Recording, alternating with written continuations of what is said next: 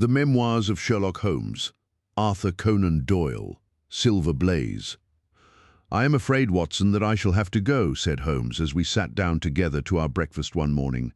"Go where to? To Dartmoor, to King's Pyland." I was not surprised.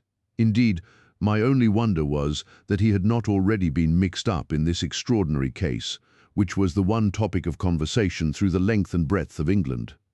For a whole day my companion had rambled about the room with his chin upon his chest and his brows knitted, charging and recharging his pipe with the strongest black tobacco, and absolutely deaf to any of my questions or remarks. Fresh editions of every paper had been sent up by our newsagent, only to be glanced over and tossed down into a corner. Yet, silent as he was, I knew perfectly well what it was over which he was brooding. There was but one problem before the public which could challenge his powers of analysis, and that was the singular disappearance of the favourite for the Wessex Cup and the tragic murder of its trainer. When, therefore, he suddenly announced his intention of setting out for the scene of the drama, it was only what I had both expected and hoped for. "I should be most happy to go down with you if I should not be in the way," said I. "My dear Watson, you would confer a great favour upon me by coming, and I think that your time will not be misspent, for there are points about the case which promise to make it an absolutely unique one. We have, I think, just time to catch our train at Paddington, and I will go further into the matter upon our journey. You would oblige me by bringing with you your very excellent field glass." And so it happened that an hour or so later I found myself in the corner of a first-class carriage flying along en route for Exeter, while Sherlock Holmes, with his sharp, eager face framed in his ear-flapped travelling cap, dipped rapidly into the bundle of fresh papers which he had procured at Paddington. We had left reading far behind us before he thrust the last one of them under the seat and offered me his cigar case. "We are going well," said he, looking out the window and glancing at his watch. "Our rate at present is 53.5 miles an hour." "I have not observed the quarter-mile posts," said I. "Nor have I. But the telegraph posts upon this line are 60 yards apart, and the calculation is a simple one. I presume that you have looked into this matter of the murder of John Straker and the disappearance of Silver Blaze." "I have seen what the Telegraph and the Chronicle have to say. It is one of those cases where the art of the reasoner should be used rather for the sifting of details than for the acquiring of fresh evidence. The tragedy has been so uncommon, so complete, and of such personal importance to so many people that we are suffering from a plethora of surmise, conjecture, and hypothesis. The difficulty is to detach the framework of fact, of absolute, undeniable fact, from the embellishments of theorists and reporters. Then, having established ourselves upon this sound basis, it is our duty to see what inferences may be drawn and what are the special points upon which the whole mystery turns. On Tuesday evening, I received telegrams from both Colonel Ross, the owner of the horse, and from Inspector Gregory, who is looking after the case, inviting my cooperation." "Tuesday evening!" I exclaimed. "And this is Thursday morning. Why didn't you go down yesterday? Because I made a blunder, my dear Watson, which is, I am afraid, a more common occurrence than anyone would think who only knew me through your memoirs.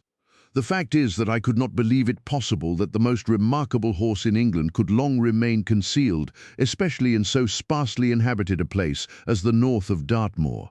From hour to hour yesterday I expected to hear that he had been found, and that his abductor was the murderer of John Straker. When, however, another morning had come, and I found that beyond the arrest of young Fitzroy Simpson nothing had been done, I felt that it was time for me to take action.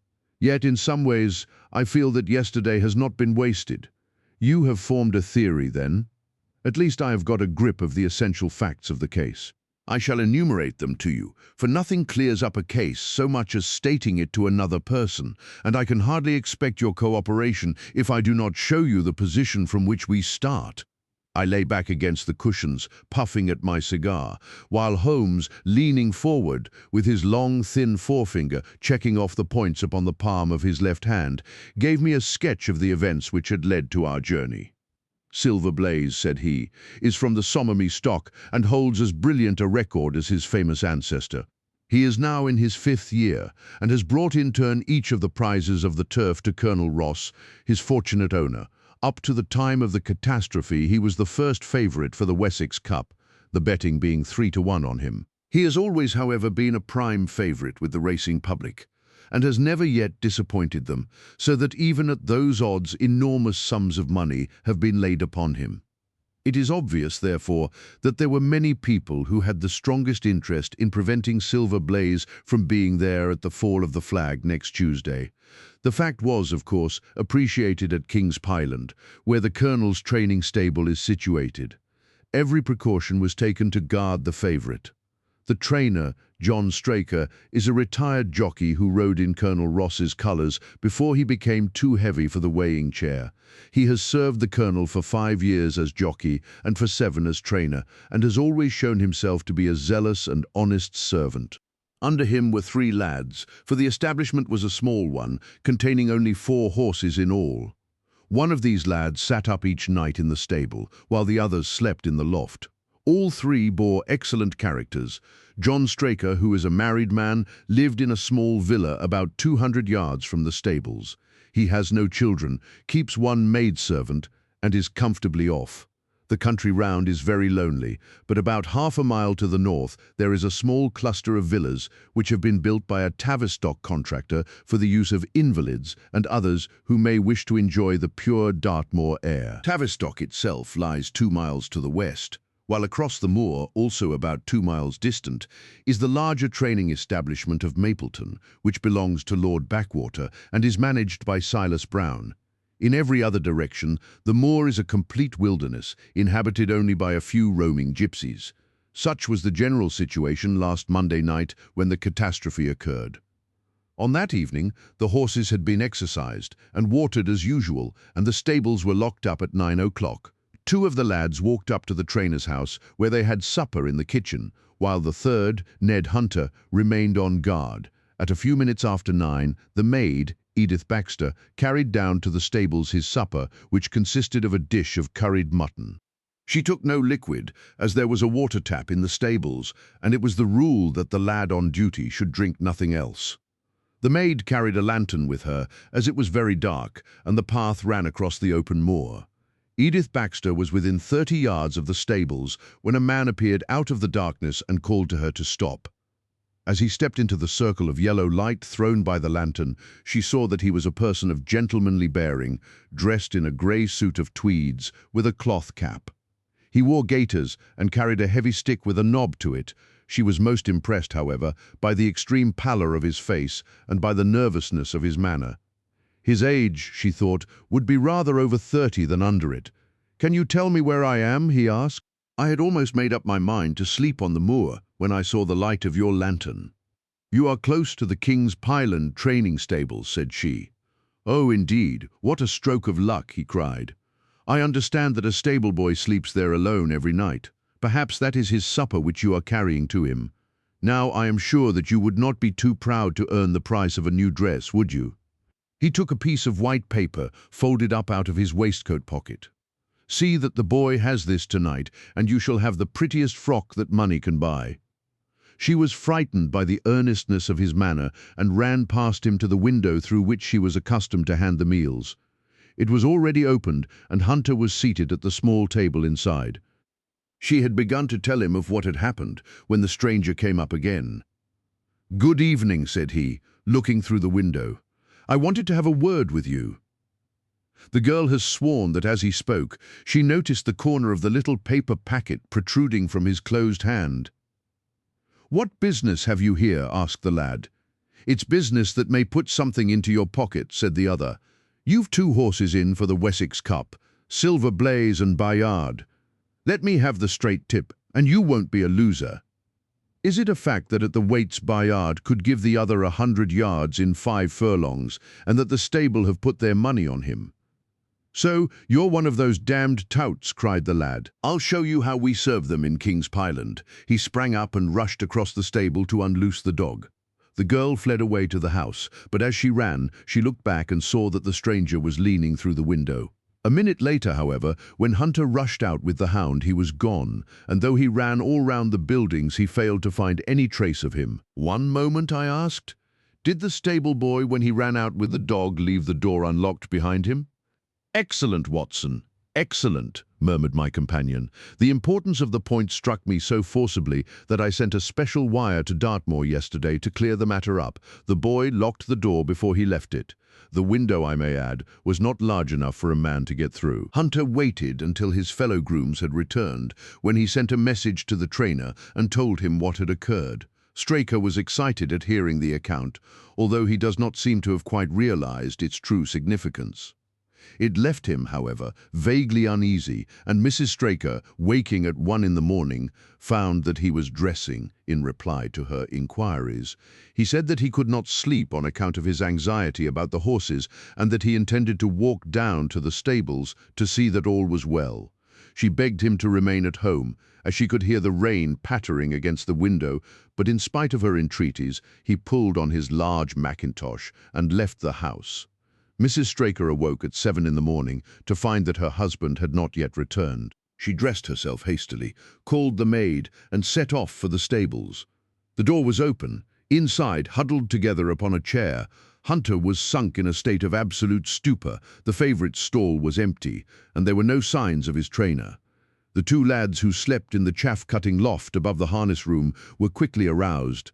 They had heard nothing during the night, for they are both sound sleepers. Hunter was obviously under the influence of some powerful drug, and as no sense could be got out of him, he was left to sleep it off, while the two lads and the two women ran out in search of the absentees. They still had hopes that the trainer had for some reason taken out the horse for early exercise, but on ascending the knoll near the house, from which all the neighbouring moors were visible, they not only could see no signs of the missing favourite, but they perceived something which warned them that they were in the presence of a tragedy. About a quarter of a mile from the stables, John Straker's overcoat was flapping from a furze bush. Immediately beyond, there was a bowl-shaped depression in the moor, and at the bottom of this was found the dead body of the unfortunate trainer. His head had been shattered by a savage blow from some heavy weapon, and he was wounded on the thigh, where there was a long, clean cut, inflicted evidently by some very sharp instrument. It was clear, however, that Straker had defended himself vigorously against his assailants, for in his right hand he held a small knife which was clotted with blood up to the handle, while in his left he clasped a red and black silk cravat, which was recognized by the maid as having been worn on the preceding evening by the stranger who had visited the stables. Hunter, on recovering from his stupor, was also quite positive as to the ownership of the cravat. He was equally certain that the same stranger had, while standing at the window, drugged his curried mutton, and so deprived the stables of their watchman. As to the missing horse, there were abundant proofs in the mud, which lay at the bottom of the fatal hollow, that he had been there at the time of the struggle. But from that morning he has disappeared, and although a large reward has been offered and all the gypsies of Dartmoor are on the alert, no news has come of him. Finally, an analysis has shown that the remains of his supper left by the stable lad contain an appreciable quantity of powdered opium, while the people at the house partook of the same dish on the same night without any ill effect. Those are the main facts of the case, stripped of all surmise and stated as baldly as possible. I shall now recapitulate what the police have done in the matter. Inspector Gregory, to whom the case has been committed, is an extremely competent officer. Were he but gifted with imagination, he might rise to great heights in his profession. On his arrival, he promptly found and arrested the man upon whom suspicion naturally rested. There was little difficulty in finding him, for he inhabited one of those villas which I have mentioned. His name, it appears, was Fitzroy Simpson. He was a man of excellent birth and education, who had squandered a fortune upon the turf, and who lived now by doing a little quiet and genteel bookmaking in the sporting clubs of London. An examination of his betting book shows that bets to the amount of £5,000 had been registered by him against the favourite. On being arrested, he volunteered the statement that he had come down to Dartmoor in the hope of getting some information about the King's Pyland horses, and also about Desborough, the second favourite, which was in charge of Silas Brown at the Mapleton stables. He did not attempt to deny that he had acted as described upon the evening before, but declared that he had no sinister designs and had simply wished to obtain first-hand information. When confronted with his cravat, he turned very pale and was utterly unable to account for its presence in the hand of the murdered man. His wet clothing showed that he had been out in the storm of the night before, and his stick, which was a Penang lawyer weighted with lead, was just such a weapon as might, by repeated blows, have inflicted the terrible injuries to which the trainer had succumbed. On the other hand, there was no wound upon his person, while the state of Straker's knife would show that one at least of his assailants must bear his mark upon him. There you have it all in a nutshell, Watson, and if you can give me any light, I shall be infinitely obliged to you. I had listened with the greatest interest to the statement, which Holmes, with characteristic clearness, had laid before me. Though most of the facts were familiar to me, I had not sufficiently appreciated their relative importance, nor their connection to each other. Is it not possible, I suggested, that the incised wound upon Straker may have been caused by his own knife in the convulsive struggles which follow any brain injury? It is more than possible, it is probable, said Holmes. In that case, one of the main points in favor of the accused disappears. And yet, said I, even now I fail to understand what the theory of the police can be. I am afraid that whatever theory we state has very grave objections to it, returned my companion. The police imagine, I take it, that this Fitzroy Simpson, having drugged the lad, and having in some way obtained a duplicate key, opened the stable door and took out the horse, with the intention, apparently, of kidnapping him altogether. His bridle is missing, so that Simpson must have put this on. Then, having left the door open behind him, he was leading the horse away over the moor when he was either met or overtaken by the trainer. A row naturally ensued. Simpson beat out the trainer's brains with his heavy stick without receiving any injury from the small knife which Straker used in self-defense, and then the thief either led the horse on to some secret hiding place, or else it may have bolted during the struggle and be now wandering out on the moors. That is the case as it appears to the police, and improbable as it is, all other explanations are more improbable still. However, I shall very quickly test the matter when I am once upon the spot, and until then I cannot really see how we can get much further than our present position. It was evening before we reached the little town of Tavistock, which lies like the boss of a shield in the middle of the huge circle of Dartmoor. Two gentlemen were awaiting us in the station, the one a tall, fair man with lion-like hair and beard, and curiously penetrating light blue eyes, the other a small, alert person, very neat and dapper, in a frock coat and gaiters, with trim little side whiskers and an eyeglass. The latter was Colonel Ross, the well-known sportsman. The other, Inspector Gregory, a man who was rapidly making his name in the English detective service. "I am delighted that you have come down, Mr. Holmes," said the Colonel. "The inspector here has done all that could possibly be suggested, but I wish to leave no stone unturned in trying to avenge poor Straker and in recovering my horse." "Have there been any fresh developments?" asked Holmes. "I am sorry to say that we have made very little progress," said the inspector. "We have an open carriage outside, and as you would no doubt like to see the place before the light fails, we might talk it over as we drive." A minute later, we were all seated in a comfortable landau and were rattling through the quaint old Devonshire city. Inspector Gregory was full of his case and poured out a stream of remarks, while Holmes threw in an occasional question or interjection. Colonel Ross leaned back with his arms folded and his hat tilted over his eyes, while I listened with interest to the dialogue of the two detectives. Gregory was formulating his theory, which was almost exactly what Holmes had foretold in the train. "The net is drawn pretty close round Fitzroy Simpson," he remarked, "and I believe myself that he is our man. At the same time, I recognize that the evidence is purely circumstantial, and that some new development may upset it. How about Straker's knife? We have quite come to the conclusion that he wounded himself in his fall. My friend Dr. Watson made that suggestion to me as we came down. If so, it would tell against this man Simpson, undoubtedly. He has neither a knife nor any sign of a wound. The evidence against him is certainly very strong. He had a great interest in the disappearance of the favourite. He lies under suspicion of having poisoned the stable boy. He was undoubtedly out in the storm. He was armed with a heavy stick, and his cravat was found in the dead man's hand. I really think we have enough to go before a jury." Holmes shook his head. "A clever counsel would tear it all to rags," said he. "Why should he take the horse out of the stable? If he wished to injure it, why could he not do it there? Has a duplicate key been found in his possession? What chemist sold him the powdered opium? Above all, where could he, a stranger to the district, hide a horse, and such a horse as this? What is his own explanation as to the paper which he wished the maid to give to the stable boy? He says that it was a £10 note. One was found in his purse. But your other difficulties are not so formidable as they seem. He is not a stranger to the district. He has twice lodged at Tavistock in the summer.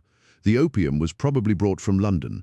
The key, having served its purpose, would be hurled away. The horse may be at the bottom of one of the pits or old mines upon the moor. What does he say about the cravat? He acknowledges that it is his, and declares that he had lost it. But a new element has been introduced into the case which may account for his leading the horse from the stable. Holmes pricked up his ears. We have found traces which show that a party of gypsies encamped on Monday night within a mile of the spot where the murder took place. On Tuesday they were gone.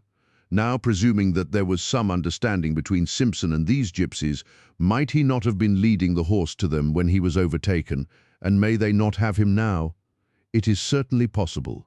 The moor is being scoured for these gypsies. I have also examined every stable and outhouse in Tavistock, and for a radius of 10 miles. There is another training stable quite close, I understand. Yes, and that is a factor which we must certainly not neglect.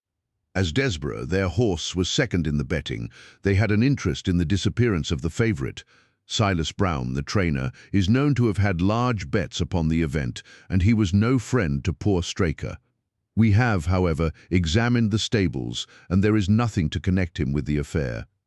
And nothing to connect this man Simpson with the interests of the Mapleton stables? Nothing at all.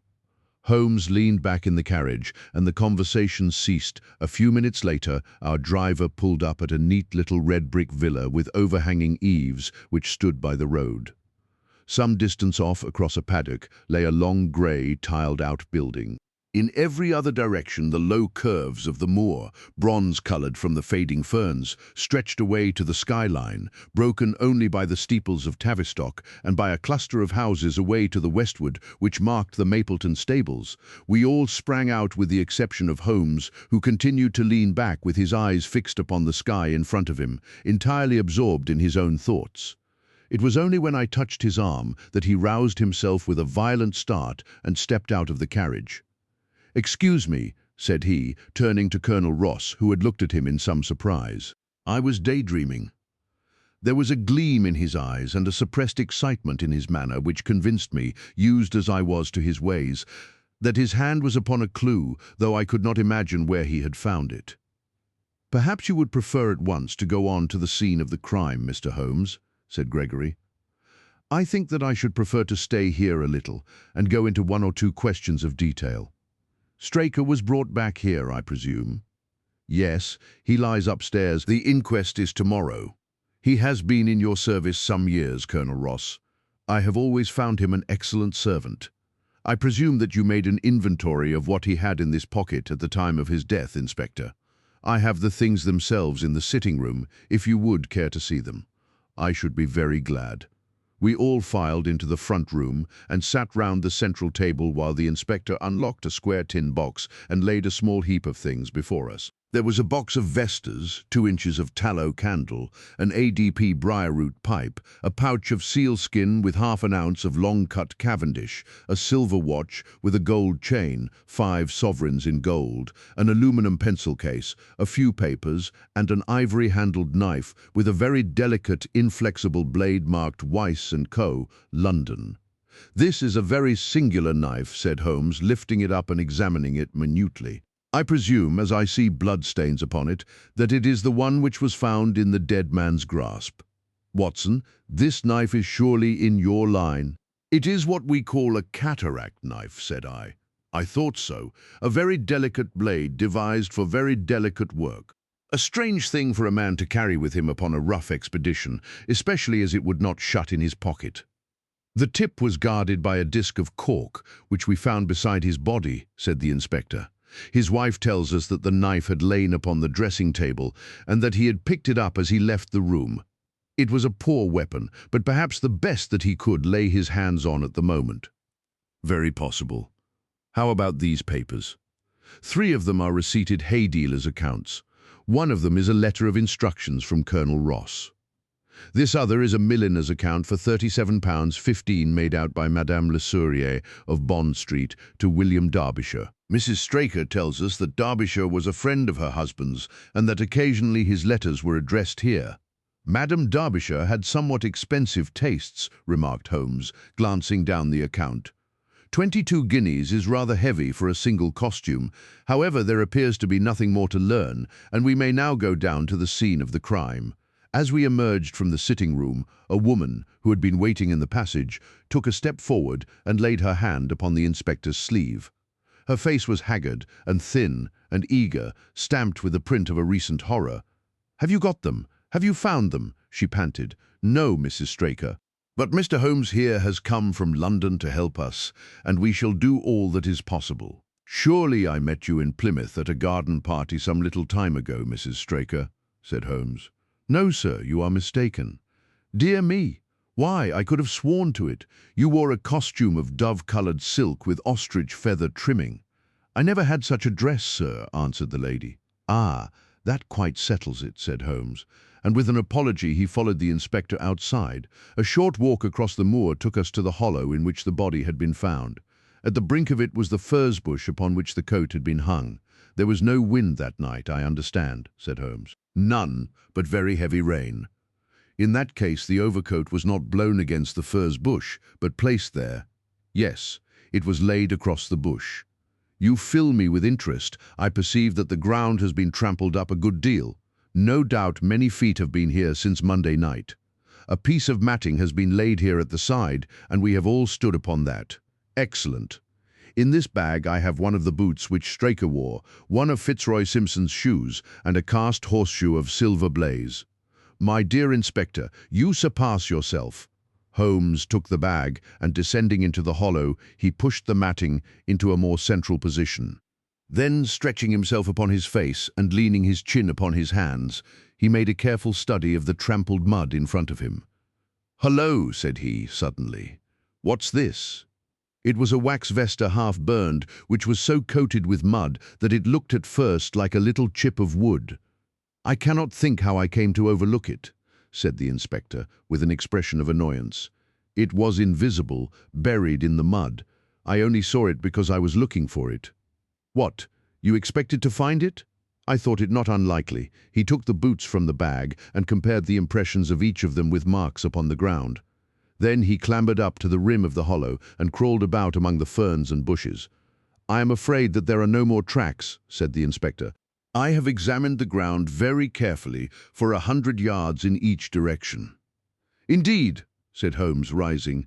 "I should not have the impertinence to do it again after what you say, but I should like to take a little walk over the moor before it grows dark, that I may know my ground tomorrow, and I think that I shall put this horseshoe into my pocket for luck." Colonel Ross, who had shown some signs of impatience at my companion's quiet and systematic method of work, glanced at his watch. "I wish you would come back with me, Inspector," said he. "There are several points on which I should like your advice, and especially as to whether we do not owe it to the public to remove our horse's name from the entries for the cup." "Certainly not," cried Holmes with decision. "I should let the name stand." The colonel bowed. "I am very glad to have had your opinion, sir," said he. "You will find us at poor Straker's house when you have finished your walk, and we can drive together into Tavistock." He turned back with the inspector while Holmes and I walked slowly across the moor. The sun was beginning to sink behind the stables of Mapleton, and the long sloping plain in front of us was tinged with gold, deepening into rich ruddy browns where the faded ferns and brambles caught the evening light. But the glories of the landscape were all wasted upon my companion, who was sunk in the deepest thought. "It's this way, Watson," said he at last. "We may leave the question of who killed John Straker for the instant and confine ourselves to finding out what has become of the horse. Now, supposing that he broke away during or after the tragedy, where could he have gone to? The horse is a very gregarious creature. If left to himself, his instincts would have been either to return to King's Pyland or go over to Mapleton. Why should he run wild upon the moor? He would surely have been seen by now. And why should gypsies kidnap him? These people always clear out when they hear of trouble, for they do not wish to be pestered by the police. They could not hope to sell such a horse. They would run a great risk and gain nothing by taking him. Surely that is clear. Where is he then?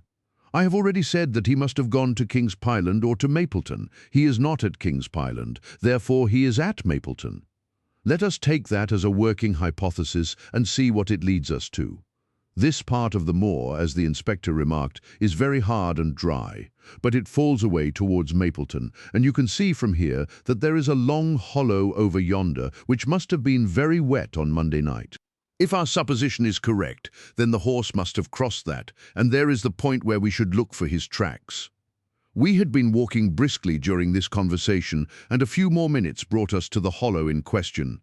At Holmes' request, I walked down the bank to the right, and he to the left, but I had not taken 50 paces before I heard him give a shout and saw him waving his hand to me. The track of a horse was plainly outlined in the soft earth in front of him, and the shoe which he took from his pocket exactly fitted the impression. "See the value of imagination," said Holmes. "It is the one quality which Gregory lacks. We imagined what might have happened, acted upon the supposition, and find ourselves justified. Let us proceed." We crossed the marshy bottom and passed over a quarter of a mile of dry, hard turf. Again the ground sloped, and again we came on the tracks. Then we lost them for half a mile, but only to pick them up once more, quite close to Mapleton. It was Holmes who saw them first, and he stood pointing with a look of triumph upon his face. A man's track was visible beside the horse's. "The horse was alone before," I cried. "Quite so. It was alone before. Hullo, what is this?" The double track turned sharp off and took the direction of King's Pyland. Holmes whistled, and we both followed along after it. His eyes were on the trail, but I happened to look a little to one side and saw to my surprise the same tracks coming back again in the opposite direction. "One for you, Watson," said Holmes when I pointed it out. "You have saved us a long walk, which would have brought us back on our own traces. Let us follow the return track.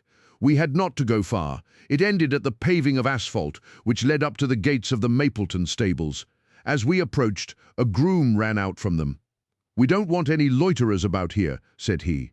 'I only wish to ask a question,' said Holmes, with his finger and thumb in his waistcoat pocket. 'Should I be too early to see your master, Mr. Silas Brown, if I were to call at 5 o'clock tomorrow morning?' 'Bless you, sir, if anyone is about, he will be, for he is always the first stirring. But here he is, sir, to answer your questions for himself.' 'No, sir, no. It is as much as my place is worth to let him see me touch your money afterwards, if you like.' As Sherlock Holmes replaced the half-crown which he had drawn from his pocket, a fierce-looking elderly man strode out from the gate with a hunting crop swinging in his hand. 'What's this, Dawson?' he cried. 'No gossiping. Go about your business, and you, what the devil do you want here?' 10 minutes' talk with you, my good sir,' said Holmes in the sweetest of voices. 'I've no time to talk to every gadabout. We want no stranger here. Be off, or you may find a dog at your heels.' Holmes leaned forward and whispered something in the trainer's ear. He started violently and flushed to the temples. 'It's a lie,' he shouted, 'an infernal lie. Very good. Shall we argue about it here in public, or talk it over in your parlour?' 'Oh, come in if you wish to.' Holmes smiled. 'I shall not keep you more than a few minutes, Watson,' said he. 'Now, Mr. Brown, I am quite at your disposal.' It was 20 minutes, and the reds had all faded into greys before Holmes and the trainer reappeared. Never have I seen such a change as had been brought about in Silas Brown in that short time. His face was ashy pale, beads of perspiration shone upon his brow, and his hands shook until the hunting crop wagged like a branch in the wind. His bullying, overbearing manner was all gone too, and he cringed along at my companion's side like a dog with its master. 'Your instructions will be done. It shall all be done,' said he. 'There must be no mistake,' said Holmes, looking round at him. The other winced as he read the menace in his eyes. 'Oh no, there shall be no mistake. It shall be there. Should I change it first or not?' Holmes thought a little and then burst out laughing. 'No, don't,' said he. 'I shall write to you about it. No tricks now or—' 'Oh, you can trust me. You can trust me. Yes, I think I can. Well, you shall hear from me tomorrow.' He turned upon his heel, disregarding the trembling hand which the other held out to him, and we set off for King's Pyland, a more perfect compound of the bully, coward, and sneak than Master Silas Brown I have seldom met with," remarked Holmes, as we trudged along together. "He has the horse, then?" He tried to bluster out of it, but I described to him so exactly what his actions had been upon that morning that he is convinced that I was watching him. Of course, you observed the peculiarly square toes in the impressions, and that his own boots exactly corresponded to them. Again, of course, no subordinate would have dared to do such a thing.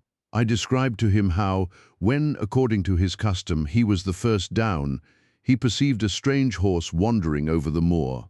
How he went out to it, and his astonishment at recognizing, from the white forehead which has given the favourite its name, that chance had put in his power the only horse which could beat the one upon which he had put his money. Then I described how his first impulse had been to lead him back to King's Pyland, and how the devil had shown him how he could hide the horse until the race was over, and how he had led it back and concealed it at Mapleton. When I told him every detail, he gave it up and thought only of saving his own skin. But his stables had been searched. Oh, and old horse-faker like him has many a dodge. But are you not afraid to leave the horse in his power now, since he has every interest in injuring it? My dear fellow, he will guard it as the apple of his eye. He knows that his only hope of mercy is to produce it safe. Colonel Ross did not impress me as a man who would be likely to show much mercy in any case. The matter does not rest with Colonel Ross. I follow my own methods and tell as much or as little as I choose. That is the advantage of being unofficial. I don't know whether you observed it, Watson, but the Colonel's manner has been just a trifle cavalier to me. I am inclined now to have a little amusement at his expense. Say nothing to him about the horse. Certainly not without your permission. And of course this is all quite a minor point compared to the question of who killed John Straker, and you will devote yourself to that. On the contrary, we both go back to London by the night train. I was thunderstruck by my friend's words. We had only been a few hours in Devonshire, and that he should give up an investigation which he had begun so brilliantly was quite incomprehensible to me. Not a word more could I draw from him until we were back at the trainer's house. The Colonel and the Inspector were awaiting us in the parlour. My friend and I returned to town by the night express, said Holmes. We have had a charming little breath of your beautiful Dartmoor air. The Inspector opened his eyes, and the Colonel's lip curled in a sneer. So, you despair of arresting the murderer of poor Straker, said he. Holmes shrugged his shoulders. There are certainly grave difficulties in the way, said he. I have every hope, however, that your horse will start upon Tuesday, and I beg that you will have your jockey in readiness. Might I ask for a photograph of Mr. John Straker? The Inspector took one from an envelope and handed it to him. My dear Gregory, you anticipate all my wants. If I might ask you to wait here for an instant, I have a question which I should like to put to the maid. I must say that I am rather disappointed in our London consultant, said Colonel Ross, bluntly, as my friend left the room. I do not see that we are any further than when he came. At least you have his assurance that your horse will run, said I. Yes, I have his assurance, said the Colonel, with a shrug of his shoulders. I should prefer to have the horse. I was about to make some reply in defence of my friend when he entered the room again. Now, gentlemen, said he, I am quite ready for Tavistock. As we stepped into the carriage, one of the stable lads held the door open for us. A sudden idea seemed to occur to Holmes, for he leaned forward and touched the lad upon the sleeve. You have a few sheep in the paddock, he said. Who attends to them? I do, sir. Have you noticed anything amiss with them of late? Well, sir, not of much account, but 3 of them have gone lame, sir. I could see that Holmes was extremely pleased, for he chuckled and rubbed his hands together. A long shot, Watson, a very long shot, said he, pinching my arm. Gregory, let me recommend to your attention this singular epidemic among the sheep. Drive on, coachman. Colonel Ross still wore an expression which showed the poor opinion which he had formed of my companion's ability, but I saw by the inspector's face that his attention had been keenly aroused. You consider that to be important, he asked. Exceedingly so. Is there any point to which you would wish to draw my attention? To the curious incident of the dog in the night time? The dog did nothing in the night time. That was the curious incident, remarked Sherlock Holmes. 4 days later, Holmes and I were again in the train, bound for Winchester to see the race for the Wessex Cup. Colonel Ross met us by appointment outside the station, and we drove in his drag to the course beyond the town. His face was grave, and his manner was cold in the extreme. "I have seen nothing of my horse," said he. "I suppose that you would know him when you saw him?" asked Holmes. The colonel was very angry. "I have been on the turf for 20 years and never was asked such a question as that before," said he. "A child would know Silver Blaze with his white forehead and his mottled-off foreleg. How is the betting? Well, that is the curious part of it. You could have got 15 to 1 yesterday, but the price has become shorter and shorter until you can hardly get 3 to 1 now." "Hum," said Holmes. "Somebody knows something that is clear." As the drag drew up in the enclosure near the grand stand, I glanced at the card to see the entries. 1. Mr. Heath Newton's the Negro, red cap, cinnamon jacket, twee. Colonel Wardlaw's pugilist, pink cap, blue and black jacket, 3. Lord Backwater's Desborough, yellow cap and sleeves, 4. Colonel Ross's Silver Blaze, black cap and red jacket, 5. Duke of Balmoral's Iris, yellow and black stripes, 6. Lord Singleford's Rasper purple cap, black sleeves. "We scratched our other one and put all hopes on your word," said the colonel. "Why? What is that? Silver Blaze favourite? 5 to 4 against Silver Blaze," roared the ring. 5 to 4 against Silver Blaze, roared the ring. 5 to 4 against Silver Blaze, 5 to 15 against Desborough, 5 to 4 on the field. "There are the numbers up," I cried. "They are all 6 there. All 6 there. Then my horse is running," cried the colonel in great agitation. "But I don't see him. My colours have not passed.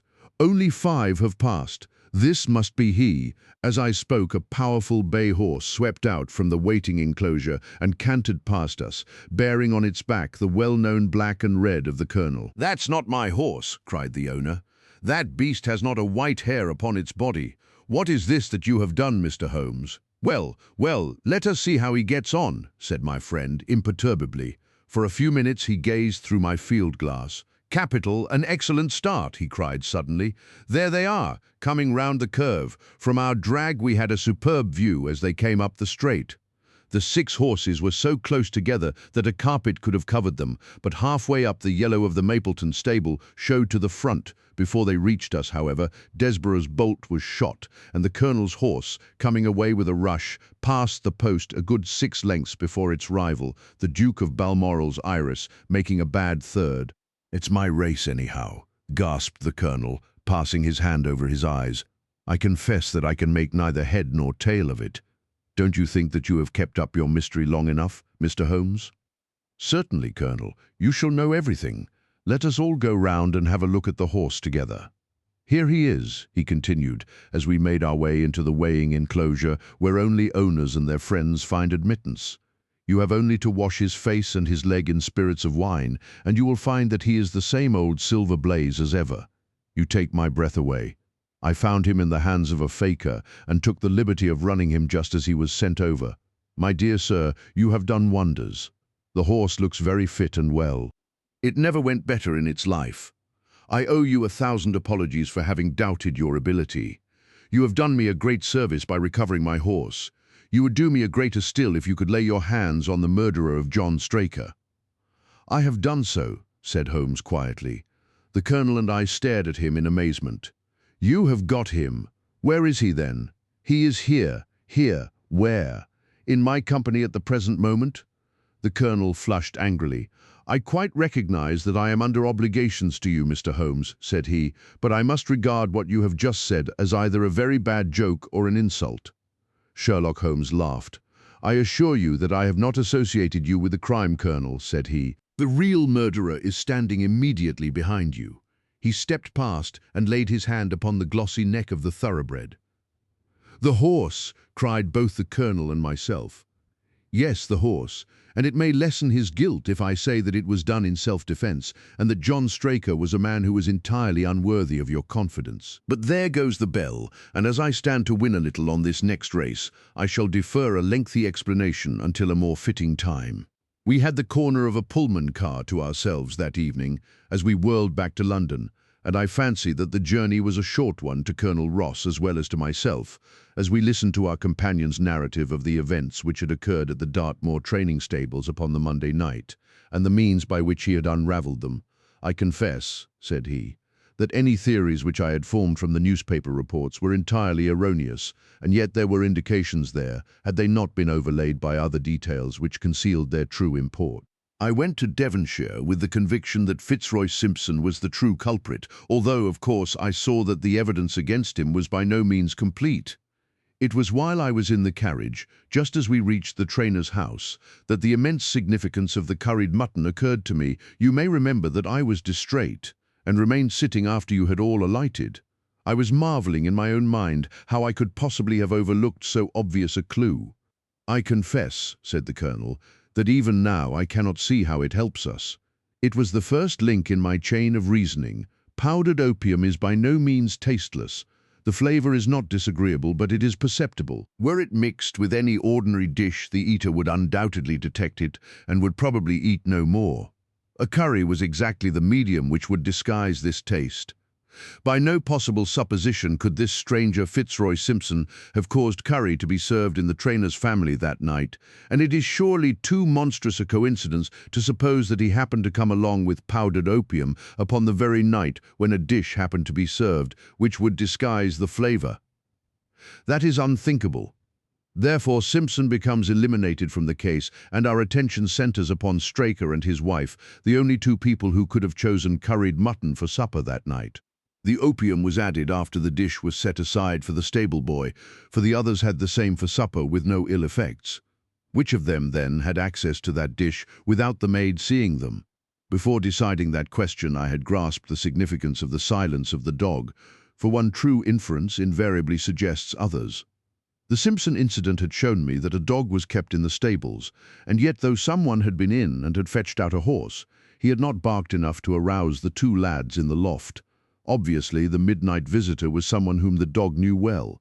I was already convinced, or almost convinced, that John Straker went down to the stables in the dead of the night and took out Silver Blaze. For what purpose? For a dishonest one, obviously. Or why should he drug his own stable boy? And yet I was at a loss to know why. There have been cases before now where trainers have made sure of great sums of money by laying against their own horses through agents and then preventing them from winning by fraud. Sometimes it is a pulling jockey. Sometimes it is some surer and subtler means. What was it here? I hoped that the contents of his pockets might help me to form a conclusion, and they did so. You cannot have forgotten the singular knife which was found in the dead man's hand, a knife which certainly no sane man would choose for a weapon. It was, as Dr. Watson told us, a form of knife which is used for the most delicate operations known in surgery, and it was to be used for a delicate operation that night. You must know, with your wide experience of turf matters, Colonel Ross, that it is possible to make a slight nick upon the tendons of a horse's ham, and to do it subcutaneously so as to leave absolutely no trace. A horse so treated would develop a slight lameness, which would be put down to a strain in exercise or a touch of rheumatism, but never to foul play. "Villain, scoundrel!" cried the Colonel. "We have here the explanation of why John Straker wished to take the horse out onto the moor. So spirited a creature would have certainly roused the soundest of sleepers when it felt the prick of the knife. It was absolutely necessary to do it in the open air." "I have been blind," cried the Colonel. "Of course that was why he needed the candle and struck the match." "Undoubtedly. But in examining his belongings, I was fortunate enough to discover not only the method of the crime, but even its motives. As a man of the world, Colonel, you know that men do not carry other people's bills about in their pockets. We have most of us quite enough to do to settle our own. I at once concluded that Straker was leading a double life and keeping a second establishment. The nature of the bill showed that there was a lady in the case, and one who had expensive tastes. Liberal as you are with your servants, one can hardly expect that they can buy 20-guinea walking dresses for their ladies. I questioned Mrs. Straker as to the dress without her knowing it, and having satisfied myself that it had never reached her, I made a note of the milliner's address, and felt that by calling there with Straker's photograph, I could easily dispose of the mythical Derbyshire. From that time on, all was plain. Straker had led out the horse to a hollow where his light would be invisible. Simpson in his flight had dropped his cravat, and Straker had picked it up with some idea, perhaps, that he might use it in securing the horse's leg. Once in the hollow, he had got behind the horse and had struck a light, but the creature, frightened at the sudden glare, and with the strange instinct of animals feeling that some mischief was intended, had lashed out, and the steel shoe had struck Straker full on the forehead. He had already, in spite of the rain, taken off his overcoat in order to do his delicate task, and so, as he fell, his knife gashed his thigh. "Do I make it clear?" "Wonderful!" cried the colonel. "Wonderful! You might have been there." "My final shot was, I confess, a very long one. It struck me that so astute a man as Straker would not undertake this delicate tendon nicking without a little practice." "What could he practice on?" My eyes fell upon the sheep, and I asked a question, which, rather to my surprise, showed that my surmise was correct. When I returned to London, I called upon the milliner, who had recognized Straker as an excellent customer of the name of Derbyshire, who had a very dashing wife, with a strong partiality for expensive dresses.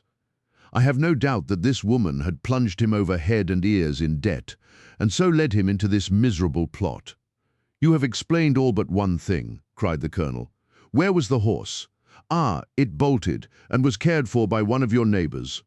"We must have an amnesty in that direction, I think. This is Clapham Junction, if I am not mistaken, and we shall be in Victoria in less than 10 minutes. If you care to smoke a cigar in our rooms, Colonel, I shall be happy to give you any other details which might interest you." The yellow face. In publishing these short sketches, based upon the numerous cases in which my companion's singular gifts have made us the listeners to, and eventually the actors in, some strange drama, it is only natural that I should dwell rather upon his successes than upon his failures. And this not so much for the sake of his reputations, for, indeed, it was when he was at his wits' end that his energy and his versatility were most admirable, but because where he failed it happened too often that no one else succeeded and that the tale was left forever without a conclusion.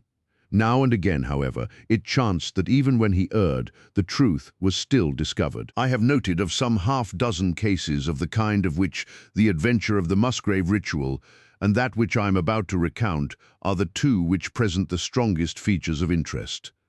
Sherlock Holmes was a man who seldom took exercise for exercise's sake. Few men were capable of greater muscular effort, and he was undoubtedly one of the finest boxers of his weight that I have ever seen. But he looked upon aimless bodily exertion as a waste of energy, and he seldom bestirred himself save when there was some professional object to be served. Then he was absolutely untiring and indefatigable. That he should have kept himself in training under such circumstances is remarkable, but his diet was usually of the sparest, and his habits were simple to the verge of austerity. Save for the occasional use of cocaine, he had no vices, and he only turned to the drug as a protest against the monotony of existence when cases were scanty and the papers uninteresting. One day in early spring he had so far relaxed as to go for a walk with me in the park, where the first faint shoots of green were breaking out upon the elms, and the sticky spearheads of the chestnuts were just beginning to burst into their five-fold leaves. For 2 hours we rambled about together, in silence for the most part, as befits two men who know each other intimately. It was nearly 5 before we were back in Baker Street once more. "Beg pardon, sir," said our page boy as he opened the door. "There's been a gentleman here asking for you, sir." Holmes glanced reproachfully at me. "So much for afternoon walks," said he. "Has this gentleman gone, then?" "Yes, sir." "Didn't you ask him in?" "Yes, sir. He came in." "How long did he wait?" "Half an hour, sir. He was a very restless gentleman, sir, a walk-in and a stamp-in all the time he was here. I was waiting outside the door, sir, and I could hear him. At last he outs into the passage, and he cries, 'Is that man never going to come?' Those were his very words, sir. 'You'll only need to wait a little longer,' says I. 'Then I'll wait in the open air, for I feel half choked,' says he. 'I'll be back before long.' And with that he ups and he outs, and all I could say wouldn't hold him back." "Well, well, you did your best," said Holmes, as we walked into our room. "It's very annoying, though, Watson. I was badly in need of a case, and this looks, from the man's impatience, as if it were of importance. Hullo, that's not your pipe on the table. He must have left his behind him. A nice old briar with a good long stem of what the tobacconists call amber. I wonder how many real amber mouthpieces there are in London. Some people think that a fly in it is a sign, Well, he must have been disturbed in his mind to leave a pipe behind him, which he evidently values highly. How do you know that he values it highly? I asked. Well, I should put the original cost of the pipe at 7 and 6 pence. Now it has, you see, been twice mended, once in the wooden stem and once in the amber. Each of these mends done, as you observe with silver bands, must have cost more than the pipe did originally. The man must value the pipe highly when he prefers to patch it up rather than buy a new one with the same money. Anything else? I asked, for Holmes was turning the pipe about in his hand and staring at it in his peculiar pensive way. He held it up and tapped on it with his long, thin forefinger, as a professor might who was lecturing on a bone. Pipes are occasionally of extraordinary interest, said he. Nothing has more individuality, save perhaps watches and bootlaces. The indications here, however, are neither very marked nor very important. The owner is obviously a muscular man, left-handed, with an excellent set of teeth, careless in his habits, and with no need to practice economy. My friend threw out the information in a very offhand way, but I saw that he cocked his eye at me to see if I had followed his reasoning. You think a man must be well-to-do if he smokes a 7-shilling pipe, said I. This is Grosvenor mixture at 8 pence an ounce, Holmes answered, knocking a little out on his palm. As he might get an excellent smoke for half the price, he has no need to practice economy. And the other points? He has been in the habit of lighting his pipe at lamps and gas jets. You can see that it is quite charred all down one side. Of course, a match could not have done that. Why should a man hold a match to the side of his pipe? But you cannot light it at a lamp without getting the bowl charred, and it is all on the right side of the pipe. From that I gather that he is a left-handed man. You hold your own pipe to the lamp, and see how naturally you, being right-handed, hold the left side to the flame. You might do it once the other way, but not as a constancy. This has always been held so. Then he has bitten through his amber. It takes a muscular, energetic fellow, and one with a good set of teeth to do that. But if I am not mistaken, I hear him upon the stair, so we shall have something more interesting than his pipe to study. An instant later, our door opened, and a tall young man entered the room. He was well but quietly dressed in a dark grey suit, and carried a brown wide-awake in his hand. I should have put him at about 30, though he was really some years older. I beg your pardon, said he, with some embarrassment. I suppose I should have knocked.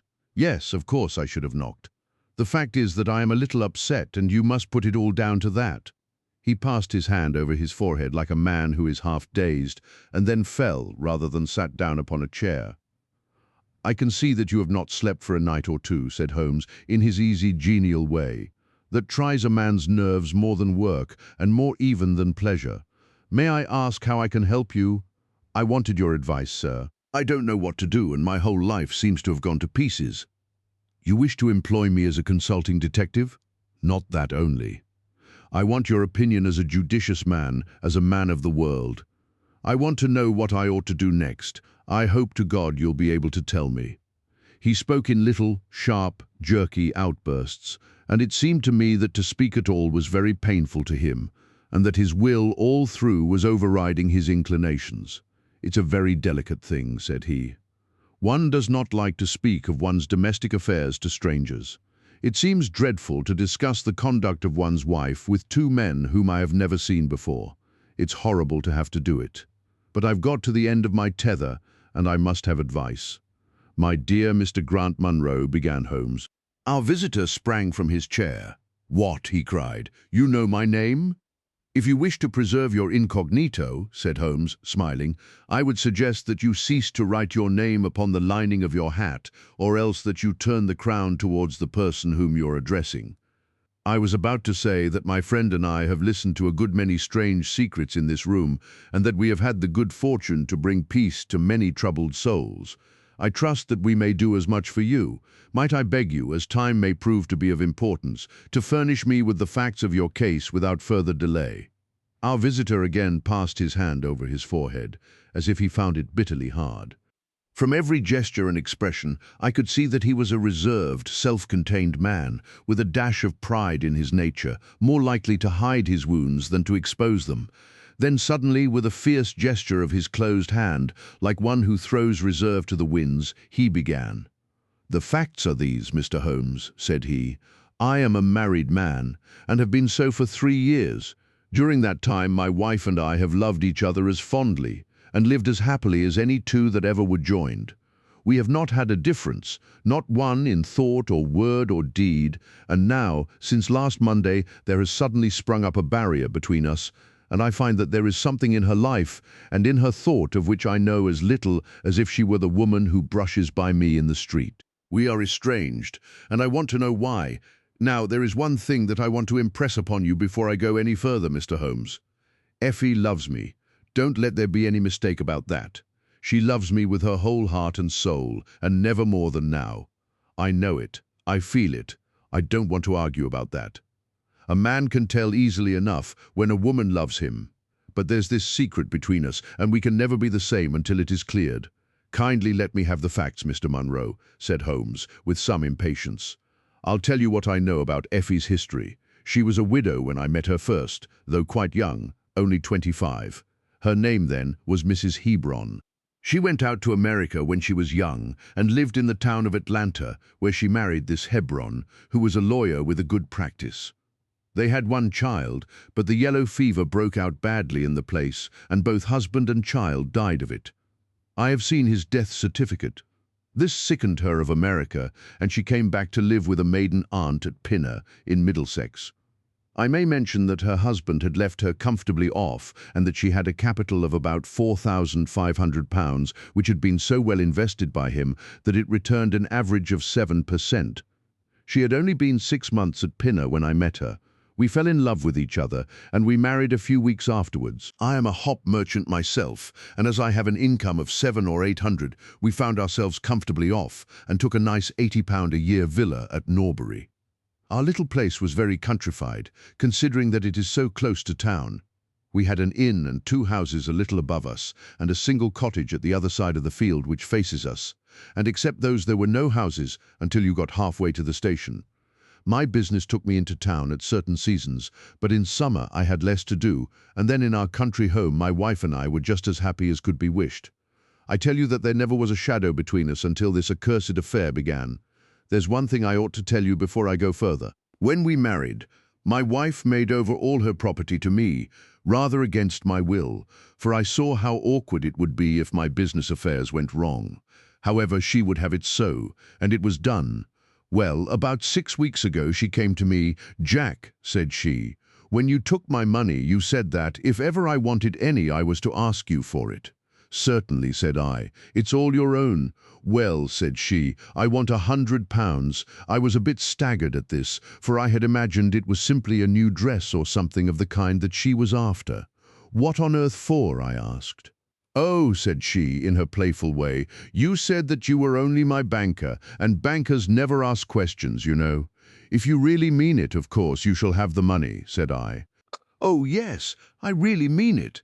And you won't tell me what you want it for?" "Some day, perhaps, but not just at present, Jack." So I had to be content with that, though it was the first time that there had ever been any secret between us. I gave her a cheque, and I never thought any more of the matter. It may have nothing to do with what came afterwards, but I thought it only right to mention it. Well, I told you just now that there is a cottage not far from our house. There is just a field between us, but to reach it you have to go along the road and then turn down a lane. Just beyond it is a nice little grove of Scotch firs, and I used to be very fond of strolling down there, for trees are always a neighbourly kind of things. The cottage had been standing empty these 8 months, and it was a pity, for it was a pretty 2-storied place, with an old-fashioned porch and honeysuckle about it. I have stood many a time and thought what a neat little homestead it would make. Well, last Monday evening I was taking a stroll down that way when I met an empty van coming up the lane and saw a pile of carpets and things lying about on the grass plot beside the porch. It was clear that the cottage had at last been let. I walked past it and wondered what sort of folk they were who had come to live so near us. And as I looked, I suddenly became aware that a face was watching me out of one of the upper windows. I don't know what there was about that face, Mr. Holmes, but it seemed to send a chill right down my back. I was some little way off, so that I could not make out the features, but there was something unnatural and inhuman about the face.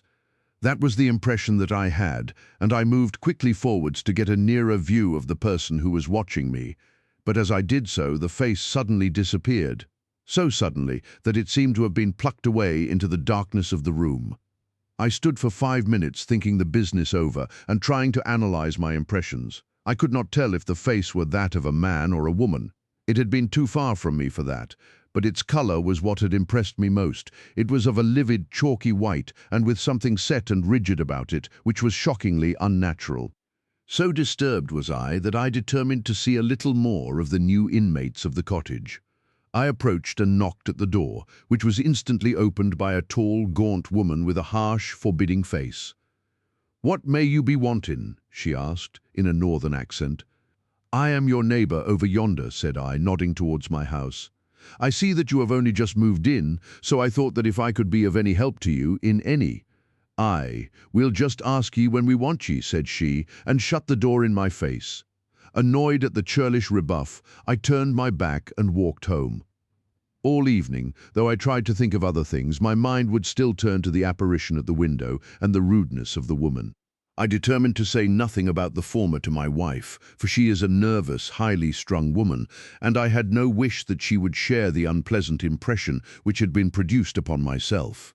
I remarked to her, however, before I fell asleep, that the cottage was now occupied, to which she returned no reply. I am usually an extremely sound sleeper. It has been a standing jest in the family that nothing could ever wake me during the night, and yet somehow on that particular night, whether it may have been the slight excitement produced by my little adventure or not, I know not, but I slept much more lightly than usual. Half in my dreams, I was dimly conscious that something was going on in the room, and gradually became aware that my wife had dressed herself and was slipping on her mantle and her bonnet. My lips were parted to murmur out some sleepy words of surprise or remonstrance at this untimely preparation, when suddenly my half-opened eyes fell upon her face, illuminated by the candlelight, and astonishment held me dumb. She wore an expression such as I had never seen before, such as I should have thought her incapable of assuming.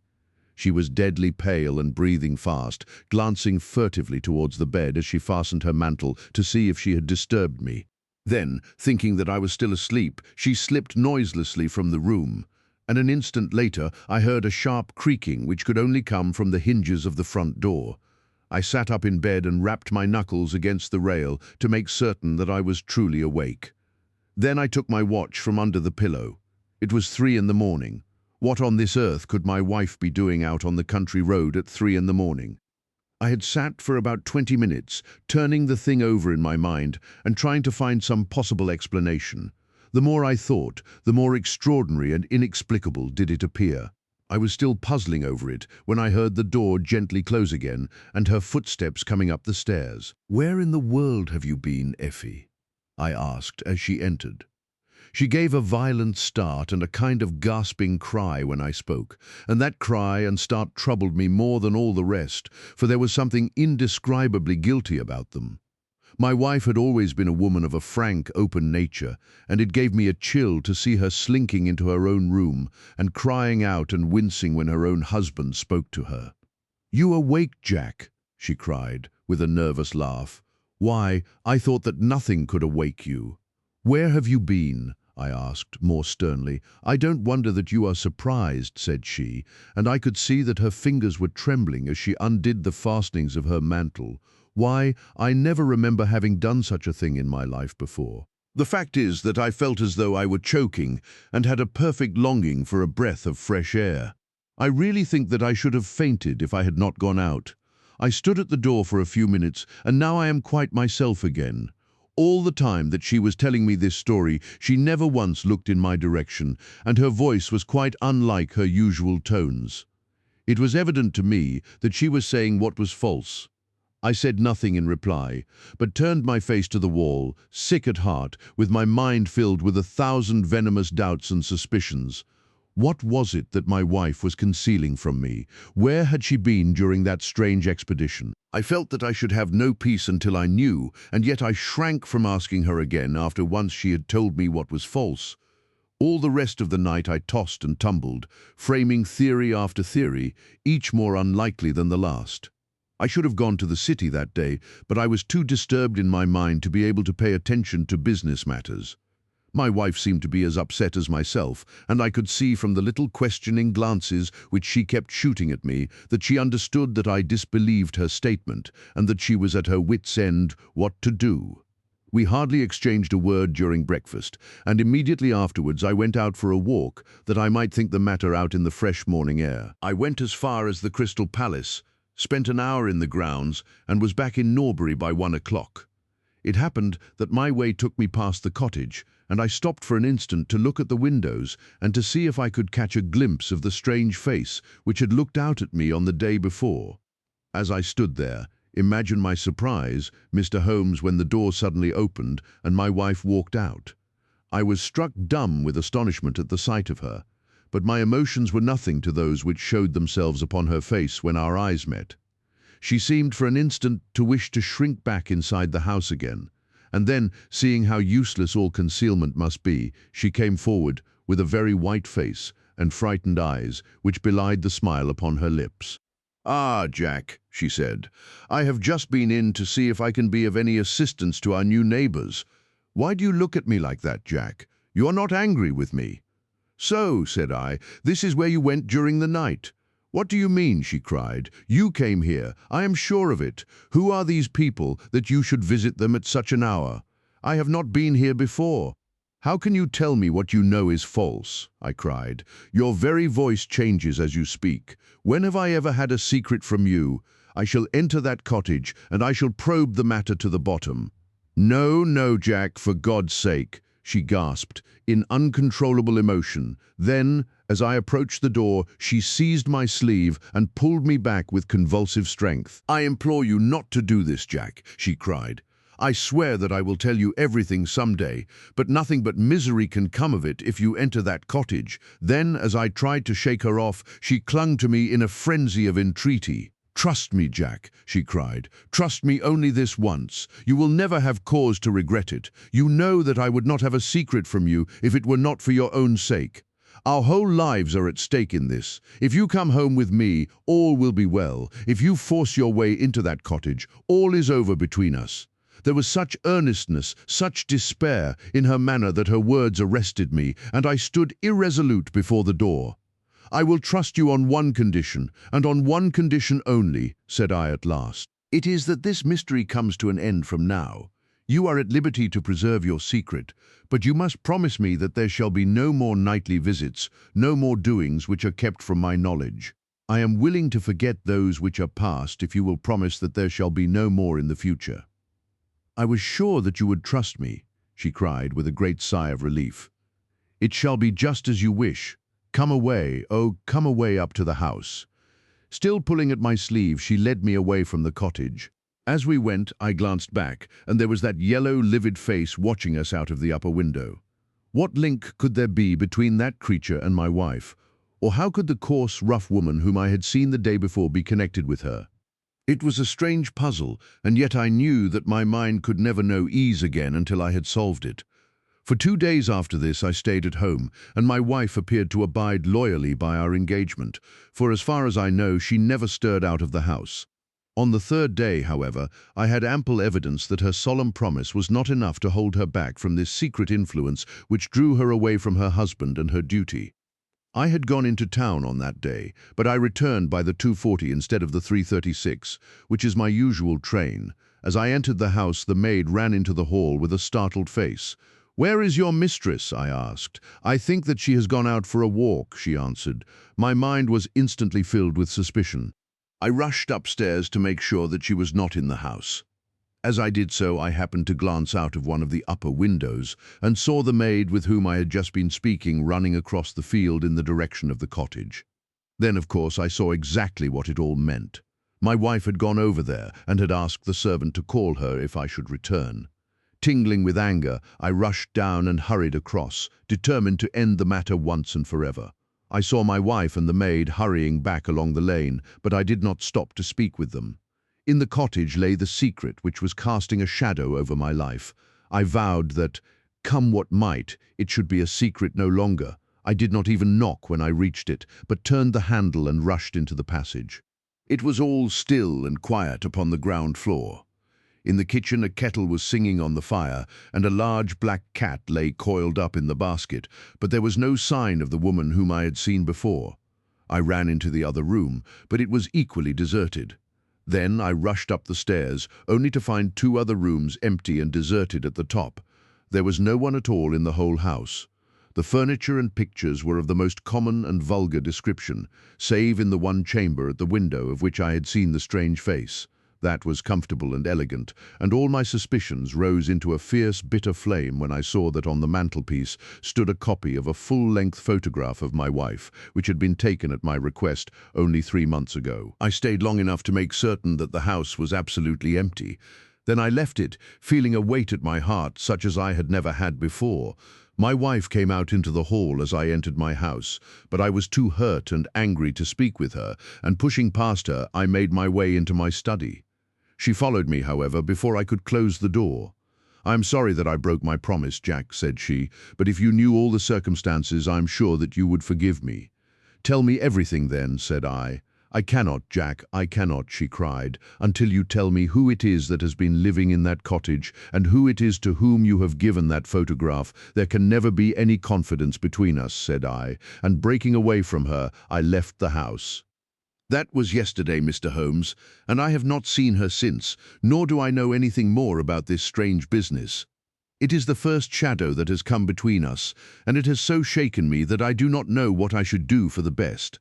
Suddenly this morning it occurred to me that you were the man to advise me, so I have hurried to you now, and I place myself unreservedly in your hands. If there is any point which I have not made clear, pray question me about it. But above all, tell me quickly what I am to do, for this misery is more than I can bear." Holmes and I had listened with the utmost interest to this extraordinary statement, which had been delivered in the jerky, broken fashion of a man who is under the influence of extreme emotions. My companion sat silent for some time, with his chin upon his hand, lost in thought. "Tell me," said he at last, "could you swear that this was a man's face which you saw at the window?" "Each time that I saw it, I was some distance away from it, so that it is impossible for me to say." "You appear, however, to have been disagreeably impressed by it. It seemed to be of an unnatural color, and to have a strange rigidity about the features. When I approached, it vanished with a jerk. How long is it since your wife asked you for £100? "Nearly 2 months. "Have you ever seen a photograph of her first husband?" "No, there was a great fire at Atlanta very shortly after his death, and all her papers were destroyed. And yet she had a certificate of death." "You say that you saw it?" "Yes, she got a duplicate after the fire." "Did you ever meet anyone who knew her in America?" "No." "Did she ever talk of revisiting the place?" "No." "Or get letters from it?" "No." "Thank you. I should like to think over the matter a little now. If the cottage is now permanently deserted, we may have some difficulty. If, on the other hand, as I fancy is more likely, the inmates were warned of your coming and left before you entered yesterday, then they may be back now, and we should clear it all up easily. Let me advise you then to return to Norbury and to examine the windows of the cottage again.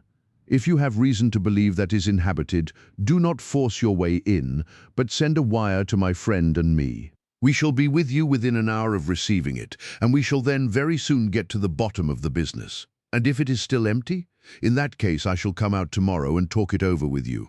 Goodbye, and above all, do not fret until you know that you really have a cause for it."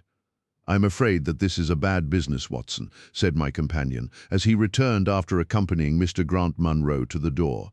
"What do you make of it?" "It had an ugly sound," I answered. "Yes, there's blackmail in it, or I am much mistaken." "And who is the blackmailer?" "Well, it must be the creature who lives in the only comfortable room in the place, and has her photograph above his fireplace. Upon my word, Watson, there is something very attractive about that livid face at the window, and I would not have missed the case for worlds." "You have a theory?" "Yes, a provisional one, but I shall be surprised if it does not turn out to be correct. This woman's first husband is in that cottage. Why do you think so? How else can we explain her frenzied anxiety that her second one should not enter it? The facts, as I read them, are something like this. This woman was married in America. Her husband developed some hateful qualities, or shall we say that he contracted some loathsome disease and became a leper or an imbecile. She flies from him at last, returns to England, changes her name and starts her life, as she thinks, afresh. She has been married 3 years and believes that her position is quite secure, having shown her husband the death certificate of some man whose name she has assumed, when suddenly her whereabouts is discovered by her first husband, or, we may suppose, by some unscrupulous woman who has attached herself to the invalid. They write to the wife and threaten to come and expose her. She asks for £100 and endeavours to buy them off. They come in spite of it, and when the husband mentions casually to the wife that there are newcomers in the cottage, she knows in some way that they are her pursuers. She waits until her husband is asleep, and then she rushes down to endeavour to persuade them to leave her in peace. Having no success, she goes again next morning, and her husband meets her, as he has told us, as she comes out. She promises him then not to go there again, but 2 days afterwards the hope of getting rid of those dreadful neighbours was too strong for her, and she made another attempt, taking down with her the photograph which had probably been demanded from her. In the midst of this interview, the maid rushed in to say that the master had come home, on which the wife, knowing that he would come straight down to the cottage, hurried the inmates out at the back door into the grove of fir trees, probably which was mentioned as standing near. In this way he found the place deserted. I shall be very much surprised, however, if it's still so when he recognizes it this evening. What do you think of my theory? It is all surmise, but at least it covers all the facts. When new facts come to our knowledge which cannot be covered by it, it will be time enough to reconsider it. We can do nothing more until we have a message from our friend at Norbury. But we had not a very long time to wait for that. It came just as we had finished our tea. The cottage is still tenanted, it said. Have seen the face again at the window. Will meet the 7 o'clock train and will take no steps until you arrive. He was waiting on the platform when we stepped out, and we could see in the light of the station lamps that he was very pale and quivering with agitation. They are still there, Mr. Holmes, said he, laying his hand hard upon my friend's sleeve. I saw lights in the cottage as I came down. We shall settle it now once and for all. What is your plan, then? Asked Holmes as he walked down the dark tree-lined road. I am going to force my way in and see for myself who is in the house. I wish you both to be there as witnesses. You are quite determined to do this, in spite of your wife's warning that it is better that you should not solve the mystery. Yes, I am determined. Well, I think that you are in the right. Any truth is better than indefinite doubt. We had better go up at once. Of course, legally, we are putting ourselves hopelessly in the wrong, but I think that it is worth it. It was a very dark night, and a thin rain began to fall as we turned from the high road into a narrow lane, deeply rutted, with hedges on either side. Mr. Grant Munro pushed impatiently forward, however, and we stumbled after him as best we could. There are the lights of my house, he murmured, pointing to a glimmer among the trees, and here is the cottage which I am going to enter. We turned a corner in the lane as he spoke, and there was the building close beside us. A yellow bar falling across the black foreground showed that the door was not quite closed, and one window in the upper story was brightly illuminated.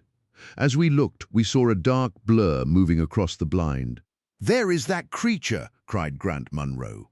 "You can see for yourselves that someone is there. Now follow me, and we shall soon know all." We approached the door, but suddenly a woman appeared out of the shadow and stood in the golden track of the lamplight. I could not see her face in the darkness, but her arms were thrown out in an attitude of entreaty. "For God's sake, don't, Jack," she cried. "I had a presentiment that you would come this evening. Think better of it, dear. Trust me again, and you will never have cause to regret it." "I have trusted you too long, Effie," he cried sternly. "Leave go of me, I must pass you. My friends and I are going to settle this matter once and forever." He pushed her to one side, and we followed closely after him. As he threw the door open, an old woman ran out in front of him and tried to bar his passage, but he thrust her back, and an instant afterwards we were all upon the stairs. Grant Munro rushed into the lighted room at the top, and we entered at his heels. It was a cosy, well-furnished apartment, with 2 candles burning upon the table and 2 upon the mantelpiece. In the corner, stooping over a desk, there sat what appeared to be a little girl. Her face was turned away as we entered, but we could see that she was dressed in a red frock and that she had long white gloves on. As she whisked round to us, I gave a cry of surprise and horror. The face which she turned towards us was of the strangest livid tint, and the features were absolutely devoid of any expression. An instant later the mystery was explained. Holmes, with a laugh, passed his hand behind the child's ear. A mask peeled off from her countenance, and there was a little coal-black negress, with all her white teeth flashing in amusement at our amazed faces. I burst out laughing, out of sympathy with her merriment. But Grant Munro stood staring, with his hand clutching his throat.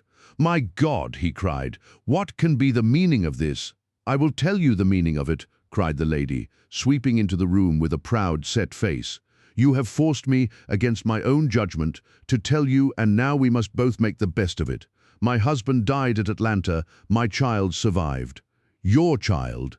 She drew a large silver locket from her bosom. "You have never seen this open. I understood that it did not open." She touched a spring, and the front hinged back. There was a portrait within of a man strikingly handsome and intelligent-looking, but bearing unmistakable signs upon his features of his African descent. "That is John Hebron of Atlanta," said the lady, "and a nobler man never walked the earth. I cut myself off from my race in order to wed him, but never once while he lived did I for an instant regret it. It was our misfortune that our only child took after his people rather than mine. It is often so in such matches, and little Lucy is darker far than ever her father was. But dark or fair, she is my own dear little girlie and her mother's pet." The little creature ran across at the words and nestled up against the lady's dress. "When I left her in America," she continued, "it was only because her health was weak and the change might have done her harm. She was given to the care of a faithful Scotchwoman who had once been our servant. Never for an instant did I dream of disowning her as my child. But when chance threw you in my way, Jack, and I learned to love you, I feared to tell you about my child. God forgive me. I feared that I should lose you, and I had not the courage to tell you. I had to choose between you, and in my weakness I turned away from my own little girl. For 3 years I have kept her existence a secret from you, but I heard from the nurse, and I knew that all was well with her. At last, however, there came an overwhelming desire to see the child once more. I struggled against it, but in vain. Though I knew the danger, I determined to have the child over, if it were but for a few weeks. I sent £100 to the nurse, and I gave her instructions about this cottage so that she might come as a neighbour without my appearing to be in any way connected with her. I pushed my precautions so far as to order her to keep the child in the house during the daytime and to cover up her little face and hands so that even those who might see her at the window should not gossip about there being a black child in the neighbourhood. If I had been less cautious, I might have been more wise, but I was half crazy with fear that you should learn the truth. It was you who told me first that the cottage was occupied. I should have waited for the morning, but I could not sleep for excitement, and so at last I slipped out, knowing how difficult it is to awake you. But you saw me go, and that was the beginning of my troubles. Next day you had my secret at your mercy, but you nobly refrained from pursuing your advantage. 3 days later, however, the nurse and child only just escaped from the back door as you rushed in at the front one. And now tonight you at last know all, and I ask you what is to become of us, my child and me." She clasped her hands and waited for an answer. It was a long 10 minutes before Grant Munro broke the silence, and when his answer came, it was one of which I loved to think. He lifted the little child, kissed her, and then, still carrying her, he held his other hand out to his wife and turned towards the door. "We can talk it over more comfortably at home," said he. "I am not a very good man, Effie, but I think that I am a better one than you have given me credit for being." Holmes and I followed them down the lane, and my friend plucked at my sleeve as we came out. "I think," said he, "that we shall be of more use in London than in Norbury." Not another word did he say of the case until late that night, when he was turning away with his lighted candle for his bedroom. "Watson," said he, "if it should ever strike you that I am getting a little overconfident in my powers, or giving less pains to a case than it deserves, kindly whisper Norbury in my ear, and I shall be infinitely obliged to you." The stockbroker's clerk. Shortly after my marriage, I had bought a connection in the Paddington district. Old Mr. Farquhar, from whom I purchased it, had at one time an excellent general practice, but his age and an affliction of the nature of St. Vitus's dance from which he suffered had very much thinned it. The public not unnaturally goes on the principle that he who would heal others must himself be whole, and looks askance at the curative powers of the man whose own case is beyond the reach of his drugs. Thus, as my predecessor weakened, his practice declined, until when I purchased it from him, it had sunk from 1,200 to little more than 300 a year. I had confidence, however, in my own youth and energy, and was convinced that in a very few years the concern would be as flourishing as ever. For 3 months after taking over the practice, I was kept very closely at work, and saw little of my friend Sherlock Holmes, for I was too busy to visit Baker Street, and he seldom went anywhere himself save upon professional business. I was surprised, therefore, when one morning in June, as I sat reading the British Medical Journal after breakfast, I heard a ring at the bell, followed by the high, somewhat strident tones of my old companion's voice. "Ah, my dear Watson," said he, striding into the room, "I am very delighted to see you. I trust that Mrs. Watson has entirely recovered from all the little excitements connected with our adventure of the sign of 4. "Thank you. We are both very well," said I, shaking him warmly by the hand. "And I hope also," he continued, sitting down in the rocking chair, "that the cares of medical practice have not entirely obliterated the interest which you used to take in our little deductive problems." "On the contrary," I answered, "it was only last night that I was looking over my old notes and classifying some of our past results. I trust that you don't consider your collection closed. Not at all.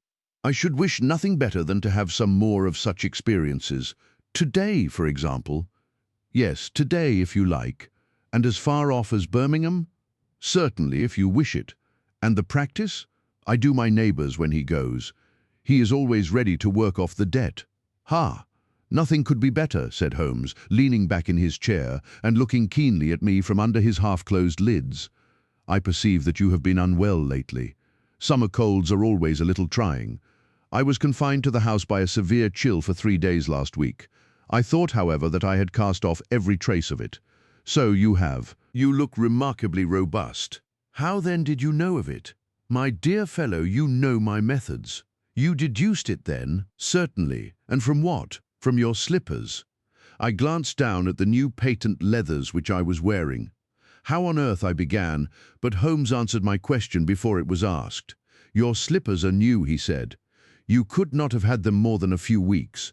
The soles which you are at this moment presenting to me are slightly scorched. For a moment I thought they might have got wet and been burned in the drying. But near the instep there is a small circular wafer of paper with the shopman's hieroglyphics upon it. Damp would of course have removed this. You had then been sitting with our feet outstretched to the fire, which a man would hardly do even in so wet a June as this if he were in his full health." Like all Holmes's reasoning, the thing seemed simplicity itself when it was once explained. He read the thought upon my features, and his smile had a tinge of bitterness. "I am afraid that I rather give myself away when I explain," said he. "Results without causes are much more impressive. You are ready to come to Birmingham, then?" "Certainly. What is the case? You shall hear it all in the train. My client is outside in a four-wheeler. Can you come at once?" "In an instant." I scribbled a note to my neighbour, rushed upstairs to explain the matter to my wife, and joined Holmes upon the doorstep. "Your neighbour is a doctor," said he, nodding at the brass plate. "Yes, he bought a practice as I did. An old established one, just the same as mine. Both have been ever since the houses were built." "Ah, then you got hold of the best of the two." "I think I did. But how do you know?" "By the steps, my boy. Yours are worn 3 inches deeper than his. But this gentleman in the cab is my client, Mr. Hall Pycroft. Allow me to introduce you to him. Whip your horse up, cabby, for we have only just time to catch our train." The man whom I found myself facing was a well-built, fresh-complexioned young fellow with a frank, honest face and a slight, crisp yellow moustache. He wore a very shiny top hat and a neat suit of sober black, which made him look what he was, a smart young city man of the class who have been labelled cockneys, but who give us our crack volunteer regiments and who turn out more fine athletes and sportsmen than anybody of men in these islands. His round, ruddy face was naturally full of cheeriness, but the corners of his mouth seemed to me to be pulled down in a half-comical distress. It was not, however, until we were all in a first-class carriage and well started upon our journey to Birmingham that I was able to learn what the trouble was which had driven him to Sherlock Holmes. "We have a clear run here of 70 minutes, Holmes remarked. "I want you, Mr. Hall Pycroft, to tell my friend your very interesting experience exactly as you have told it to me, or with more detail if possible. It will be of use to me to hear the succession of events again. It is a case, Watson, which may prove to have something in it, or may prove to have nothing, but which at least presents those unusual and outry features which are as dear to you as they are to me. Now, Mr. Pycroft, I shall not interrupt you again." Our young companion looked at me with a twinkle in his eye. "The worst of the story is," said he, "that I show myself up as such a confounded fool. Of course it may work out all right, and I don't see that I could have done otherwise, but if I have lost my crib and get nothing in exchange, I shall feel what a soft Johnny I have been. I'm not very good at telling a story, Dr. Watson, but it is like this with me. I used to have a billet at Coxon and Woodhouse's of Draper's Gardens, but they were let in early in the spring through the Venezuelan loan, as no doubt you remember, and came a nasty cropper. I had been with them 5 years, and old Coxon gave me a ripping good testimonial when the smash came. But of course we clerks were all turned adrift, the 27 of us. I tried here and tried there, but there were lots of other chaps on the same lay as myself, and it was a perfect frost for a long time. I had been taking £3 a week at Coxon's, and I had saved about 70 of them, but I soon worked my way through that, and out at the other end. I was fairly at the end of my tether at last, and could hardly find the stamps to answer the advertisements or the envelopes to stick them to. I had worn out my boots paddling up office stairs, and I seemed just as far from getting a billet as ever. At last I saw a vacancy at Mawson Williams's, the great stock-broking firm in Lombard Street. I dare say EC is not much in your line, but I can tell you that this is about the richest house in London. The advertisement was to be answered by letter only. I sent in my testimonial and application, but without the least hope of getting it. Back came an answer by return, saying that if I would appear next Monday, I might take over my new duties at once, provided that my appearance was satisfactory. No one knows how these things are worked. Some people say that the manager just plunges his hand into the heap and takes the first that comes. Anyhow, it was my innings that time, and I don't ever wish to feel better pleased. The screw was £1 a week rise, and the duties just about the same as at Coxon's. And now I come to the queer part of the business. I was in diggings out Hampstead Way, 17 Potter's Terrace. Well, I was sitting doing a smoke that very evening after I had been promised the appointment, when up came my landlady with a card which had Arthur Pinner, financial agent, printed upon it. I had never heard the name before and could not imagine what he wanted with me, but of course I asked her to show him up. In he walked, a middle-sized, dark-haired, dark-eyed, black-bearded man with a touch of the sheeny about his nose. He had a brisk kind of way with him and spoke sharply, like a man who knew the value of time. "Mr. Hall Pycroft, I believe," said he. "Yes, sir," I answered, pushing a chair towards him. "Lately engaged at Coxon and Woodhouse's?" "Yes, sir, and now on the staff of Mawson's." "Quite so. Well," said he, "the fact is that I have heard some really extraordinary stories about your financial ability. You remember Parker, who used to be Coxon's manager. He can never say enough about it." Of course I was pleased to hear this. I had always been pretty sharp in the office, but I had never dreamed that I was talked about in the city in this fashion. "You have a good memory," said he. "Pretty fair," I answered, modestly. "Have you kept in touch with the market while you have been out of work?" he asked. "Yes. I read the stock exchange list every morning." "Now that shows real application," he cried. "That is the way to prosper. You won't mind my testing you, will you? Let me see. How are our shires?" 106 1/4 to 105 7/8, and New Zealand Consolidated 104, and British Broken Hills 7 to 7 6. "Wonderful," he cried, with his hands up. "This quite fits in with all that I had heard." My boy, you are very much too good to be a clerk at Mawson's." This outburst rather astonished me, as you can think. "Well," said I, "other people don't think quite so much of me as you seem to do, Mr. Pinner. I had a hard enough fight to get this berth, and I'm very glad to have it." "Pooh, man, you should soar above it. You are not in your true sphere. Now, I'll tell you how it stands with me. What I have to offer is little enough when measured by your ability, but when compared with Mawson's, it's light to dark. Let me see. When do you go to Mawson's? On Monday. Ha ha, I think I would risk a little sporting flutter that you don't go there at all. Not go to Mawson's, no, sir. By that day, you will be the business manager of the Franco-Midland Hardware Company, Limited, with 134 branches in the towns and villages of France, not counting one in Brussels and one in San Remo. This took my breath away. I never heard of it, said I. Very likely not. It has been kept very quiet, for the capital was all privately subscribed, and it's too good a thing to let the public into. My brother, Harry Pinner, is promoter and joins the board after allotment as managing director. He knew I was in the swim down here and asked me to pick up a good man cheap, a young, pushing man with plenty of snap about him. Parker spoke of you, and that brought me here tonight. We can only offer you a beggarly 500 to start with. 500 a year, I shouted. Only that at the beginning, but you are to have an overriding commission of 1% on all business done by your agents, and you may take my word for it that this will come to more than your salary. But I know nothing about hardware. Tut, my boy, you know about figures. My head buzzed, and I could hardly sit still in my chair. But suddenly a little chill of doubt came upon me. I must be frank with you, said I. Mawson only gives me 200, but Mawson is safe. Now really I know so little about your company that— Ah, smart, smart, he cried, in a kind of ecstasy of delight. You are the very man for us. You are not to be talked over, and quite right too. Now, here's a note for £100, and if you think that we can do business, you may just slip it into your pocket as an advance upon your salary.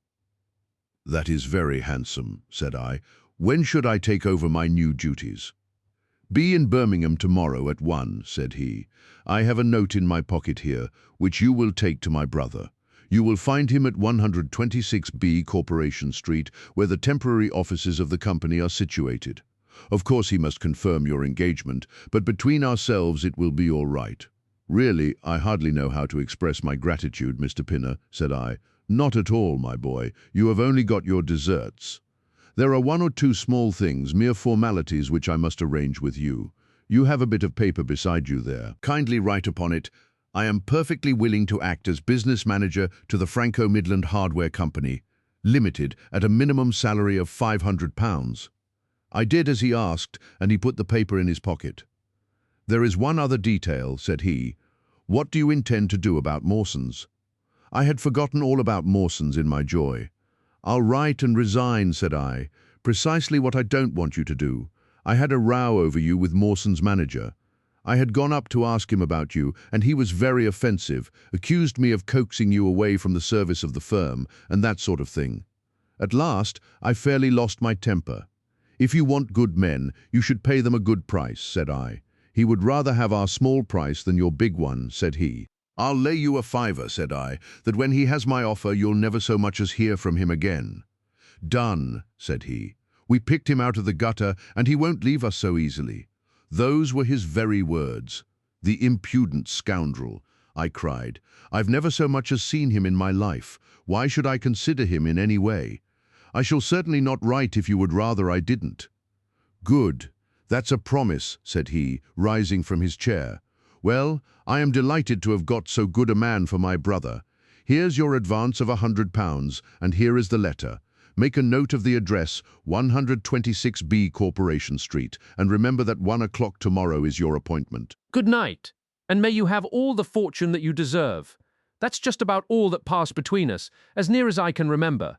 You can imagine, Dr. Watson, how pleased I was at such an extraordinary bit of good fortune. I sat up half the night hugging myself over it, and next day I was off to Birmingham in a train that would take me in plenty time for my appointment. I took my things to a hotel in New Street, and then I made my way to the address which had been given me. It was a quarter of an hour before my time, but I thought that would make no difference. 126B was a passage between two large shops, which led to a winding stone stair, from which there were many flats, let as offices to companies or professional men.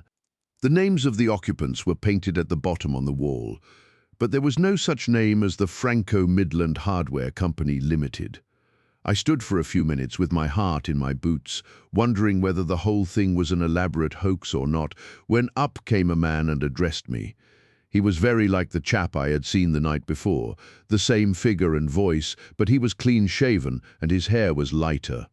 "Are you Mr. Hall Pycroft?" he asked. "Yes," said I. "Oh, I was expecting you, but you are a trifle before your time. I had a note from my brother this morning in which he sang your praises very loudly. I was just looking for the offices when you came. We have not got our name up yet, for we only secured these temporary premises last week. Come up with me, and we will talk the matter over." I followed him to the top of a very lofty stair, and there, right under the slates, were a couple of empty, dusty little rooms, uncarpeted and uncurtained, into which he led me.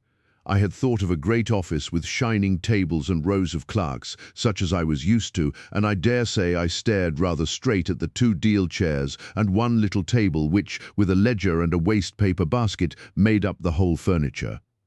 "Don't be disheartened, Mr. Pycroft," said my new acquaintance, seeing the length of my face. "Rome was not built in a day, and we have lots of money at our backs, though we don't cut much dash yet in offices. Pray sit down and let me have your letter." I gave it to him, and her read it over very carefully. "You seem to have made a vast impression upon my brother Arthur," said he, "and I know that he is a pretty shrewd judge. He swears by London, you know, and I by Birmingham, but this time I shall follow his advice. Pray consider yourself definitely engaged." "What are my duties?" I asked. "You will eventually manage the great depot in Paris, which will pour a flood of English crockery into the shops of 134 agents in France. The purchase will be completed in a week, and meanwhile you will remain in Birmingham and make yourself useful." "How?" For answer, he took a big red book out of a drawer. "This is a directory of Paris," said he, "with the trades after the names of the people. I want you to take it home with you, and to mark off all the hardware sellers with their addresses.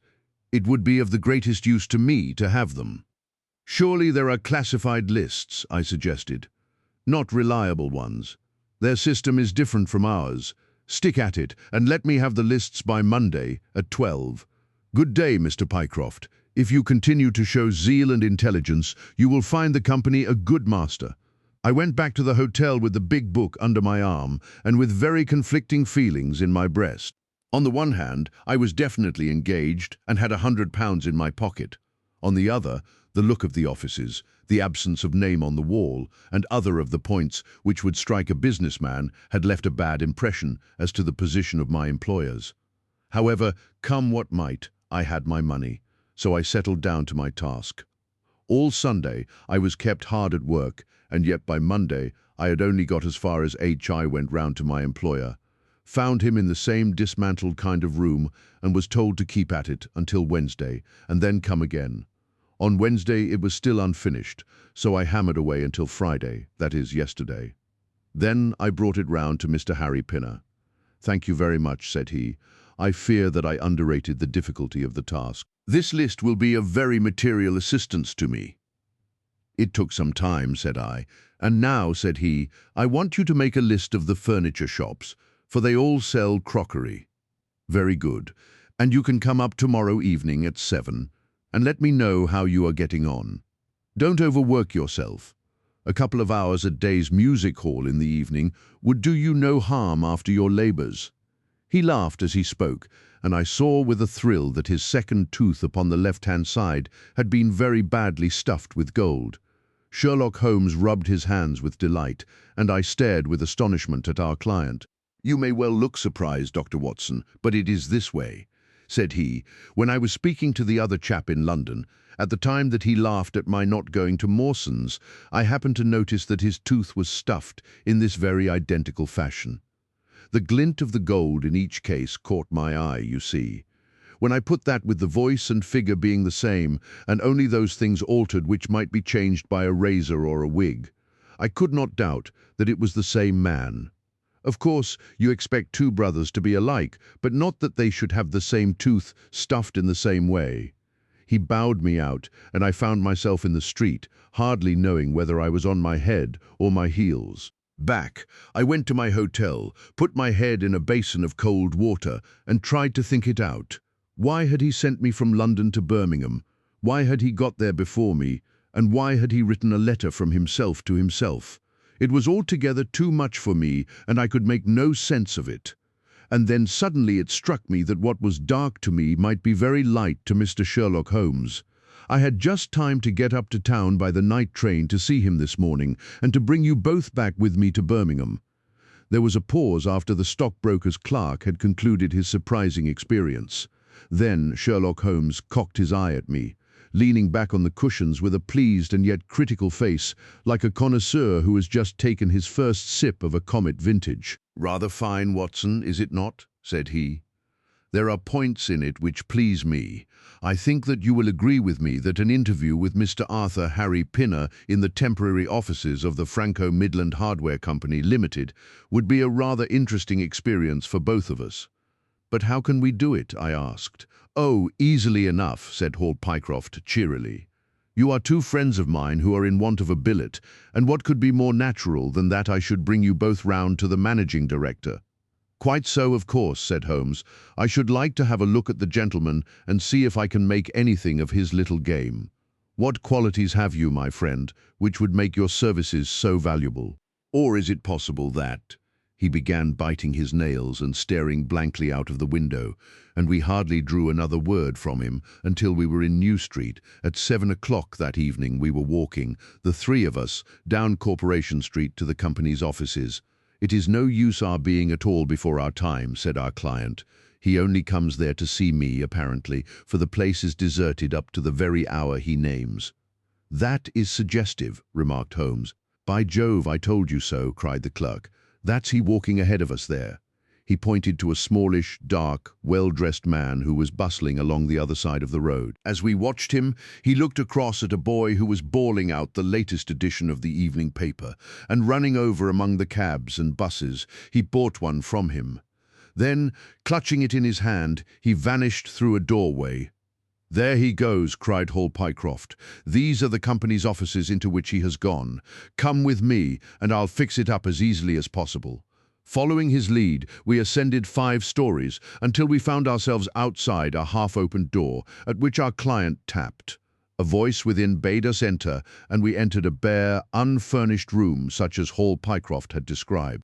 At the single table sat the man whom we had seen in the street, with his evening paper spread out in front of him, and as he looked up at us, it seemed to me that I had never looked upon a face which bore such marks of grief, and of something beyond grief, of a horror such as comes to few men in a lifetime.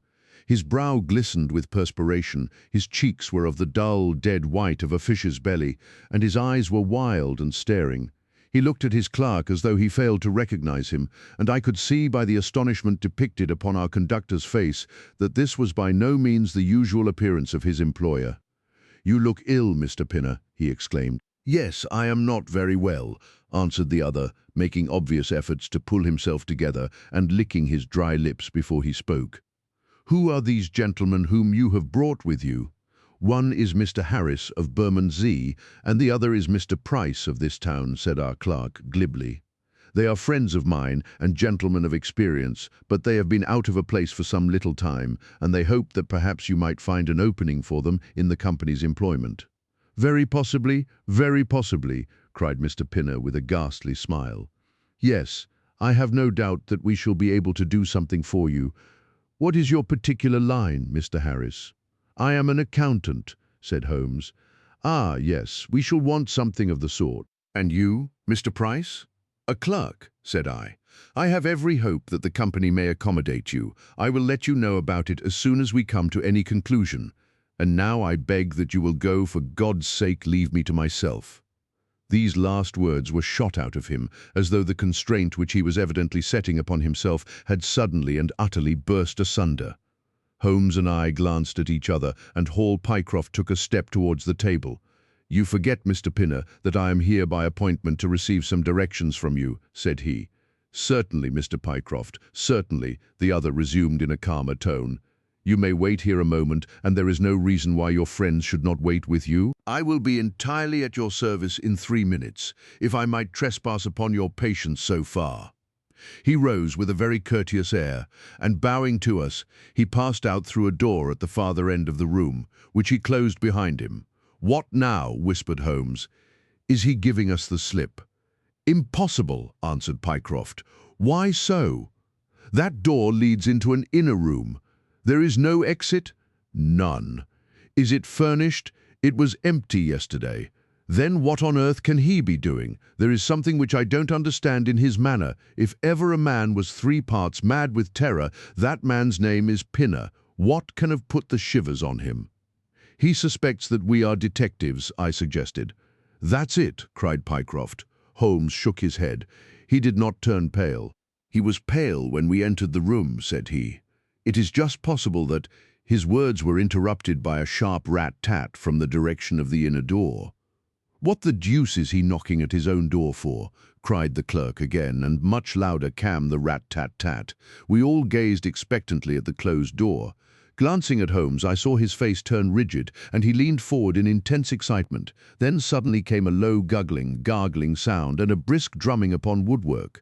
Holmes sprang frantically across the room and pushed at the door. It was fastened on the inner side. Following his example, we threw ourselves upon it with all our weight. One hinge snapped, then the other, and down came the door with a crash. Rushing over it, we found ourselves in the inner room. It was empty. But it was only for a moment that we were at fault. At one corner, the corner nearest the room which we had left, there was a second door. Holmes sprang to it and pulled it open. A coat and waistcoat were lying on the floor, and from a hook behind the door, with his own braces round his neck, was hanging the managing director of the Franco-Midland Hardware Company. His knees were drawn up, his head hung at a dreadful angle to his body, and the clatter of his heels against the door made the noise which had broken in upon our conversation. In an instant I had caught him round the waist and held him up while Holmes and Pycroft untied the elastic bands which had disappeared between the livid creases of skin. Then we carried him into the other room, where he lay with a clay-coloured face, puffing his purple lips in and out with every breath, a dreadful wreck of all that he had been but 5 minutes before. "What do you think of him, Watson?" asked Holmes. I stooped over him and examined him. His pulse was feeble and intermittent, but his breathing grew longer, and there was a little shivering of his eyelids, which showed a thin white slit of ball beneath. "It has been touched and go with him," said I, "but he'll live now. Just open that window and hand me the water carafe." I undid his collar, poured the cold water over his face, and raised and sank his arms until he drew a long, natural breath. "It's only a question of time now," said I, as I turned away from him. Holmes stood by the table, with his hands deep in his trousers pockets and his chin upon his breast. "I suppose we ought to call the police in now," said he, "and yet I confess that I'd like to give them a complete case when they come." "It's a blessed mystery to me," cried Pycroft, scratching his head. "Whatever they wanted to bring me all the way up here for, and then—" "Pooh, all that is clear enough," said Holmes impatiently. "It is this last sudden move. You understand the rest, then? I think that it is fairly obvious. What do you say, Watson?" I shrugged my shoulders. "I must confess that I am out of my depths," said I. "Oh, surely if you consider the events at first, they can only point to one conclusion. What do you make of them?" "Well, the whole thing hinges upon 2 points. The first is the making of Pycroft write a declaration by which he entered the service of this preposterous company. Do you not see how very suggestive that is?" "I am afraid I missed the point." "Well, why did they want him to do it not as a business matter? For these arrangements are usually verbal, and there was no earthly business reason why this should be an exception. Don't you see, my young friend, that they were very anxious to obtain a specimen of your handwriting, and had no other way of doing it? And why? Quite so. Why? When we answer that we have made some progress with our little problem. Why? There can be only one adequate reason. Someone wanted to learn to imitate your writing and had to procure a specimen of it first. And now, if we pass on to the second point, we find that each throws light upon the other. That point is the request made by Pinner that you should not resign your place, but should leave the manager of this important business in the full expectation that a Mr. Hall Pycroft, whom he had never seen, was about to enter the office upon the Monday morning. "My God!" cried our client, "what a blind beetle I have been! Now you see the point about the handwriting. Suppose that someone turned up in your place who wrote a completely different hand from that in which you had applied for the vacancy. Of course, the game would have been up, but in the interval the rogue had learned to imitate you, and his position was therefore secure, as I presume that nobody in the office had ever set eyes upon you. Not a soul, groaned Hall Pycroft. Very good. Of course, it was of the utmost importance to prevent you from thinking better of it, and also to keep you from coming into contact with anyone who might tell you that your double was at work in Mawson's office. Therefore, they gave you a handsome advance on your salary and ran you off to the Midlands, where they gave you enough work to do to prevent you going to London, where you might have burst their little game up. That is all plain enough. But why should this man pretend to be his own brother? Well, that is pretty clear also. There are evidently only two of them in it. The other is impersonating you at the office. This one acted as your engager and then found that he could not find you an employer without admitting a third person into his plot, that he was most unwilling to do. He changed his appearance as far as he could and trusted that the likeness which you could not fail to observe would be put down to a family resemblance. But for the happy chance of the gold stuffing, your suspicions would probably never have been aroused. Hall Pycroft shook his clinched hands in the air. "Good Lord," he cried, "while I have been fooled in this way, what has this other Hall Pycroft been doing at Mawson's? What should we do, Mr. Holmes? Tell me what to do." "We must wire to Mawson's. They shut at 12 on Saturdays."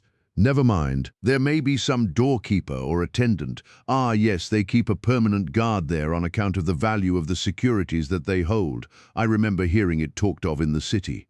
"Very good. We shall wire to him and see if all is well, and if a clerk of your name is working there. That is clear enough, but what is not so clear is why, at sight of us, one of the rogues should instantly walk out of the room and hang himself." "The paper," croaked a voice behind us. The man was sitting up, blanched and ghastly, with returning reason in his eyes, and hands which rubbed nervously at the broad red band which still encircled his throat. "The paper, of course," yelled Holmes, in a paroxysm of excitement. Idiot that I was. I thought so much of our visit that the paper never entered my head for an instant. To be sure, the secret must be there. He flattened it out upon the table, and a cry of triumph burst from his lips. "Look at this, Watson," he cried. "It is a London paper, an early edition of the Evening Standard. Here is what we want. Look at the headlines. Crime in the City, murder at Mawson Williams's, gigantic attempted robbery, capture of the criminal." Here, Watson, we are all equally anxious to hear it, so kindly read it aloud to us. It appeared from its position in the paper to have been the one event of importance in town, and the account of it ran in this way. A desperate attempt at robbery, culminating in the death of one man and the capture of the criminal, occurred this afternoon in the city. For some time back, Mawson and Williams, the famous financial house, have been the guardians of securities which amount in the aggregate to a sum of considerably over £1,000,000. So conscious was the manager of the responsibility which devolved upon him in consequence of the great interests at stake that safes of the very latest construction have been employed, and an armed watchman has been left day and night in the building. It appears that last week a new clerk named Hall Pycroft was engaged by the firm. This person appears to have been none other than Beddington, the famous forger and cracksman, who with his brother had only recently emerged from a 5 years' spell of penal servitude. By some means which are not yet clear, he succeeded in winning, under a false name, this official position in the office, which he utilized in order to obtain moulding of various locks, and a thorough knowledge of the position of the strong room and the safes. It is customary at Mawson's for the clerks to leave at midday on Saturday. Sergeant Tewson, of the City Police, was somewhat surprised, therefore, to see a gentleman with a carpet bag come down the steps at 20 minutes past 1. His suspicions being aroused, the sergeant followed the man and with the aid of Constable Pollock succeeded, after a most desperate resistance, in arresting him. It was at once clear that a daring and gigantic robbery had been committed. Nearly £100,000 worth of American railway bonds with a large amount of scrip in mines and other companies was discovered in the bag. On examining the premises, the body of the unfortunate watchman was found doubled up and thrust into the largest of the safes, where it would not have been discovered until Monday morning had it not been for the prompt action of Sergeant Tusson. The man's skull had been shattered by a blow from a poker delivered from behind. There could be no doubt that Beddington had obtained entrance by pretending that he had left something behind him, and having murdered the watchman, rapidly rifled the large safe, and then made off with his booty. His brother, who usually works with him, has not appeared in this job as far as can at present be ascertained, although the police are making energetic inquiries as to his whereabouts. "Well, we may save the police some little trouble in that direction," said Holmes, glancing at the haggard figure huddled up by the window. "Human nature is a strange mixture, Watson. You see that even a villain and murderer can inspire such affection that his brother turns to suicide when he learns that his neck is forfeited.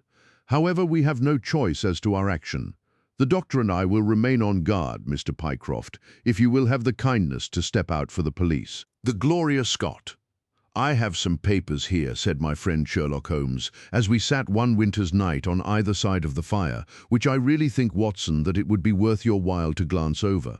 These are the documents in the extraordinary case of the Gloria Scott, and this is the message which struck Justice of the Peace Trevor dead with horror when he read it. He had picked from a drawer a little tarnished cylinder, and undoing the tape, he handed me a short note scrawled upon a half-sheet of slate-grey paper. The supply of game for London is going steadily up. It ran, "Headkeeper Hudson, we believe, has been now told to receive all orders for flypaper and for preservation of your hen pheasant's life." As I glanced up from reading this enigmatical message, I saw Holmes chuckling at the expression upon my face. "You look a little bewildered," said he. "I cannot see how such a message as this could inspire horror. It seems to me to be rather grotesque than otherwise." "Very likely. Yet the fact remains that the reader, who was a fine, robust old man, was knocked clean down by it, as if it had been the butt end of a pistol." "You arouse my curiosity," said I. "But why did you say just now that there were very particular reasons why I should study this case?" "Because it was the first in which I was ever engaged. I had often endeavored to elicit from my companion what had first turned his mind in the direction of criminal research, but had never caught him before in a communicative humor. Now he sat forward in his armchair and spread out the documents upon his knees. Then he lit his pipe and sat for some time smoking and turning them over. "You never heard me talk of Victor Trevor?" he asked. "He was the only friend I made during the 2 years I was at college. I was never a very sociable fellow, Watson, always rather fond of moping in my rooms and working out my own little methods of thought, so that I never mixed much with the men of my year. Bar fencing and boxing, I had few athletic tastes, and then my line of study was quite distinct from that of the other fellows, so that we had no points of contact at all. Trevor was the only man I knew, and that only through the accident of his bull terrier freezing onto my ankle one morning as I went down to chapel. It was a prosaic way of forming a friendship, but it was effective. I was laid by the heels for 10 days, but Trevor used to come in to inquire after me. At first it was only a minute's chat, but soon his visits lengthened, and before the end of the term we were close friends. He was a hearty, full-blooded fellow, full of spirits and energy, the very opposite to me in most respects. But we had some subjects in common, and it was a bond of union when I found that he was as friendless as I. Finally, he invited me down to his father's place at Donnithorpe, in Norfolk, and I accepted his hospitality for a month of the long vacation. Old Trevor was evidently a man of some wealth and consideration, a J.P. and a landed proprietor. Donnithorpe is a little hamlet just to the north of Langmere in the country of the Broads. The house was an old-fashioned, widespread, oak-beamed brick building with a fine lime-lined avenue leading up to it. There was excellent wild duck shooting in the fens, remarkably good fishing, a small but select library, taken over, as I understood, from a former occupant, and a tolerable cook, so that he would be a fastidious man who could not put in a pleasant month there. Trevor Senior was a widower, and my friend his only son. There had been a daughter, I heard, but she had died of diphtheria while on a visit to Birmingham. The father interested me extremely. He was a man of little culture, but with a considerable amount of rude strength, both physically and mentally. He knew hardly any books, but he had travelled far, had seen much of the world, and had remembered all that he had learned. In person he was a thick-set, burly man with a shock of grizzled hair, a brown, weather-beaten face, and blue eyes which were keen to the verge of fierceness. Yet he had a reputation for kindness and charity on the countryside, and was noted for the leniency of his sentences from the bench. One evening, shortly after my arrival, we were sitting over a glass of port after dinner when young Trevor began to talk about those habits of observation and inference which I had already formed into a system, although I had not yet appreciated the part which they were to play in my life.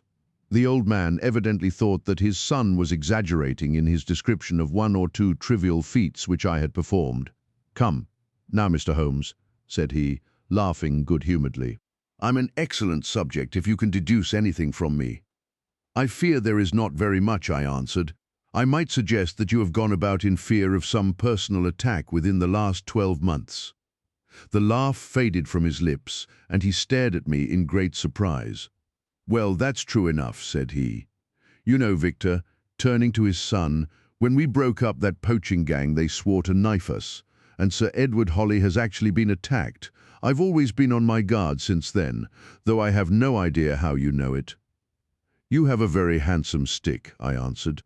"By the inscription I observed that you had not had it more than a year. But you have taken some pains to bore the head of it and pour melted lead into the hole so as to make it a formidable weapon. I argued that you would not take such precautions unless you had some danger to fear." "Anything else?" he asked, smiling. "You have boxed a good deal in your youth. Right again. How did you know it? Is my nose knocked a little out of the straight?" "No," said I. "It is your ears. They have the peculiar flattening and thickening which marks the boxing man." "Anything else?" "You have done a good deal of digging by your callosities, made all my money at the goldfields. You have been in New Zealand, right again. You have visited Japan, quite true, and you have been most intimately associated with someone whose initials were J. A, and whom you afterwards were eager to entirely forget." Mr. Trevor stood slowly up, fixed his large blue eyes upon me with a strange wild stare, and then pitched forward with his face among the nutshells which strewed the cloth in a dead faint. You can imagine, Watson, how shocked both his son and I were. His attack did not last long, however, for when we undid his collar and sprinkled the water from one of the finger glasses over his face, he gave a gasp or two and sat up. "Ah, boys," said he, forcing a smile, "I hope I haven't frightened you. Strong as I look, there is a weak place in my heart, and it does not take much to knock me over. I don't know how you manage this, Mr. Holmes, but it seems to me that all the detectives of fact and of fancy would be children in your hands." "That's your line of life, sir, and you may take the word of a man who has seen something of the world." And that recommendation, with the exaggerated estimate of my ability with which he prefaced it, was, if you will believe me, Watson, the very first thing which ever made me feel that a profession might be made out of what had up to that time been the merest hobby. At the moment, however, I was too much concerned at the sudden illness of my host to think of anything else. "I hope that I have said nothing to pain you," said I. "Well, you certainly touched upon rather a tender point. Might I ask how you know and how much you know?" He spoke now in a half-jesting fashion, but a look of terror still lurked at the back of his eyes.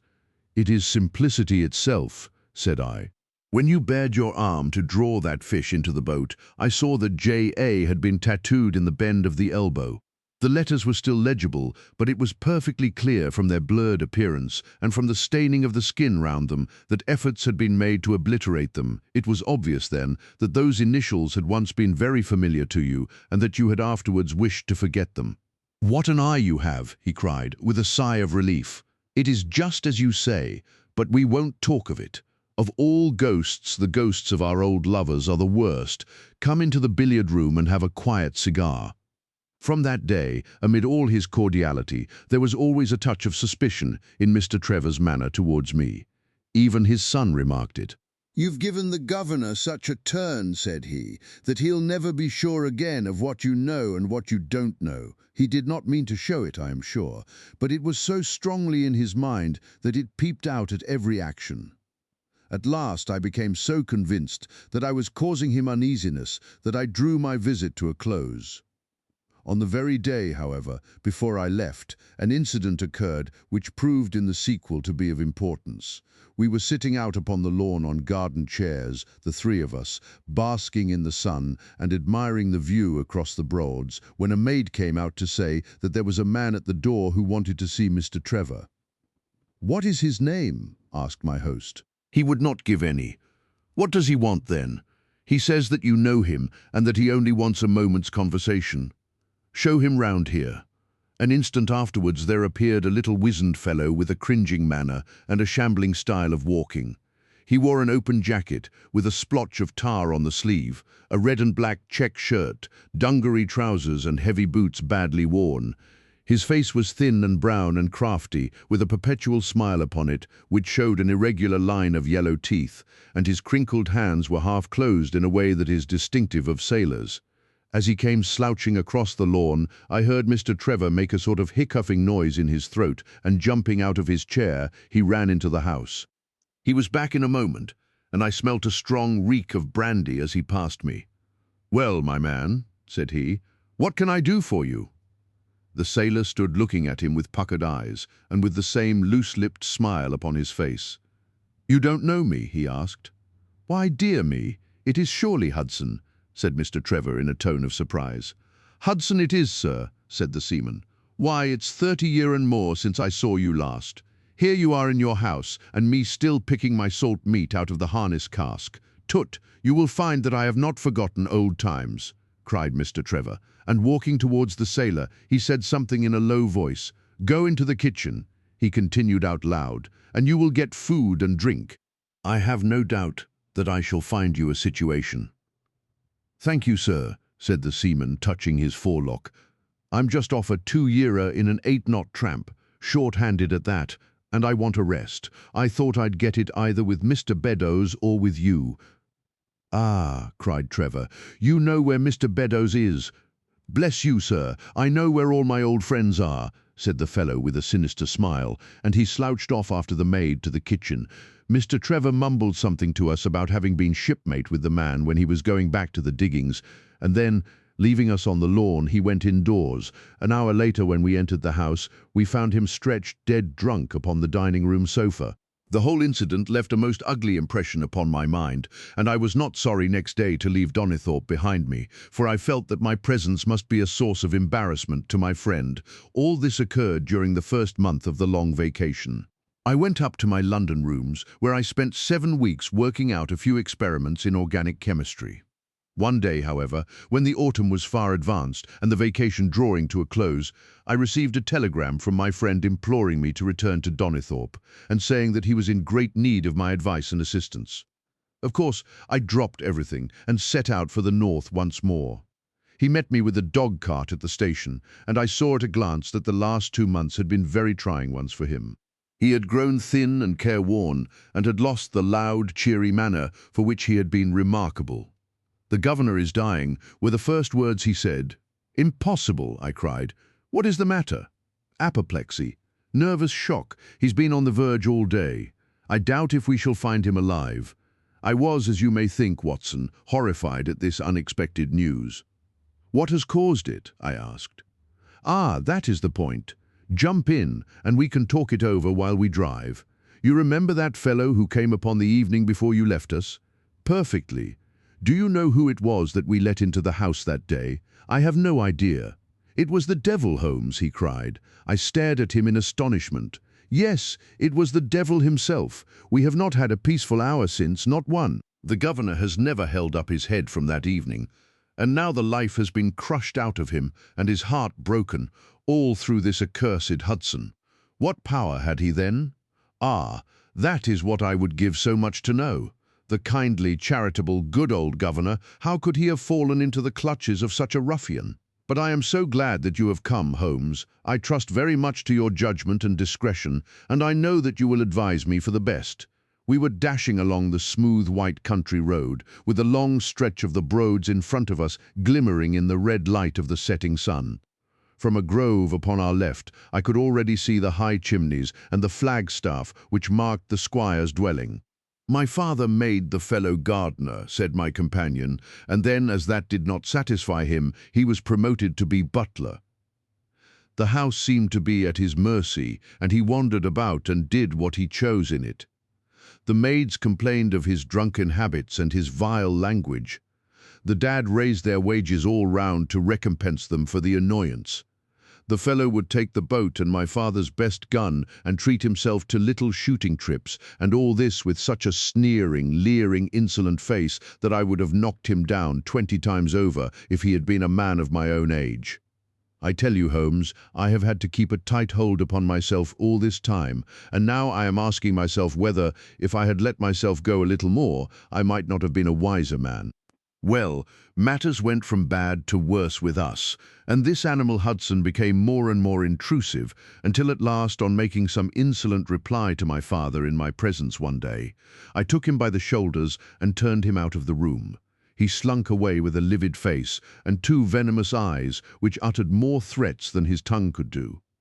I don't know what passed between the poor dad and him after that, but the dad came to me next day and asked me whether I would mind apologizing to Hudson.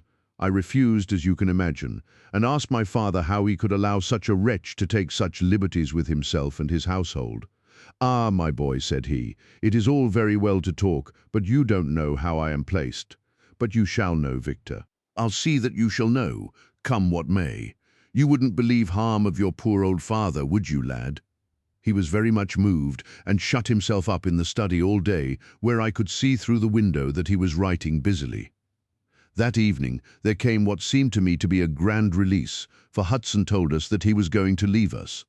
He walked into the dining room as we sat after dinner and announced his intention in the thick voice of a half-drunken man. "I've had enough of Norfolk," said he. "I'll run down to Mr. Beddoes in Hampshire. He'll be as glad to see me as you were, I dare say. You're not going away in any kind of spirit, Hudson, I hope," said my father, with a tameness which made my blood boil. "I've not had my apology," said he sulkily, glancing in my direction. "Victor, you will acknowledge that you have used this worthy fellow rather roughly," said the dad, turning to me. "On the contrary, I think that we have both shown extraordinary patience towards him," I answered. "Oh, you do you?" he snarls. "Very good, mate, we'll see about that." He slouched out of the room and half an hour afterwards left the house, leaving my father in a state of pitiable nervousness. Night after night, I heard him pacing his room, and it was just as he was recovering his confidence that the blow did at last fall. "And how?" I asked eagerly. "In a most extraordinary fashion. A letter arrived for my father yesterday evening, bearing the Fordingbridge postmark." My father read it, clapped both his hands to his head, and began running round the room in little circles, like a man who has been driven out of his senses. When I at last drew him down onto the sofa, his mouth and eyelids were all puckered on one side, and I saw that he had a stroke.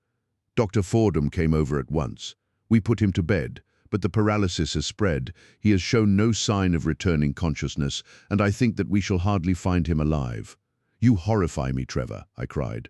"What then could have been in this letter to cause so dreadful a result? Nothing. There lies the inexplicable part of it. The message was absurd and trivial. Ah, my God, it is as I feared." As he spoke, we came round the curve of the avenue and saw in the fading light that every blind in the house had been drawn down. As we dashed up to the door, my friend's face convulsed with grief. A gentleman in black emerged from it. "When did it happen, Doctor?" asked Trevor. "Almost immediately after you left." "Did he recover consciousness?" "For an instant before the end." "Any message for me?" "Only that the papers were in the back drawer of the Japanese cabinet." My friend ascended with the doctor to the chamber of death, while I remained in the study, turning the whole matter over and over in my head and feeling as sombre as ever I had done in my life. What was the past of this Trevor, pugilist, traveller and gold digger, and how had he placed himself in the power of this acid-faced seaman? Why, too, should he faint at an allusion to the half-effaced initials upon his arm and die of fright when he had a letter from Fordingham? Then I remembered that Fordingham was in Hampshire, and that this Mr. Beddoes, whom the seaman had gone to visit, and presumably to blackmail, had also been mentioned as living in Hampshire. The letter, then, might either come from Hudson, the seaman, saying that he had betrayed the guilty secret which appeared to exist, or it might come from Beddoes, warning an old confederate that such a betrayal was imminent. So far it seemed clear enough. But then how could this letter be trivial and grotesque, as described by the Sun? He must have misread it. If so, it must have been one of those ingenious secret codes which mean one thing while they seem to mean another. I must see this letter. If there were a hidden meaning in it, I was confident that I could pluck it forth. For an hour I sat pondering over it in the gloom, until at last a weeping maid brought in a lamp, and close at her heels came my friend Trevor, pale but composed, with these very papers which lie upon my knee held in his grasp.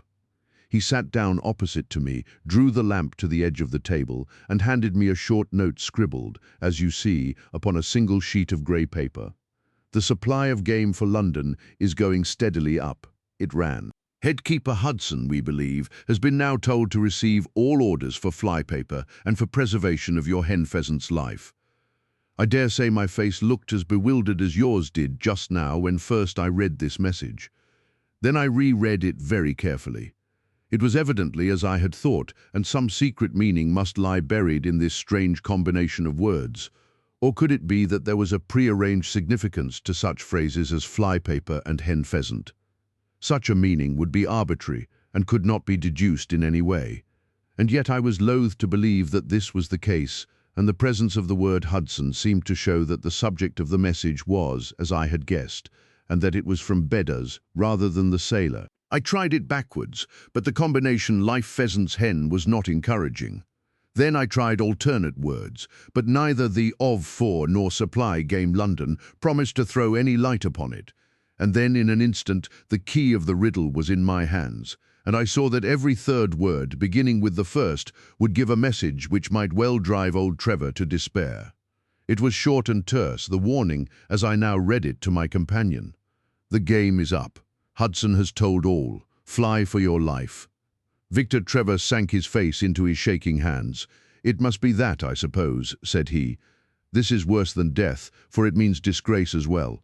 But what is the meaning of these head keepers and hen pheasants? It means nothing to the message, but it might mean a good deal to us if we had no other means of discovering the sender. You see that he has begun by writing "the game is," and so on. Afterwards he had, to fulfill the prearranged cipher, to fill in any 2 words in each space. He would naturally use the first words which came to his mind, and if there were so many which referred to sport among them, you may be tolerably sure that he is either an ardent shot or interested in breeding. Do you know anything of this Beddars? Why, now that you mention it, said he, I remember that my poor father used to have an invitation from him to shoot over his preserves every autumn. Then it is undoubtedly from him that the note comes, said I. It only remains for us to find out what this secret was which the sailor Hudson seems to have held over the heads of these 2 wealthy and respected men. Alas, Holmes, I fear that it is one of sin and shame, cried my friend. But from you I shall have no secrets. Here is the statement which was drawn up by my father when he knew that the danger from Hudson had become imminent. I found it in the Japanese cabinet, as he told the doctor. Take it and read it to me, for I have neither the strength nor the courage to do it myself. These are the very papers, Watson, which he handed to me, and I will read them to you as I read them in the old study that night to him. They are endorsed outside, as you see, some particulars of the voyage of the bark Gloria Scott from her leaving Falmouth on the 8th October 1855 to her destruction in N. Lat. 1520 though long 25.14. On Nov. 6th it is in the form of a letter and runs in this way: My dear, dear son, now that approaching disgrace begins to darken the closing years of my life, I can write with all truth and honesty that it is not the terror of the law, it is not the loss of my position in the county, nor is it my fall in the eyes of all who have known me, which cuts me to the heart, but it is the thought that you should come to blush for me, you who love me, and who have seldom, I hope, had reason to do other than respect me. But if the blow falls which is forever hanging over me, then I should wish you to read this, that you may know straight from me how far I have been to blame.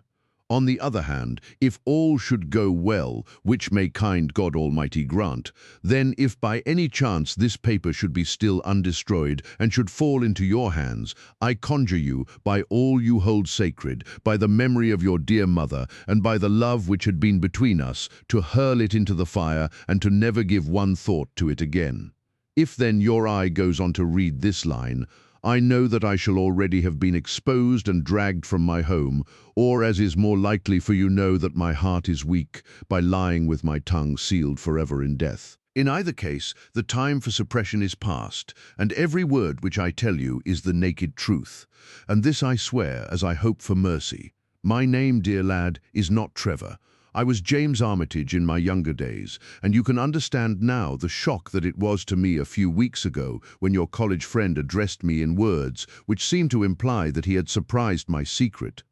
As Armitage it was that I entered a London banking house, and as Armitage I was convicted of breaking my country's laws and was sentenced to transportation. Do not think very harshly of me, laddie. It was a debt of honour, so-called, which I had to pay, and I used money which was not my own to do it, in the certainty that I could replace it before there could be any possibility of its being missed. But the most dreadful ill luck pursued me. The money which I had reckoned upon never came to hand, and a premature examination of accounts exposed my deficit. The case might have been dealt leniently with, but the laws were more harshly administered 30 years ago than now, and on my 23rd birthday I found myself chained as a felon with 37 other convicts in 'tween decks of the barque Gloria Scott, bound for Australia. It was the year 55 when the Crimean War was at its height, and the old convict ships had been largely used as transports in the Black Sea. The government was compelled, therefore, to use smaller and less suitable vessels for sending out their prisoners. The Gloria Scott had been in the Chinese tea trade, but she was an old-fashioned, heavy-bowed, broad-beamed craft, and the new clippers had cut her out. She was a 500-ton boat, and besides her 38 jailbirds, she carried 26 of a crew, 18 soldiers, a captain, 3 mates, a doctor, a chaplain, and 4 warders. Nearly 100 souls were in her, all told, when we set sail from Falmouth. The partitions between the cells of the convicts, instead of being of thick oak, as is usual in convict ships, were quite thin and frail. The man next to me upon the aft side was one whom I had particularly noticed when we were led down the quay. He was a young man with a clear, hairless face, a long, thin nose, and rather nutcracker jaws. He carried his head very jauntily in the air, had a swaggering style of walking, and was, above all else, remarkable for his extraordinary height. I don't think any of our heads would have come up to his shoulder, and I am sure that he could not have measured less than 6½ feet. It was strange among so many sad and weary faces to see one which was full of energy and resolution. The sight of it was to me like a fire in a snowstorm. I was glad then to find that he was my neighbour, and gladder still when, in the dead of the night, I heard a whisper close to my ear and found that he had managed to cut an opening in the board which separated us. "Hullo, chummy," said he. "What's your name, and what are you here for?" I answered him, and asked in turn who I was talking with. "I'm Jack Prendergast," said he, "and by God, you'll learn to bless my name before you've done with me." I remembered hearing of his case, for it was one which had made an immense sensation throughout the country some time before my own arrest. He was a man of good family and of great ability, but of incurably vicious habits, who had, by an ingenious system of fraud, obtained huge sums of money from the leading London merchants. "Ha, ha, you remember my case," said he proudly. "Very well indeed. Then maybe you remember something queer about it?" "What was that then?" "I'd had nearly $250,000, hadn't I?" "So it was said, but none was recovered, eh?" "No." "Well, where do you suppose the balance is?" he asked. "I have no idea," said I. "Right between my finger and thumb," he cried. "By God, I've got more pounds to my name than you've hairs on your head. And if you've money, my son, and know how to handle it and spread it, you can do anything now. You don't think it likely that a man who could do anything is going to wear his breeches out, sitting in the stinking hold of a rat-gutted, beetle-ridden, mouldy old coffin of a China coaster? No, sir. Such a man will look after himself and will look after his chums. You may lay to that. You hold on to him, and you may kiss the book that he'll haul you through." That was his style of talk, and at first I thought it meant nothing. But after a while, when he had tested me and sworn me in with all possible solemnity, he let me understand that there really was a plot to gain command of the vessel. A dozen of the prisoners had hatched it before they came aboard. Prendergast was the leader, and his money was the motive power. "I'd a partner," said he, "a rare good man, as true as a stock to a barrel. He's got the dibs, he has, and where do you think he is at this moment? Why, he's the chaplain of this ship, the chaplain no less. He came aboard with a black coat and his papers right, and money enough in his box to buy the thing right up from keel to main truck. The crew are his body and soul. He could buy 'em at so much a gross with a cash discount, and he did it before ever they signed on. He's got 2 of the warders and Mercer, the second mate, and he'd get the captain himself if he thought him worth it. "What are we to do then?" I asked. "What do you think?" said he. "We'll make the coats of some of these soldiers redder than ever the tailor did." "But they are armed," said I, "and so shall we be, my boy. There's a brace of pistols for every mother's son of us, and if we can't carry this ship with the crew at our back, it's time we were all sent to a young Mrs. boarding school. You speak to your mate upon the left tonight, and see if he is to be trusted." I did so, and found my other neighbour to be a young fellow in much the same position as myself, whose crime had been forgery. His name was Evans, but he afterwards changed it like myself, and he is now a rich and prosperous man in the south of England. He was ready enough to join the conspiracy as the only means of saving ourselves, and before we had crossed the bay, there were only 2 of the prisoners who were not in the secret. One of these was of weak mind, and we did not dare to trust him, and the other was suffering from jaundice, and could not be of any use to us. From the beginning there was really nothing to prevent us from taking possession of the ship. The crew were a set of ruffians, specially picked for the job. The sham chaplain came into our cells to exhort us, carrying a black bag, supposed to be full of tracts, and so often did he come that by the 3rd day we had each stowed away at the foot of our beds a file, a brace of pistols, a pound of powder, and 20 slugs. 2 of the warders were agents of Prendergast, and the second mate was his right-hand man. The captain, the 2 mates, 2 warders, Lieutenant Martin, his 18 soldiers, and the doctor were all that we had against us. Yet, safe as it was, we determined to neglect no precaution and to make our attack suddenly by night. It came, however, more quickly than we expected, and in this way. One evening, about the 3rd week after our start, the doctor had come down to see one of the prisoners who was ill, and putting his hand down on the bottom of his bunk, he felt the outline of the pistols. If he had been silent, he might have blown the whole thing, but he was a nervous little chap, so he gave a cry of surprise and turned so pale that the man knew what was up in an instant and seized him. He was gagged before he could give the alarm and tied down upon the bed. He had unlocked the door that led to the deck, and we were through it in a rush. The 2 sentries were shot down, and so was a corporal who came running to see what was the matter. There were 2 more soldiers at the door of the stateroom, and their muskets seemed not to be loaded, for they never fired upon us, and they were shot while trying to fix their bayonets.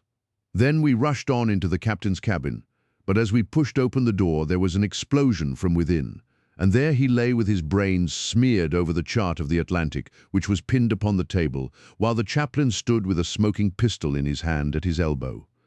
The 2 mates had both been seized by the crew, and the whole business seemed to be settled. The stateroom was next the cabin, and we flocked in there and flopped down on the settees, all speaking together, for we were just mad with the feeling that we were free once more. There were lockers all round, and Wilson, the sham chaplain, knocked one of them in, and pulled out a dozen of brown sherry.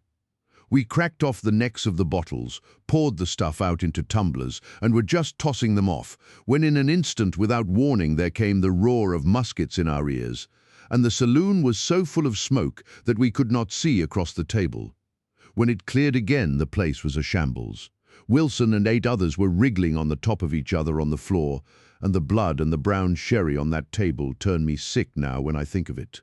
We were so cowed by the sight that I think we should have given the job up if had not been for Prendergast. He bellowed like a bull and rushed for the door with all that were left alive at his heels. Out we ran, and there on the poop were the lieutenant and 10 of his men. The swing skylights above the saloon table had been a bit open, and they had fired on us through the slit. We got on them before they could load, and they stood to it like men, but we had the upper hand of them, and in 5 minutes it was all over.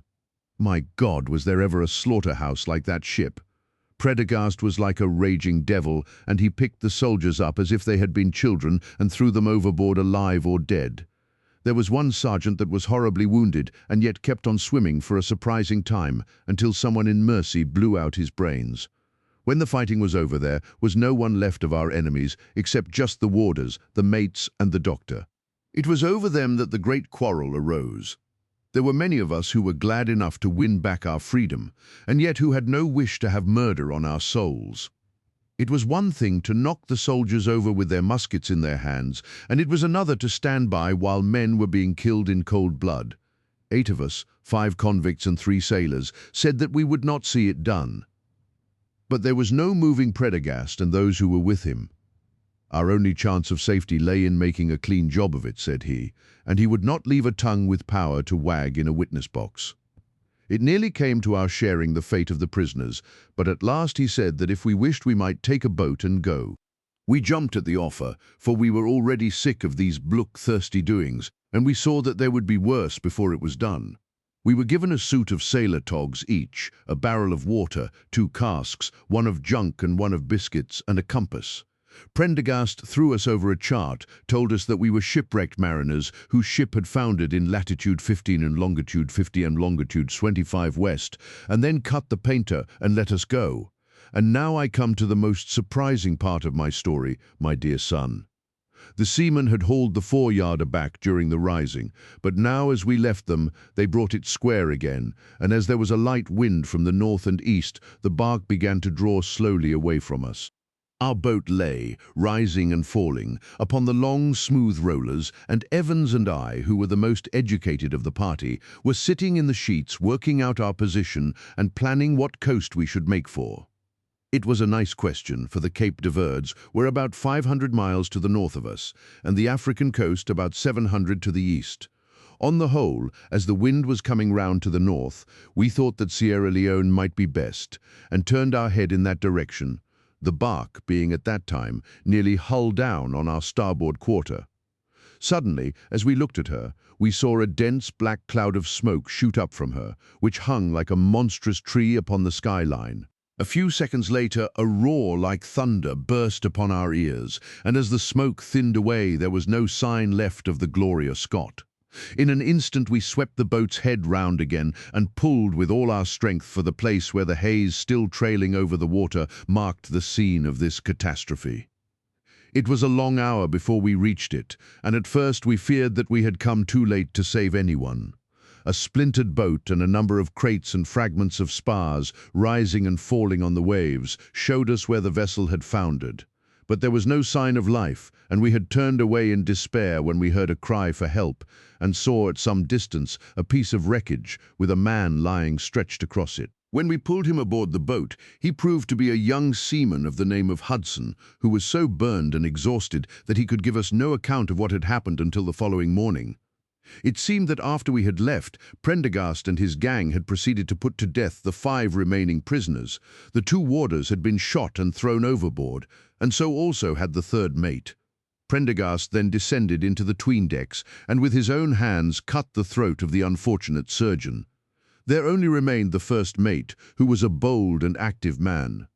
When he saw the convict approaching him with the bloody knife in his hand, he kicked off his bonds, which he had somehow contrived to loosen, and rushing down the deck, he plunged into the after-hold. A dozen convicts, who descended with their pistols in search of him, found him with a matchbox in his hand, seated beside an open powder barrel, which was one of 100 carried on board, and swearing that he would blow all hands up if he were in any way molested.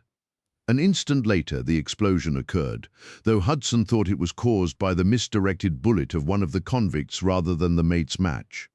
Be the cause what I may, it was the end of the Gloria Scott and of the rabble who held command of her.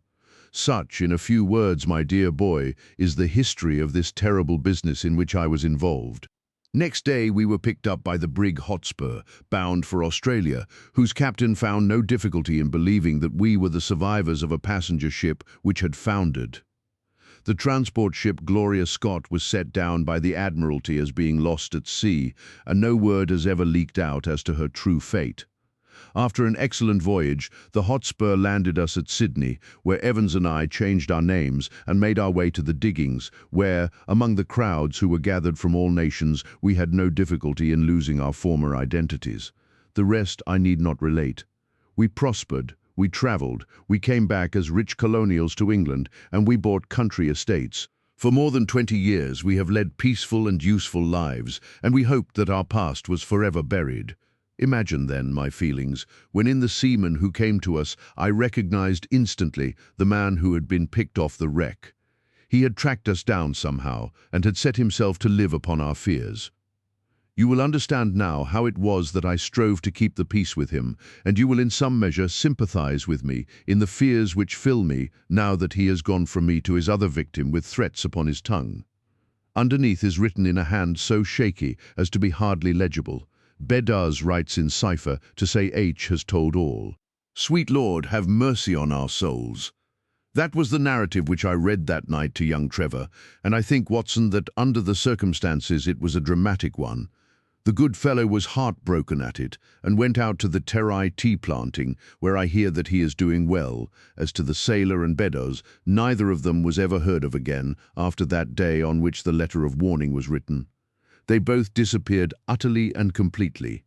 No complaint had been lodged with the police, so that Beddoes had mistaken a threat for a deed. Hudson had been seen lurking about, and it was believed by the police that he had done away with Beddoes and had fled. For myself, I believe that the truth was exactly the opposite. I think that it is most probable that Beddoes, pushed to desperation and believing himself to have been already betrayed, had revenged himself upon Hudson and had fled from the country with as much money as he could lay his hands on. Those are the facts of the case, Doctor, and if they are of any use to your collection, I am sure that they are very heartily at your service. The Musgrave Ritual.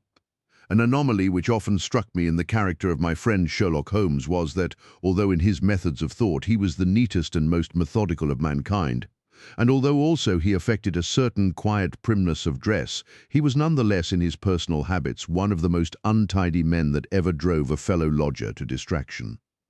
Not that I am in the least conventional in that respect myself. The rough-and-tumble work in Afghanistan, coming on the top of a natural bohemianism of disposition, has made me rather more lax than befits a medical man. But with me there is a limit, and when I find a man who keeps his cigars in the coal scuttle, his tobacco in the toe end of a Persian slipper, and his unanswered correspondence transfixed by a jackknife into the very centre of his wooden mantelpiece, then I begin to give myself virtuous airs. I have always held, too, that pistol practice should be distinctly an open-air pastime, and when Holmes, in one of his queer humours, would sit in an armchair with his hair trigger and 100 boxer cartridges and proceed to adorn the opposite wall with a patriotic VR done in bullet pocks, I felt strongly that neither the atmosphere nor the appearance of our room was improved by it. Our chambers were always full of chemicals and of criminal relics, which had a way of wandering into unlikely positions and of turning up in the butter dish or in even less desirable places. But his papers were my great crux. He had a horror of destroying documents, especially those which were connected with his past cases, and yet it was only once in every year or two that he would muster energy to docket and arrange them. For, as I have mentioned somewhere in these incoherent memoirs, the outbursts of passionate energy when he performed the remarkable feats with which his name is associated were followed by reactions of lethargy, during which he would lie about with his violin and his books, hardly moving save from the sofa to the table. Thus, month after month his papers accumulated, until every corner of the room was stacked with bundles of manuscript which were on no account to be burned and which could not be put away save by their owner. One winter's night, as we sat together by the fire, I ventured to suggest to him that, as he had finished pasting extracts into his commonplace book, he might employ the next 2 hours in making our room a little more habitable. He could not deny the justice of my request, so with a rather rueful face he went off to his bedroom, from which he returned presently, pulling a large tin box behind him. This he placed in the middle of the floor, and squatting down upon a stool in front of it, he threw back the lid. I could see that it was already a third full of bundles of paper tied up with red tape into separate packages. "There are cases enough here, Watson," said he, looking at me with mischievous eyes. "I think that if you knew all that I had in this box, you would ask me to pull some out instead of putting others in." "These are the records of your early work, then?" I asked. "I have often wished that I had notes of those cases." "Yes, my boy. These were all done prematurely before my biographer had come to glorify me." He lifted bundle after bundle in a tender, caressing sort of way. "They are not all successes, Watson," said he, "but there are some pretty little problems among them. Here's the record of the Tarleton murders, and the case of Vanbury, the wine merchant, and the adventure of the old Russian woman, and the singular affair of the aluminium crutch, as well as a full account of Ricoletti of the clubfoot, and his abominable wife. And here, now, this really is something, a little research. He dived his arm down to the bottom of the chest and brought up a small wooden box with a sliding lid, such as children's toys are kept in. From within he produced a crumpled piece of paper, an old-fashioned brass key, a peg of wood with a ball of string attached to it, and 3 rusty old discs of metal. "Well, my boy, what do you make of this lot?" he asked, smiling at my expression. "It is a curious collection, very curious, and the story that hangs round it will strike you as being more curious still. These relics have a history then, so much so that they are history." "What do you mean by that?" Sherlock Holmes picked them up one by one and laid them along the edge of the table. Then he reseated himself in his chair and looked them over with a gleam of satisfaction in his eyes. "These," said he, "are all that I have left to remind me of the adventure of the Musgrave Ritual." I had heard him mention the case more than once, though I had never been able to gather the details. "I should be so glad," said I, "if you would give me an account of it and leave the litter as it is," he cried mischievously. "Your tidiness won't bear much strain after all, Watson. But I should be glad that you should add this case to your annals, for there are points in it which make it quite unique in the criminal records of this, or, I believe, of any other country. A collection of my trifling achievements would certainly be incomplete which contained no account of this very singular business. You may remember how the affair of the Gloria Scott and my conversation with the unhappy man whose fate I told you of first turned my attention in the direction of the profession which has become my life's work. You see me now when my name has become known far and wide, and when I am generally recognized both by the public and by the official force as being a final court of appeal in doubtful cases. Even when you knew me first, at the time of the affair which you have commemorated in A Study in Scarlet, I had already established a considerable, though not a very lucrative, connection. You can hardly realize, then, how difficult I found it at first, and how long I had to wait before I succeeded in making any headway. When I first came up to London, I had rooms in Montague Street, just round the corner from the British Museum, and there I waited, filling in my too abundant leisure time by studying all those branches of science which might make me more efficient. Now and again, cases came in my way, principally through the introduction of old fellow students, for during my last years at the university there was a good deal of talk there about myself and my methods. The third of these cases was that of the Musgrave Ritual, and it is to the interest which was aroused by that singular chain of events and the large issues which proved to be at stake that I trace my first stride towards the position which I now hold.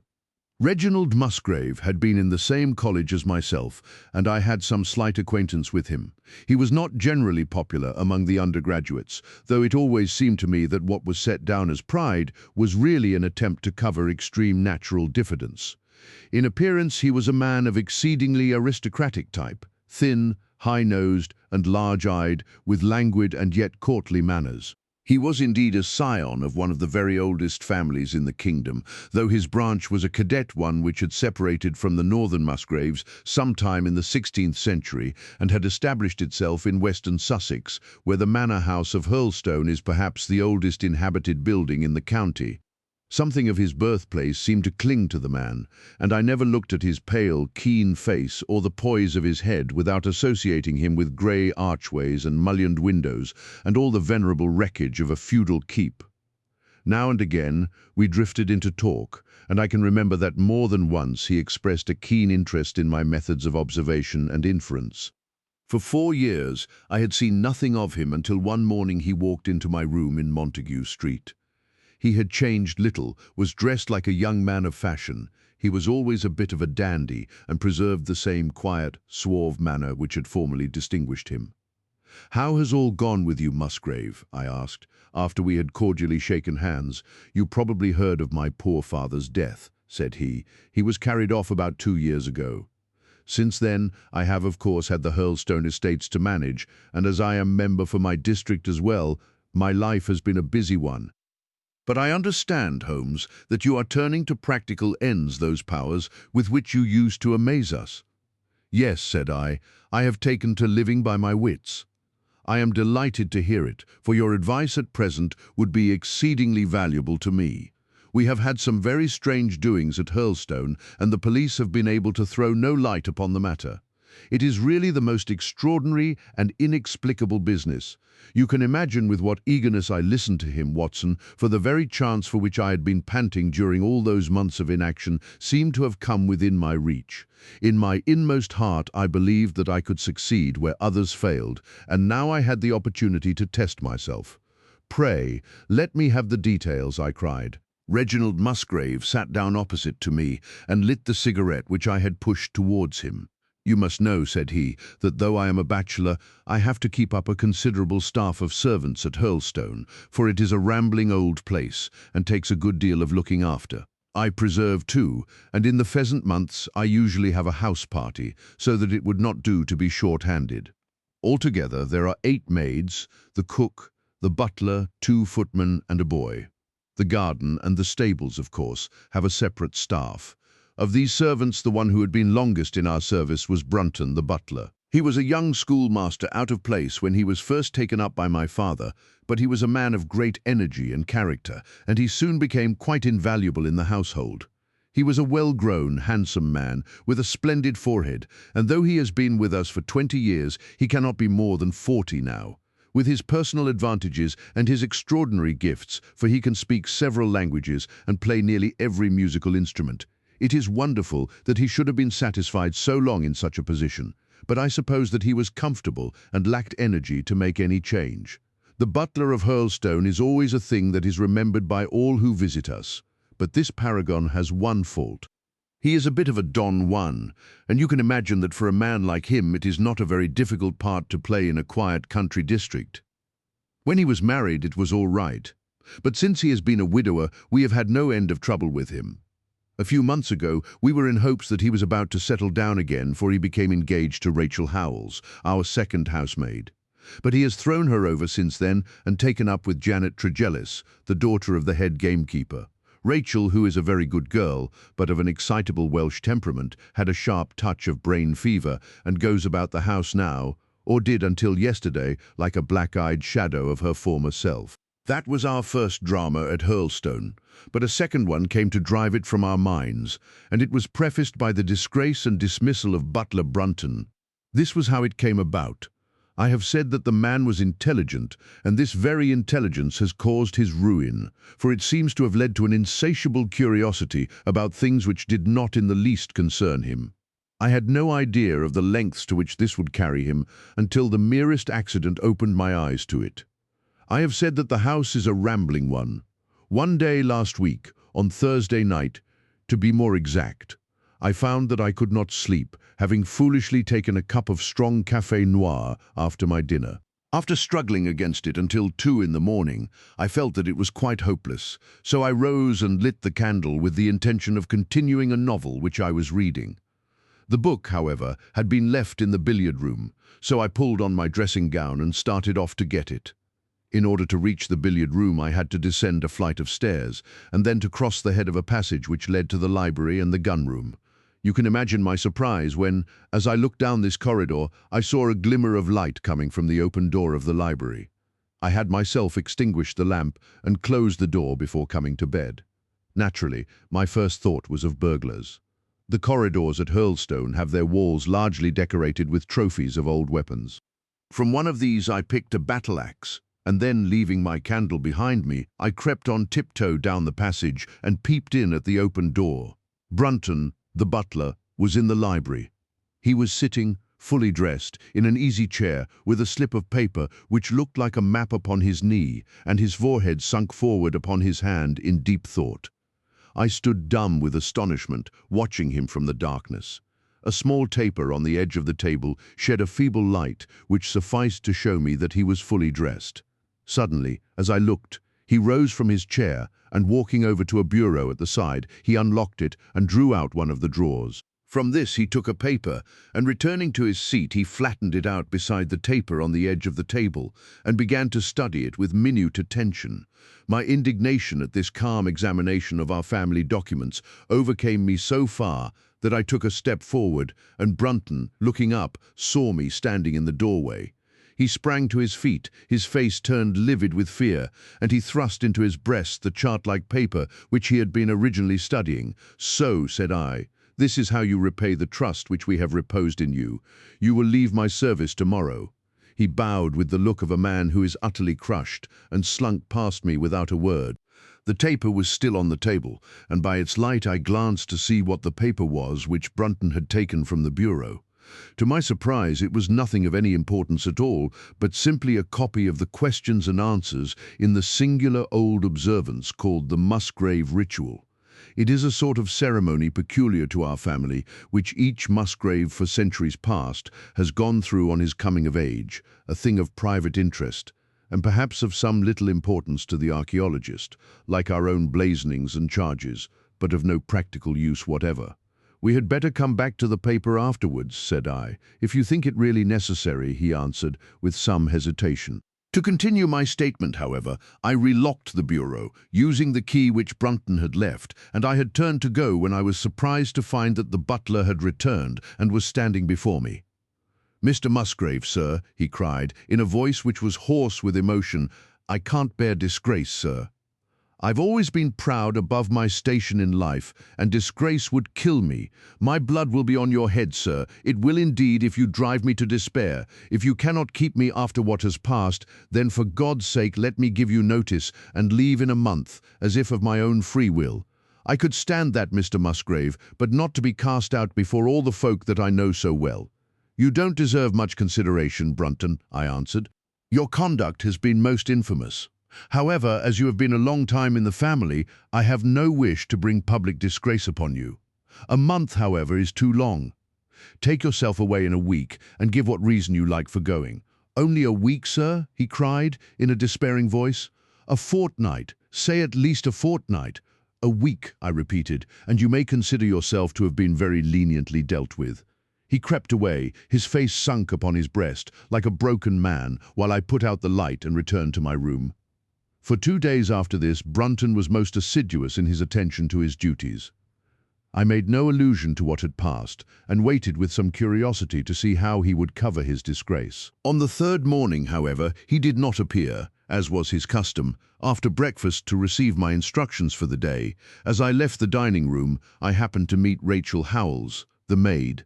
I have told you that she had only recently recovered from an illness, and was looking so wretchedly pale and wan that I remonstrated with her for being at work. "You should be in bed," I said. "Come back to your duties when you are stronger." She looked at me with so strange an expression that I began to suspect that her brain was affected. "I am strong enough, Mr. Musgrave," said she.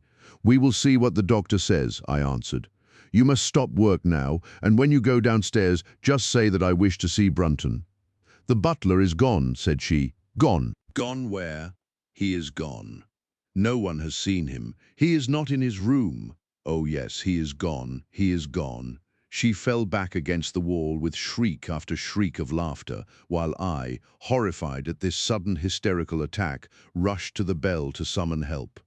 The girl was taken to her room, still screaming and sobbing, while I made inquiries about Brunton. There was no doubt about it that he had disappeared. His bed had not been slept in. He had been seen by no one since he had retired to his room the night before, and yet it was difficult to see how he could have left the house, as both windows and doors were found to be fastened in the morning. His clothes, his watch, and even his money was in his room, but the black suit which he usually wore was missing. His slippers too were gone, but his boots were left behind. Where then could butler Brunton have gone in the night, and what could have become of him now? Of course we searched the house from cellar to garret, but there was no trace of him. It is, as I have said, a labyrinth of an old house, especially the original wing, which is now practically uninhabited, but we ransacked every room and cellar without discovering the least sign of the missing man. It was incredible to me that he could have gone away leaving all his property behind him, and yet where could he be? I called in the local police, but without success. Rain had fallen on the night before, and we examined the lawn and the paths all round the house, but in vain. Matters were in this state when a new development quite drew our attention away from the original mystery. For 2 days, Rachel Howells had been so ill, sometimes delirious, sometimes hysterical, that a nurse had been employed to sit up with her at night. On the 3rd night after Brunton's disappearance, the nurse, finding her patient sleeping nicely, had dropped into a nap in the armchair when she woke in the early morning to find the bed empty, the window open, and no signs of the invalid. I was instantly aroused, and with the 2 footmen, started off at once in search of the missing girl. It was not difficult to tell the direction which she had taken, for, starting from under her window, we could follow her footmarks easily across the lawn to the edge of the mere, where they vanished close to the gravel path which leads out of the grounds. The lake there is 8 feet deep, and you can imagine our feelings when we saw that the trail of the poor demented girl came to an end at the edge of it. Of course we had the drags at once, and set to work to recover the remains, but no trace of the body could we find. On the other hand, we brought to the surface an object of a most unexpected kind. It was a linen bag which contained within it a mass of old rusted and discolored metal and several dull-colored pieces of pebble or glass. This strange find was all that we could get from the mere, and although we made every possible search and inquiry yesterday, we know nothing of the fate either of Rachel Howells or of Richard Brunton. The county police are at their wits' end, and I have come up to you as a last resource. You can imagine, Watson, with what eagerness I listened to this extraordinary sequence of events and endeavored to piece them together and to devise some common thread upon which they might all hang. The butler was gone. The maid was gone. The maid had loved the butler, but had afterwards had cause to hate him. She was of Welsh blood, fiery and passionate. She had been terribly excited immediately after his disappearance. She had flung into the lake a bag containing some curious contents. These were all factors which had to be taken into consideration, and yet none of them got quite to the heart of the matter. What was the starting point of this chain of events? There lay the end of this tangled line. "I must see that paper, Musgrave," said I, "which this butler of your thought it worth his while to consult, even at the risk of the loss of his place." "It is rather an absurd business, this ritual of ours," he answered, "but it has at least the saving grace of antiquity to excuse it. I have a copy of the questions and answers here, if you care to run your eye over them." He handed me the very paper which I have here, Watson, and this is the strange catechism to which each Musgrave had to submit when he came to man's estate. I will read you the questions and answers as they stand. Whose was it? His who is gone. Who shall have it? He who will come. What was the month? The 6th from the 1st. Where was the sun? Over the oak? Where was the shadow? Under the elm? How was it stepped? North by 10 and by 10, east by 5 and by 5, south by 2 and by 2, west by 1 and by 1, and so under. What shall we give for it? All that is ours. Why should we give it? For the sake of the trust. The original has no date, but is in the spelling of the middle of the 17th century, remarked Musgrave. I am afraid, however, that it can be of little help to you in solving this mystery. At least, said I, it gives us another mystery, and one which is even more interesting than the first. It may be that the solution of the one may prove to be the solution of the other. You will excuse me, Musgrave, if I say that your butler appears to me to have been a very clever man and to have had a clearer insight than 10 generations of his masters. I hardly follow you, said Musgrave. The paper seems to me to be of no practical importance. But to me it seems immensely practical, and I fancy that Brunton took the same view. He had probably seen it before that night on which you caught him. It is very possible. We took no pains to hide it. He simply wished, I should imagine, to refresh his memory upon that last occasion. He had, as I understand, some sort of map or chart which he was comparing with the manuscript and which he thrust into his pocket when you appeared. That is true. But what could he have to do with this old family custom of ours, and what does this rigmarole mean? I don't think that we should have much difficulty in determining that, said I. With your permission, we will take the first train down to Sussex and go a little more deeply into the matter upon the spot. The same afternoon saw us both at Hurlstone. Possibly you have seen pictures and read descriptions of the famous old building, so I will confine my account of it to saying that it is built in the shape of an L, the long arm being the more modern portion and the shorter the ancient nucleus, from which the other had developed. Over the low, heavily lintelled door in the centre of this old part is chiselled the date, 1607, but experts are agreed that the beams and stonework are really much older than this.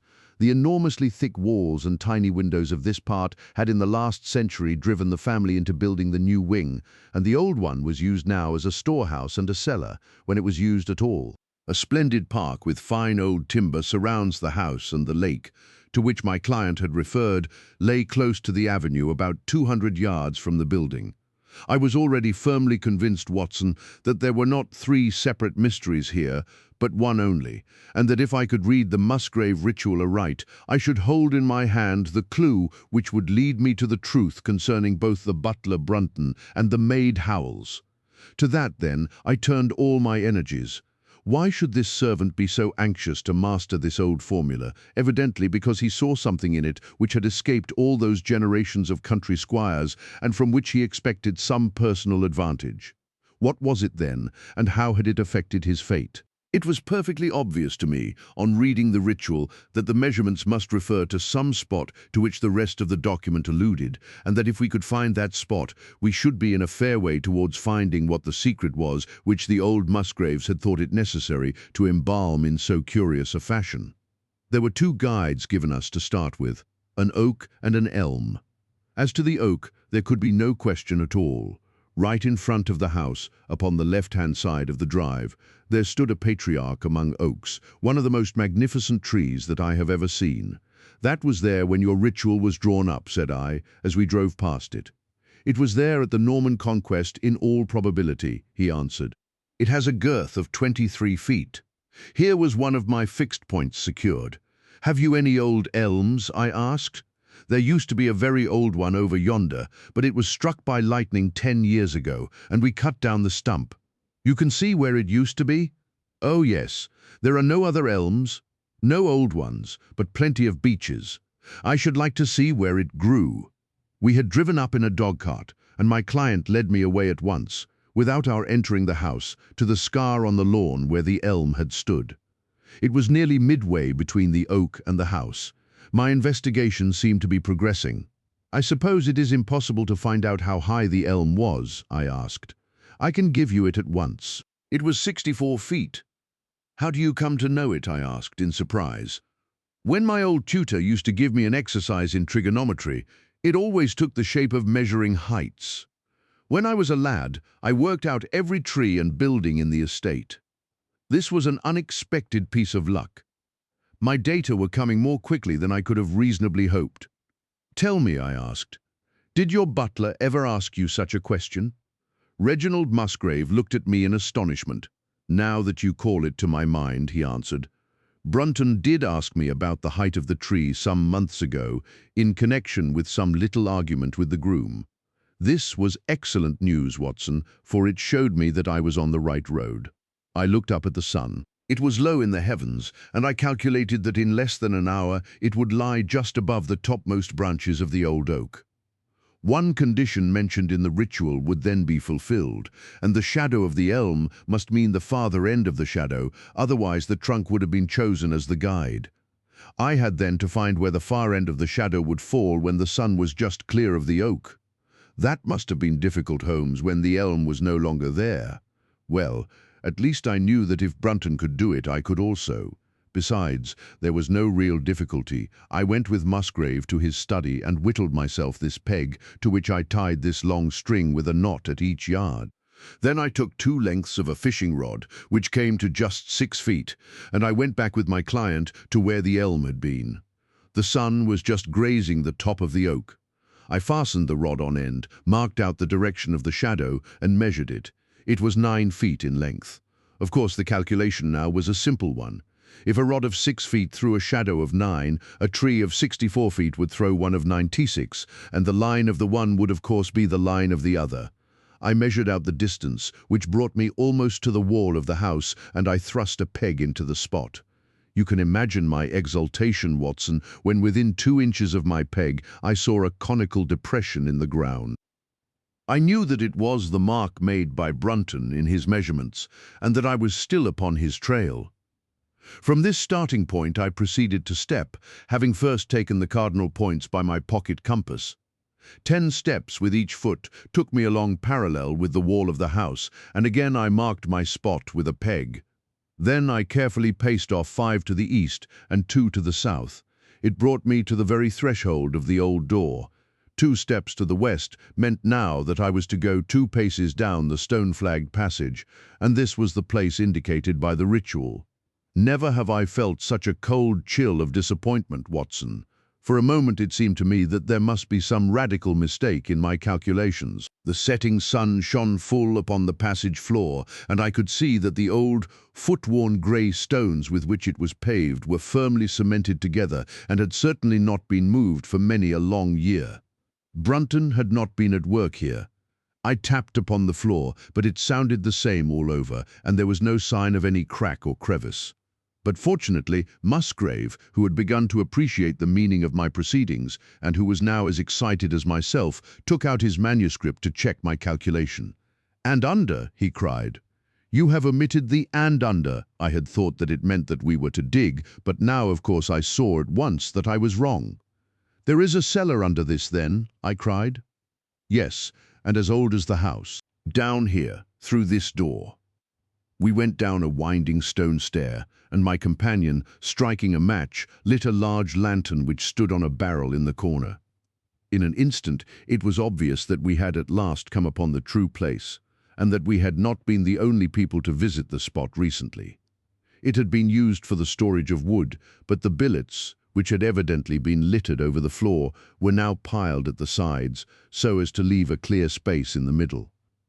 In this space lay a large and heavy flagstone with a rusted iron ring in the centre to which a thick shepherd's check muffler was attached.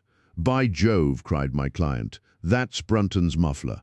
I have seen it on him and could swear to it. What has the villain been doing here?" At my suggestion, a couple of the county police were summoned to be present, and I then endeavoured to raise the stone by pulling on the cravat. I could only move it slightly, and it was with the aid of one of the constables that I succeeded at last in carrying it to one side. A black hole yawned beneath, into which we all peered, while Musgrave, kneeling at the side, pushed down the lantern. A small chamber about 7 feet deep and 4 feet square lay open to us. At one side of this was a squat, brass-bound wooden box, the lid of which was hinged upwards, with this curious old-fashioned key projecting from the lock. It was furred outside by a thick layer of dust, and damp and worms had eaten through the wood, so that a crop of livid fungi was growing on the inside of it. Several discs of metal, old coins apparently, such as I hold here, were scattered over the bottom of the box, but it contained nothing else. At the moment, however, we had no thought for the old chest, for our eyes were riveted upon that which crouched beside it. It was the figure of a man, clad in a suit of black, who squatted down upon his hams, with his forehead sunk upon the edge of the box, and his 2 arms thrown out on each side of it. The attitude had drawn all the stagnant blood to the face, and no man could have recognized that distorted liver-colored countenance. But his height, his dress, and his hair were all sufficient to show my client, when we had drawn the body up, that it was indeed his missing butler. He had been dead some days, but there was no wound or bruise upon his person to show how he had met his dreadful end. When his body had been carried from the cellar, we found ourselves still confronted with a problem which was almost as formidable as that with which we had started. I confess that so far, Watson, I had been disappointed in my investigation. I had reckoned upon solving the matter when once I had found the place referred to in the ritual, but now I was there, and was apparently as far as ever from knowing what it was which the family had concealed with such elaborate precautions. It is true that I had thrown a light upon the fate of Brunton, but now I had to ascertain how that fate had come upon him, and what part had been played in the matter by the woman who had disappeared. I sat down upon a keg in the corner and thought the whole matter carefully over. You know my methods in such cases, Watson. I put myself in the man's place and, having first gauged his intelligence, I try to imagine how I should myself have proceeded under the same circumstances. In this case, the matter was simplified by Brunton's intelligence being quite first-rate, so that it was unnecessary to make any allowance for the personal equation, as the astronomers have dubbed it. He knew that something valuable was concealed. He had spotted the place. He found that the stone which covered it was just too heavy for a man to move unaided. What would he do next? He could not get help from outside, even if he had someone whom he could trust, without the unbarring of doors and considerable risk of detection. It was better, if he could, to have his helpmate inside the house. But whom could he ask? This girl had been devoted to him. A man always finds it hard to realize that he may have finally lost a woman's love, however badly he may have treated her. He would try by a few attentions to make his peace with the girl Howells, and then would engage her as his accomplice. Together they would come at night to the cellar, and their united force would suffice to raise the stone. So far, I could follow their actions as if I had actually seen them. But for two of them, and one a woman, it must have been heavy work, the raising of that stone. A burly Sussex policeman and I had found it no light job. What would they do to assist them? Probably what I should have done myself. I rose and examined carefully the different billets of wood which were scattered round the floor. Almost at once I came upon what I expected. One piece, about 3 feet in length, had a very marked indentation at one end, while several were flattened at the sides as if they had been compressed by some considerable weight. Evidently, as they had dragged the stone up, they had thrust the chunks of wood into the chink, until at last, when the opening was large enough to crawl through, they would hold it open by a billet placed lengthwise, which might very well become indented at the lower end, since the whole weight of the stone would press it down onto the edge of this other slab. So far, I was still on safe ground. And now how was I to proceed to reconstruct this midnight drama? Clearly, only one could fit into the hole, and that one was Brunton. The girl must have waited above. Brunton then unlocked the box, handed up the contents, presumably, since they were not to be found, and then what happened? What smouldering fire of vengeance had suddenly sprung into flame in this passionate Celtic woman's soul when she saw the man who had wronged her, perhaps far more than we suspected, in her power? Was it a chance that the wood had slipped, and that the stone had shut Brunton into what had become his sepulchre?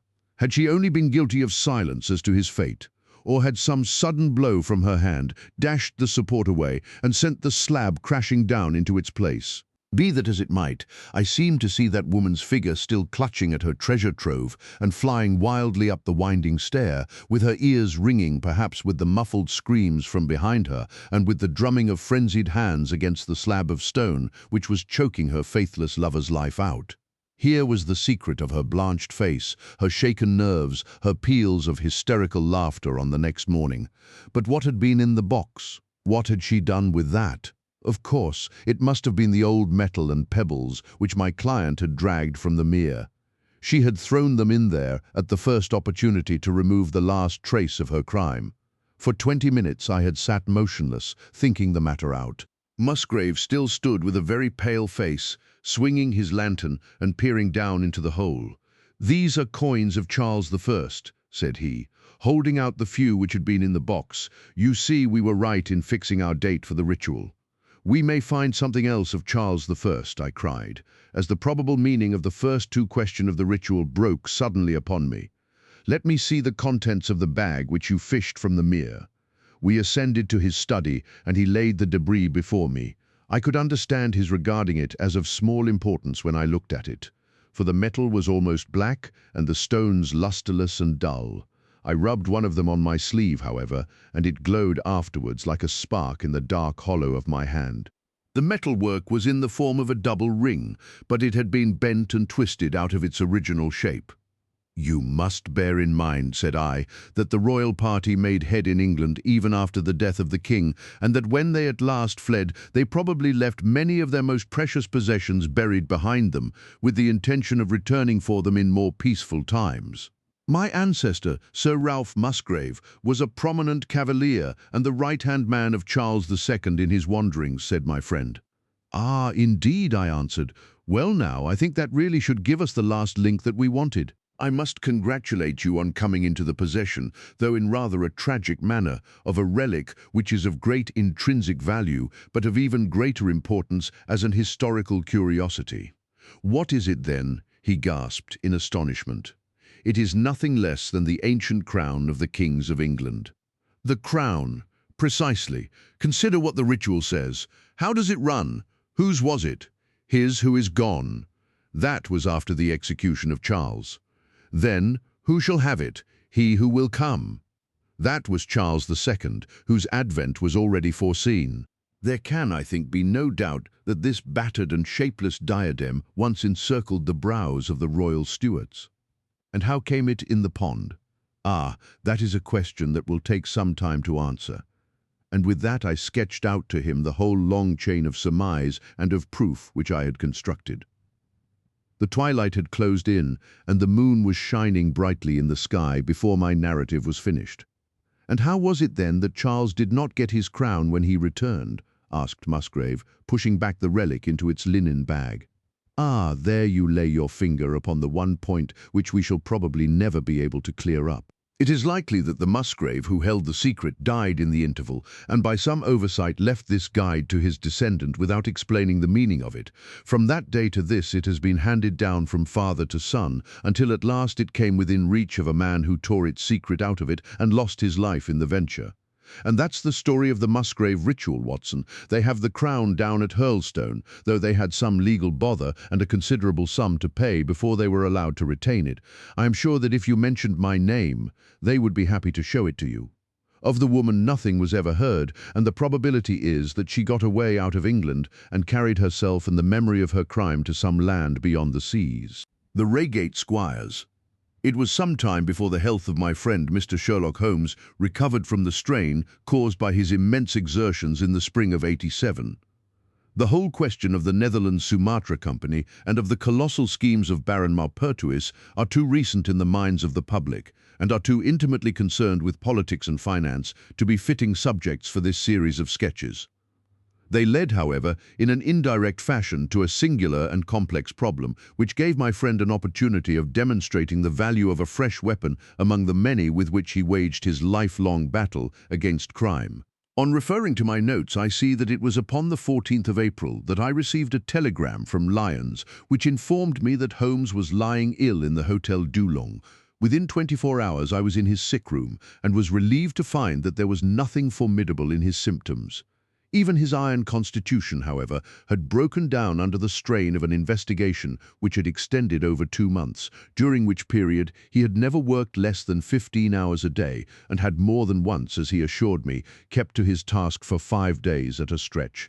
Even the triumphant issue of his labours could not save him from reaction after so terrible an exertion, and at a time when Europe was ringing with his name, and when his room was literally ankle-deep with congratulatory telegrams, I found him a prey to the blackest depression. Even the knowledge that he had succeeded where the police of 3 countries had failed, and that he had outmanoeuvred at every point the most accomplished swindler in Europe, was insufficient to rouse him from his nervous prostration. 3 days later, we were back in Baker Street together, but it was evident that my friend would be much the better for a change, and the thought of a week of springtime in the country was full of attractions to me also. My old friend, Colonel Hayter, who had come under my professional care in Afghanistan, had now taken a house near Reigate in Surrey, and had frequently asked me to come down to him upon a visit. On the last occasion, he had remarked that if my friend would only come with me, he would be glad to extend his hospitality to him also.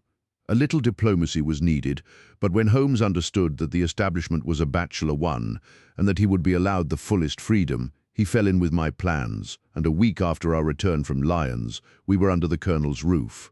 Hayter was a fine old soldier who had seen much of the world, and he soon found, as I had expected, that Holmes and he had much in common. On the evening of our arrival, we were sitting in the Colonel's gun-room after dinner, Holmes stretched upon the sofa, while Hayter and I looked over his little armoury of Eastern weapons. "By the way," said he suddenly, "I think I'll take one of these pistols upstairs with me in case we have an alarm." "An alarm?" said I. "Yes, we've had a scare in this part lately. Old Acton, who is one of our county magnates, had his house broken into last Monday. No great damage done, but the fellows are still at large. "No clue?" asked Holmes, cocking his eye at the Colonel. "None as yet. But the affair is a pretty one of our little country crimes, which must seem too small for your attention, Mr. Holmes, after this great international affair." Holmes waved away the compliment, though his smile showed that it had pleased him. "Was there any feature of interest?" "I fancy not. The thieves ransacked the library and got very little for their pains. The whole place was turned upside down, drawers burst open, and presses ransacked, with the result that an odd volume of Pope's Homer, 2 plated candlesticks, an ivory letter-weight, a small oak barometer, and a ball of twine are all that have vanished." "What an extraordinary assortment!" I exclaimed. "Oh, the fellows evidently grabbed hold of everything they could get." Holmes grunted from the sofa. "The county police ought to make something of that," said he. "Why, it is surely obvious that—" But I held up a warning finger. "You are here for a rest, my dear fellow. For heaven's sake, don't get started on a new problem when your nerves are all in shreds."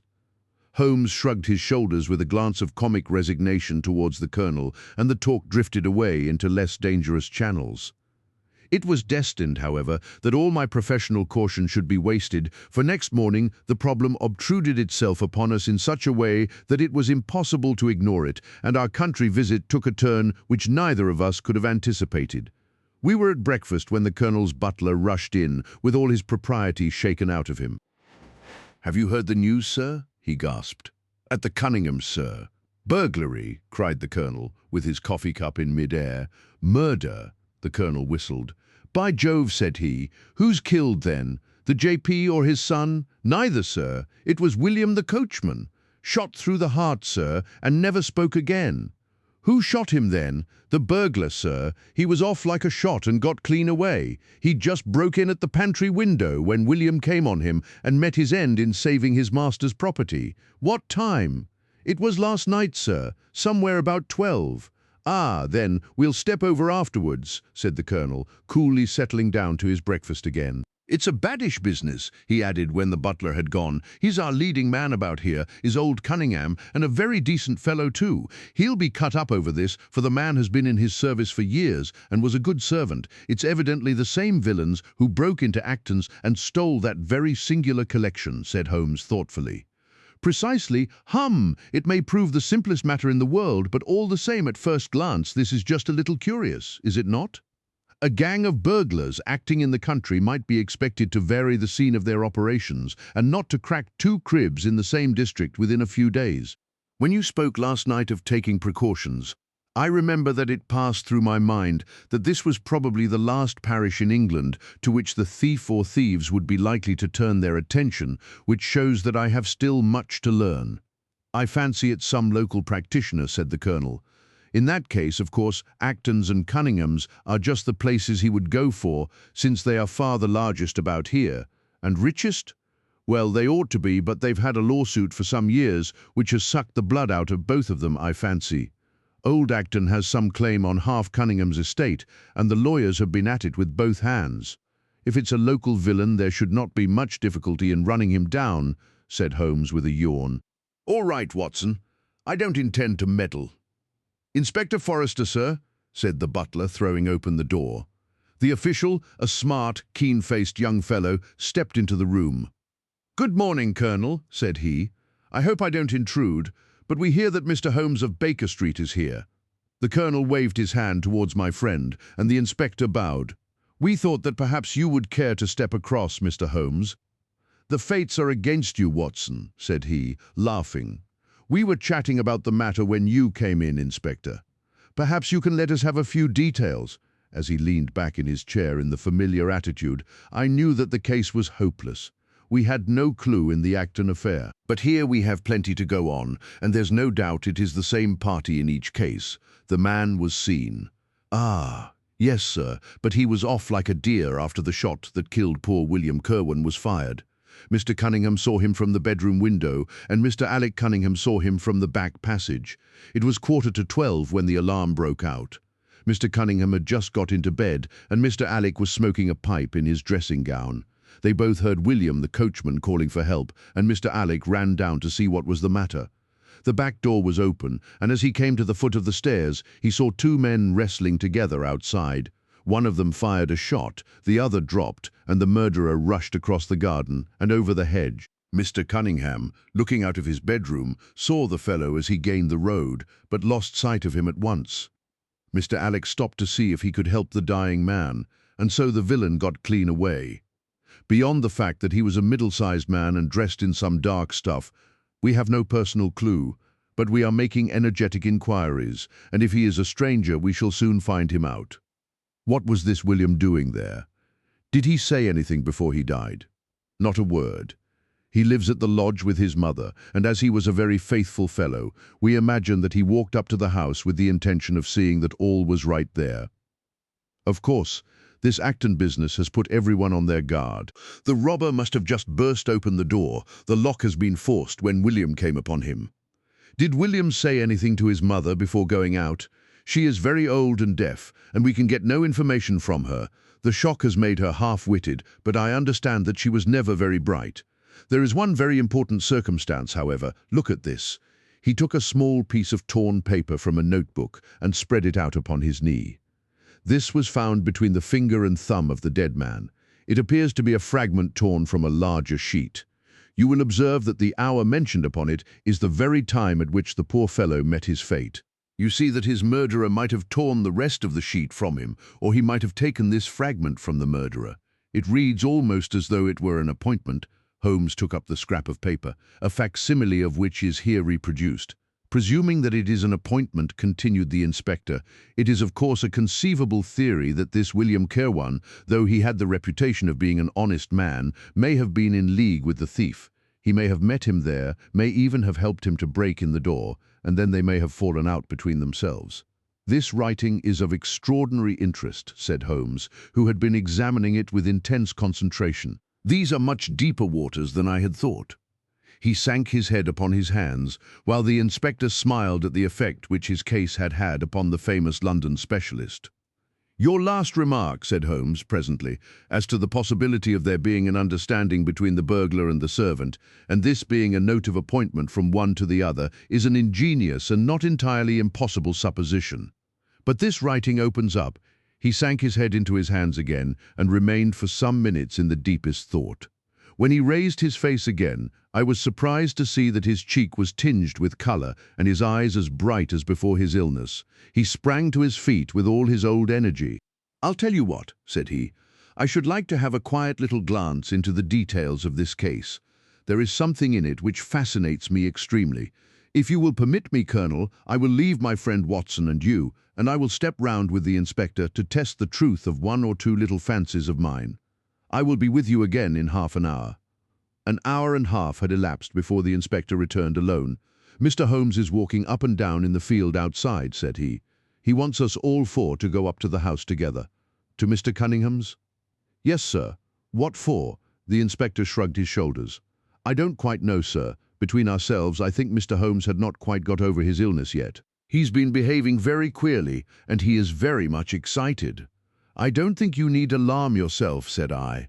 I have usually found that there was method in his madness. Some folks might say there was madness in his method, muttered the inspector. But he's all on fire to start, Colonel, so we had best go out if you are ready.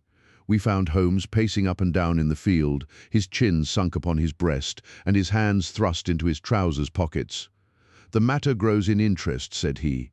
Watson, your country trip has been a distinct success. I have had a charming morning. You have been up to the scene of the crime, I understand, said the Colonel. Yes, the inspector and I have made quite a little reconnaissance together. Any success? Well, we have seen some very interesting things. I'll tell you what we did as we walk. First of all, we saw the body of this unfortunate man. He certainly died from a revolver wound as reported. Had you doubted it then? Oh, it is as well to test everything. Our inspection was not wasted. We then had an interview with Mr. Cunningham and his son, who were able to point out the exact spot where the murderer had broken through the garden hedge in his flight. That was of great interest, naturally. Then we had a look at this poor fellow's mother. We could get no information from her, however, as she is very old and feeble. And what is the result of your investigations? The conviction that the crime is a very peculiar one. Perhaps our visit now may do something to make it less obscure.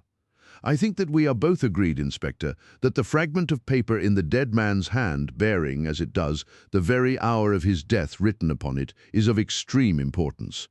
It should give a clue, Mr. Holmes. It does give a clue. Whoever wrote that note was the man who brought William Kirwan out of his bed at that hour. But where is the rest of that sheet of paper? I examined the ground carefully in the hope of finding it, said the inspector. It was torn out of the dead man's hand. Why was someone so anxious to get possession of it? Because it incriminated him. And what would he do with it? Thrust it into his pocket, most likely, never noticing that a corner of it had been left in the grip of the corpse. If we could get the rest of that sheet, it is obvious that we should have gone a long way towards solving the mystery. Yes, but how can we get at the criminal's pocket before we catch the criminal? Well, it was worth thinking over. Then there is another obvious point. The note was sent to William. The man who wrote it could not have taken it. Otherwise, of course, he might have delivered his own message by word of mouth. Who brought the note, then? Or did it come through the post? I have made inquiries, said the inspector. William received a letter by the afternoon post yesterday. The envelope was destroyed by him.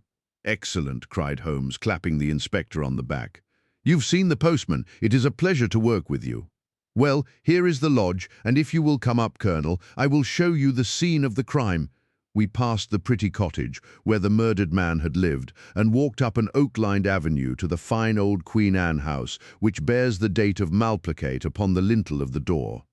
Holmes and the inspector led us round it until we came to the side gate, which is separated by a stretch of garden from the hedge which lines the road. A constable was standing at the kitchen door. "Throw the door open, officer," said Holmes.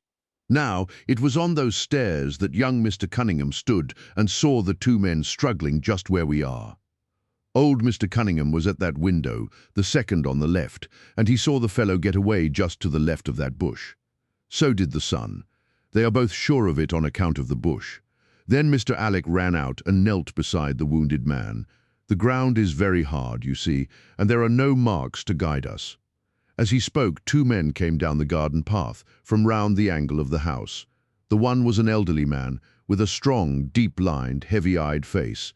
The other a dashing young fellow whose bright, smiling expression and showy dress were in strange contrast with the business which had brought us there. "Still at it, then?" said he to Holmes. "I thought you Londoners were never at fault. You don't seem to be so very quick after all."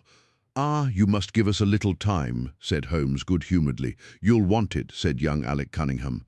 "Why, I don't see that we have any clue at all." "There's only one," answered the inspector. "We thought that if we could only find—" "Good heavens, Mr. Holmes, what is the matter?" My poor friend's face had suddenly assumed the most dreadful expression. His eyes rolled upwards, his features writhed in agony, and with a suppressed groan he dropped on his face upon the ground.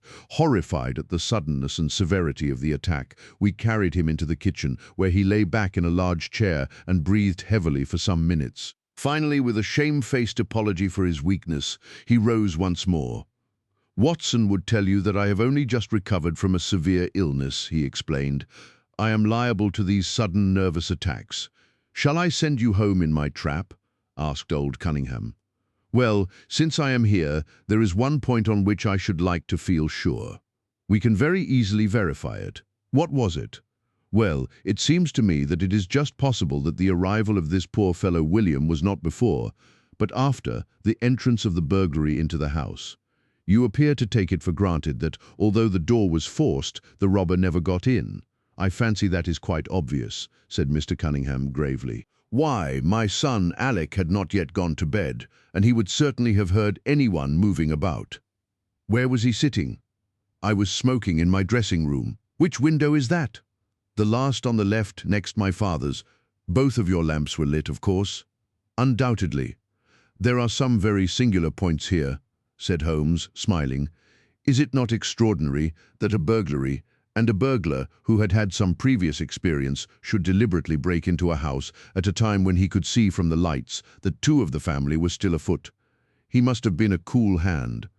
Well, of course, if the case were not an odd one, we should not have been driven to ask you for an explanation," said young Mr. Alec.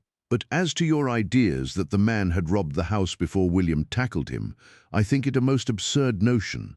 Wouldn't we have found the place disarranged and missed the things which he had taken? It depends on what the things were, said Holmes. You must remember that we are dealing with a burglar who is a very peculiar fellow and who appears to work on lines of his own. Look, for example, at the queer lot of things which he took from Acton's. What was it? A ball of string, a letter weight, and I don't know what other odds and ends. Well, we are quite in your hands, Mr. Holmes, said old Cunningham. Anything which you or the inspector may suggest will most certainly be done.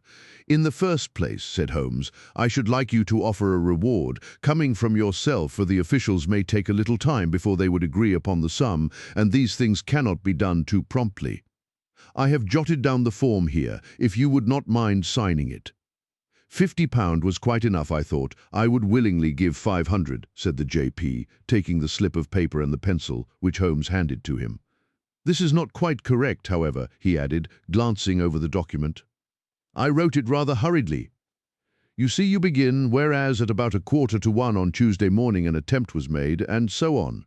It was at 11:45, as a matter of fact. I was pained at the mistake, for I knew how keenly Holmes would feel any slip of the kind.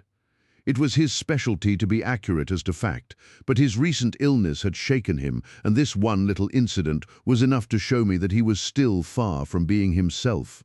He was obviously embarrassed for an instant, while the inspector raised his eyebrows, and Alec Cunningham burst into a laugh. The old gentleman corrected the mistake, however, and handed the paper back to Holmes. Get it printed as soon as possible, he said. I think your idea is an excellent one. Holmes put the slip of paper carefully away into his pocketbook. And now, said he, it really would be a good thing that we should all go over the house together and make certain that this rather erratic burglar did not, after all, carry anything away with him. Before entering, Holmes made an examination of the door which had been forced. It was evident that a chisel or strong knife had been thrust in, and the lock forced back with it. We could see the marks in the wood where it had been pushed in. You don't use bars, then? He asked. We have never found it necessary. You don't keep a dog? Yes, but he is chained on the other side of the house. When do the servants go to bed? About 10. I understand that William was usually in bed also at that hour. Yes, it is singular that on this particular night he should have been up. Now, I should be very glad if you would have the kindness to show us over the house, Mr. Cunningham. A stone-flagged passage, with the kitchens branching away from it, led by a wooden staircase directly to the first floor of the house. It came out upon the landing opposite to a second, more ornamental stair which came up from the front hall. Out of this landing opened the drawing-room and several bedrooms, including those of Mr. Cunningham and his son. Holmes walked slowly, taking keen note of the architecture of the house. I could tell from his expression that he was on a hot scent, and yet I could not in the least imagine in what direction his inferences were leading him. My good sir, said Mr. Cunningham, with some impatience, this is surely very unnecessary. That is my room at the end of the stairs, and my son's is the one beyond it. I leave it to your judgment whether it was possible for the thief to have come up here without disturbing us. You must try round and get on a fresh scent, I fancy, said the son, with a rather malicious smile. Still, I must ask you to humour me a little further. I should like, for example, to see how far the windows of the bedrooms command the front. This, I understand, is your son's room. He pushed open the door. And that, I presume, is the dressing room in which he sat smoking when the alarm was given. Where does the window of that look out to? He stepped across the bedroom, pushed open the door, and glanced round the other chamber. I hope that you are satisfied now, said Mr. Cunningham tartly. Thank you. I think I have seen all that I wished. Then, if it is really necessary, we can go into my room, if it is not too much trouble. The J.P. shrugged his shoulders and led the way into his own chamber, which was a plainly furnished and commonplace room. As we moved across it in the direction of the window, Holmes fell back until he and I were the last of the group. Near the foot of the bed stood a dish of oranges and a carafe of water. As we passed it, Holmes, to my unutterable astonishment, leaned over in front of me and deliberately knocked the whole thing over. The glass smashed into 1,000 pieces and the fruit rolled about into every corner of the room. "You've done it now, Watson," said he, coolly. "A pretty mess you've made of the carpet." I stooped in some confusion and began to pick up the fruit. Understanding for some reason my companion desired me to take the blame upon myself, the others did the same and set the table on its legs again. "Hullo!" cried the inspector. "Where's he got to?" Holmes had disappeared. "Wait here an instant," said young Alec Cunningham. "The fellow is off his head, in my opinion. Come with me, father, and see where he has got to." They rushed out of the room, leaving the inspector, the colonel, and me staring at each other. "Upon my word, I am inclined to agree with Master Alec," said the official. "It may be the effect of this illness, but it seems to me that his words were cut short by a sudden scream of, 'Help! Help! Murder!' With a thrill, I recognized the voice as that of my friend. I rushed madly from the room onto the landing. The cries, which had sunk down into a hoarse, inarticulate shouting, came from the room which we had first visited. I dashed in and on into the dressing room beyond. The two Cunninghams were bending over the prostrate figure of Sherlock Holmes, the younger clutching his throat with both hands, while the elder seemed to be twisting one of his wrists. In an instant the three of us had torn them away from him, and Holmes staggered to his feet, very pale and evidently greatly exhausted. "Arrest these men, Inspector," he gasped. "On what charge?" "That of murdering their coachman, William Kirwan." The inspector stared about him in bewilderment. "Oh, come now, Mr. Holmes," said he at last. "I'm sure you don't really mean to." "Tut, man! Look at their faces!" cried Holmes curtly. Never, certainly, have I seen a plainer confession of guilt upon human countenances. The older man seemed numbed and dazed, with a heavy, sullen expression upon his strongly marked face. The son, on the other hand, had dropped all that jaunty, dashing style which had characterized him, and the ferocity of a dangerous wild beast gleamed in his dark eyes and distorted his handsome features. The inspector said nothing, but, stepping to the door, he blew his whistle. Two of his constables came at the call. "I have no alternative, Mr. Cunningham," said he. "I trust that this may all prove to be an absurd mistake, but you can see that, would you?" "Drop it!" He struck out with his hand, and a revolver which the younger man was in the act of cocking clattered down upon the floor. "Keep that," said Holmes, quietly putting his foot upon it. "You will find it useful at the trial, but this is what we really wanted." He held up a little crumpled piece of paper. "The remainder of the sheet," cried the inspector. "Precisely. And where was it? Where I was sure it must be. I'll make the whole matter clear to you presently. I think, Colonel, that you and Watson might return now, and I will be with you again in an hour at the furthest. The inspector and I must have a word with the prisoners, but you will certainly see me back at luncheon time." Sherlock Holmes was as good as his word. For about 1 o'clock he rejoined us in the Colonel's smoking room. He was accompanied by a little elderly gentleman, who was introduced to me as the Mr. Acton, whose house had been the scene of the original burglary. "I wished Mr. Acton to be present while I demonstrated this small matter to you," said Holmes, "for it is natural that he should take a keen interest in the details. I am afraid, my dear Colonel, that you must regret the hour that you took in such a stormy petrel as I am." "On the contrary," answered the Colonel warmly, "I consider it the greatest privilege to have been permitted to study your methods of working. I confess that they quite surpass my expectations, and that I am utterly unable to account for your result. I have not yet seen the vestige of a clue. I am afraid that my explanation may disillusion you, but it has always been my habit to hide none of my methods, either from my friend Watson or from anyone who might take an intelligent interest in them. But first, as I am rather shaken by the knocking about which I had in the dressing-room, I think that I shall help myself to a dash of your brandy, Colonel. My strength had been rather tried of late. I trust that you had no more of those nervous attacks." Sherlock Holmes laughed heartily. "We will come to that in its turn," said he. "I will lay an account of the case before you in its due order, showing you the various points which guided me in my decision. Pray interrupt me if there is any inference which is not perfectly clear to you. It is of the highest importance in the art of detection to be able to recognize, out of a number of facts, which are incidental and which vital. Otherwise, your energy and attention must be dissipated instead of being concentrated. Now, in this case, there was not the slightest doubt in my mind from the first that the key of the whole matter must be looked for in the scrap of paper in the dead man's hand. Before going into this, I would draw your attention to the fact that if Alec Cunningham's narrative was correct, and if the assailant, after shooting William Kirwan, had instantly fled, then it obviously could not be he who tore the paper from the dead man's hand. But if it was not he, it must have been Alec Cunningham himself, for by the time that the old man had descended, several servants were upon the scene. The point is a simple one, but the inspector had overlooked it because he had started with the supposition that these county magnates had had nothing to do with the matter. Now, I make a point of never having any prejudices and of following docilely wherever fact may lead me, and so, in the very first stage of the investigation, I found myself looking a little askance at the part which had been played by Mr. Alec Cunningham, and now I made a very careful examination of the corner of paper which the inspector had submitted to us. It was at once clear to me that it formed part of a very remarkable document. Here it is. Do you not now observe something very suggestive about it? It has a very irregular look, said the Colonel. My dear sir, cried Holmes, there cannot be the least doubt in the world that it has been written by two persons doing alternate words. When I draw your attention to the strong T's of at and to, and ask you to compare them with the weak ones of quarter and 12, you will instantly recognize the fact.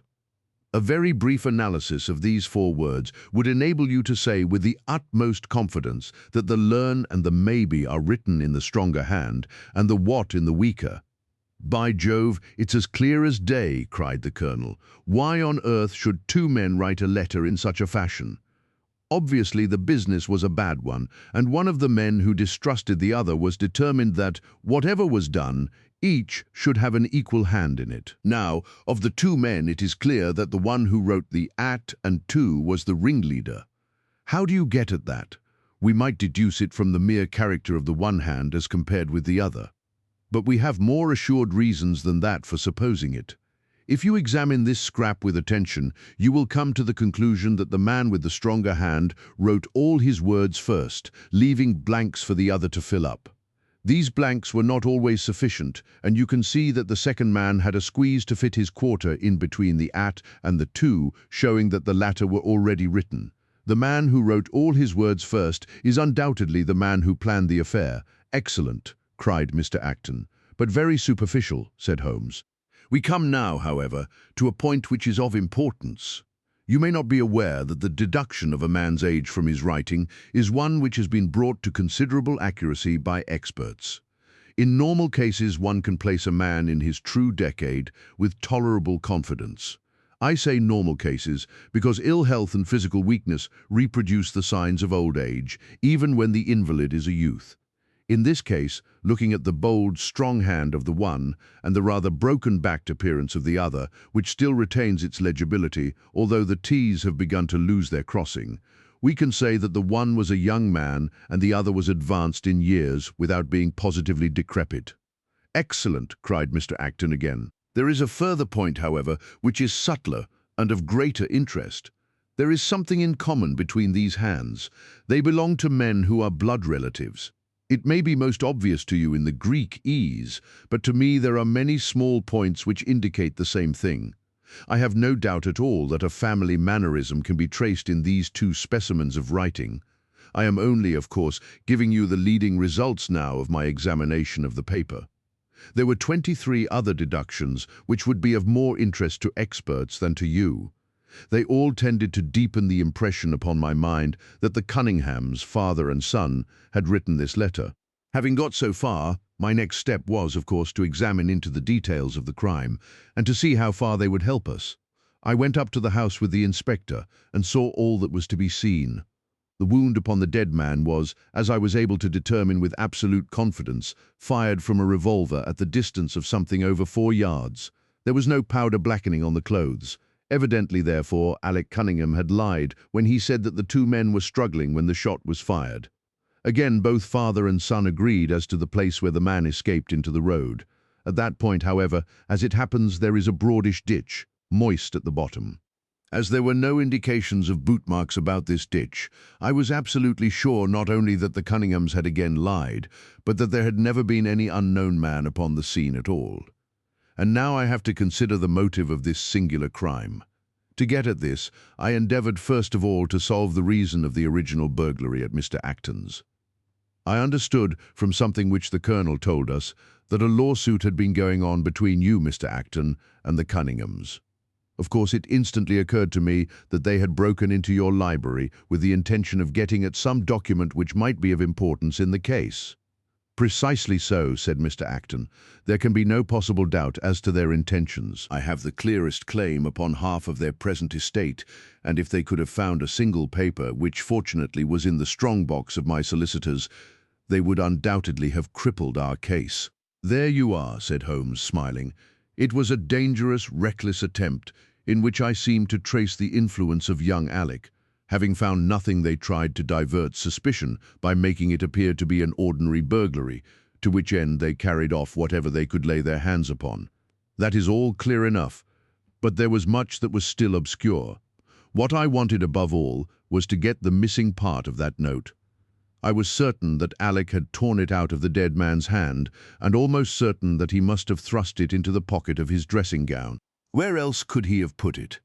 The only question was whether it was still there. It was worth an effort to find out, and for that object we all went up to the house. The Cunninghams joined us, as you doubtless remember, outside the kitchen door. It was, of course, of the very first importance that they should not be reminded of the existence of this paper, otherwise they would naturally destroy it without delay. The inspector was about to tell them the importance which we attached to it, when, by the luckiest chance in the world, I tumbled down in a sort of fit, and so changed the conversation. "Good heavens!" cried the Colonel, laughing. "Do you mean to say all our sympathy was wasted and your fit an imposture?" "Speaking professionally, it was admirably done," cried I, looking in amazement at this man who was forever confounding me with some new phase of his astuteness. "It is an art which is often useful," said he. "When I recovered, I managed by a device which had perhaps some little merit of ingenuity to get old Cunningham to write the word 12 so that I might compare it with the 12 upon the paper. Oh, what an ass I have been!" I exclaimed. "I could see that you were commiserating with me over my weakness," said Holmes, laughing. "I was sorry to cause you the sympathetic pain which I know that you felt." We then went upstairs together, and having entered the room and seen the dressing gown hanging up behind the door, I contrived, by upsetting a table, to engage their attention for the moment, and slipped back to examine the pockets. I had hardly got the paper, however, which was, as I had expected, in one of them, when the two Cunninghams were on me, and would, I verily believe, have murdered me then and there, but for your prompt and friendly aid. As it is, I feel that young man's grip on my throat now, and the father has twisted my wrist round in the effort to get the paper out of my hand. They saw that I must know all about it, you see, and the sudden change from absolute security to complete despair made them perfectly desperate. I had a little talk with old Cunningham afterwards as to the motive of the crime. He was tractable enough, though his son was a perfect demon, ready to blow out his own or anybody else's brains if he could have got to his revolver. When Cunningham saw that the case against him was so strong, he lost all heart and made a clean breast of everything. It seems that William had secretly followed his two masters on the night when they made their raid upon Mr. Acton's, and having thus got them into his power, proceeded, under threats of exposure, to levy blackmail upon them. Mr. Alec, however, was a dangerous man to play games of that sort with. It was a stroke of positive genius on his part to see in the burglary scare which was convulsing the countryside an opportunity of plausibly getting rid of the man whom he feared. William was decoyed up and shot, and had they only got the whole of the note and paid a little more attention to detail in the accessories, it is very possible that suspicion might never have been aroused. "And the note?" I asked.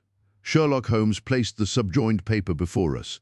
"It is very much the sort of thing that I expected," said he. "Of course, we do not yet know what the relations may have been between Alec Cunningham, William Kirwan, and Annie Morrison. The result shows that the trap was skillfully baited. I am sure that you cannot fail to be delighted with the traces of heredity shown in the P's and in the tails of the G's. The absence of the idots in the old man's writing is also most characteristic.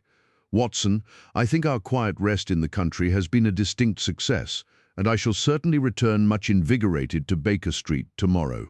The Crooked Man.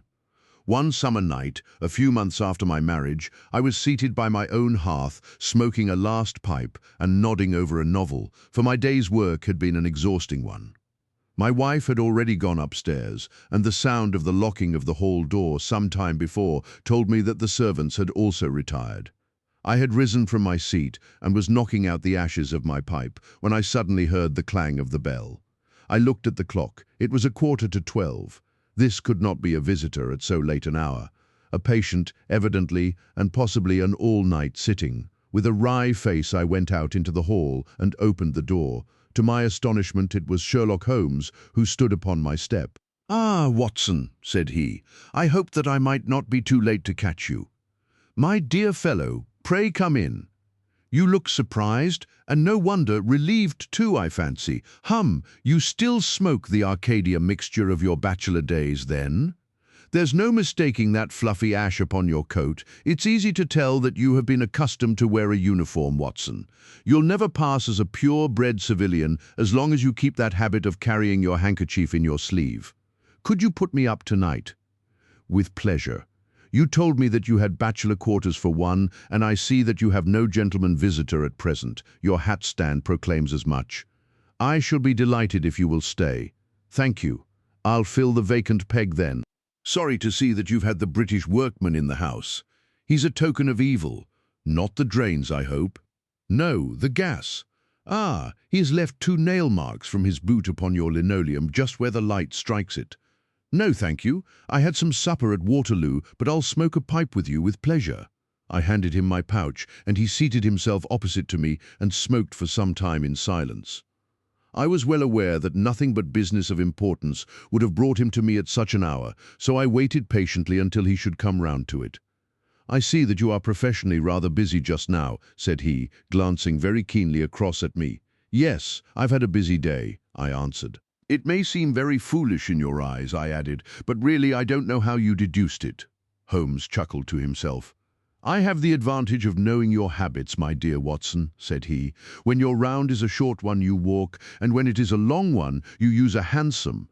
As I perceive that your boots, although used, are by no means dirty, I cannot doubt that you are at present busy enough to justify the hansom." "Excellent," I cried. "Elementary," said he. "It is one of those instances where the reasoner can produce an effect which seems remarkable to his neighbour, because the latter has missed the one little point which is the basis of the deduction. The same may be said, my dear fellow, for the effect of some of these little sketches of yours, which is entirely meretricious, depending as it does upon your retaining in your own hands some factors in the problem which are never imparted to the reader. Now, at present, I am in the position of these same readers, for I hold in this hand several threads of one of the strangest cases which ever perplexed a man's brain, and yet I lack the one or two which are needful to complete my theory. But I'll have them, Watson, I'll have them." His eyes kindled, and a slight flush sprang into his thin cheeks. For an instant the veil had lifted upon his keen, intense nature, but for an instant only. When I glanced again, his face had resumed that red Indian composure which had made so many regard him as a machine rather than a man. "The problem presents features of interest," said he. "I may even say exceptional features of interest. I have already looked into the matter, and have come, as I think, within sight of my solution. If you could accompany me in that last step, you might be of considerable service to me. I should be delighted. Could you go as far as Aldershot tomorrow? I have no doubt Jackson would take my practice." "Very good. I want to start by the 11:10 from Waterloo. That would give me time. Then, if you are not too sleepy, I will give you a sketch of what has happened and of what remains to be done. I was sleepy before you came. I am quite wakeful now. I will compress the story as far as may be done without omitting anything vital to the case. It is conceivable that you may even have read some account of the matter. It is the supposed murder of Colonel Barclay of the Royal Munsters at Aldershot which I am investigating. I have heard nothing of it. It has not excited much attention yet, except locally. The facts are only 2 days old. Briefly, they are these. The Royal Munsters is, as you know, one of the most famous Irish regiments in the British Army. It did wonders both in the Crimea and the Mutiny, and has since that time distinguished itself upon every possible occasion. It was commanded up to Monday night by James Barclay, a gallant veteran who started as a full private, was raised to commissioned rank for his bravery at the time of the Mutiny, and so lived to command the regiment in which he had once carried a musket. Colonel Berkeley had married at the time when he was a sergeant, and his wife, whose maiden name was Miss Nancy Devoy, was the daughter of a former colour sergeant in the same corps. There was, therefore, as can be imagined, some little social friction when the young couple, for they were still young, found themselves in their new surroundings. They appear, however, to have quickly adapted themselves, and Mrs. Berkeley has always, I understand, been as popular with the ladies of the regiment as her husband was with his brother officers. I may add that she was a woman of great beauty, and that even now, when she has been married for upwards of 30 years, she is still of a striking and queenly appearance.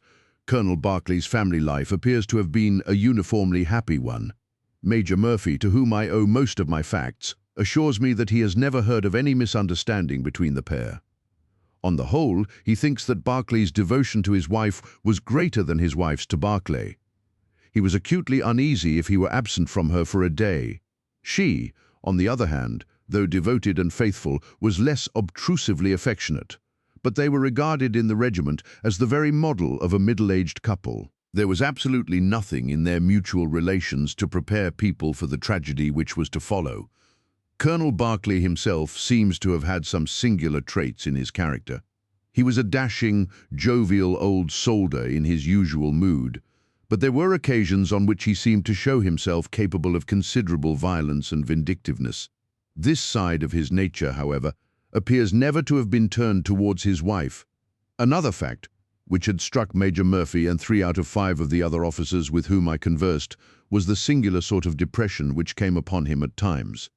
As the Major expressed it, the smile had often been struck from his mouth, as if by some invisible hand, when he has been joining the gaieties and chaff of the mess table. For days on end, when the mood was on him, he has been sunk in the deepest gloom. This and a certain tinge of superstition were the only unusual traits in his character which his brother officers had observed. The latter peculiarity took the form of a dislike to being left alone, especially after dark.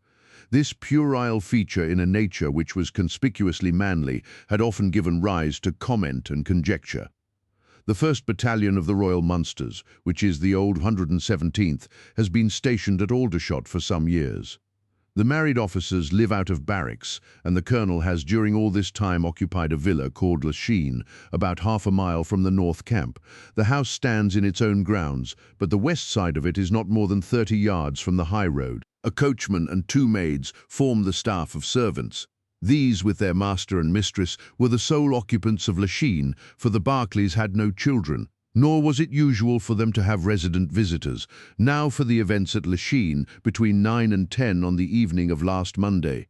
Mrs. Berkeley was, it appears, a member of the Roman Catholic Church, and had interested herself very much in the establishment of the Guild of St. George, which was formed in connection with the Watt Street Chapel for the purpose of supplying the poor with cast-off clothing.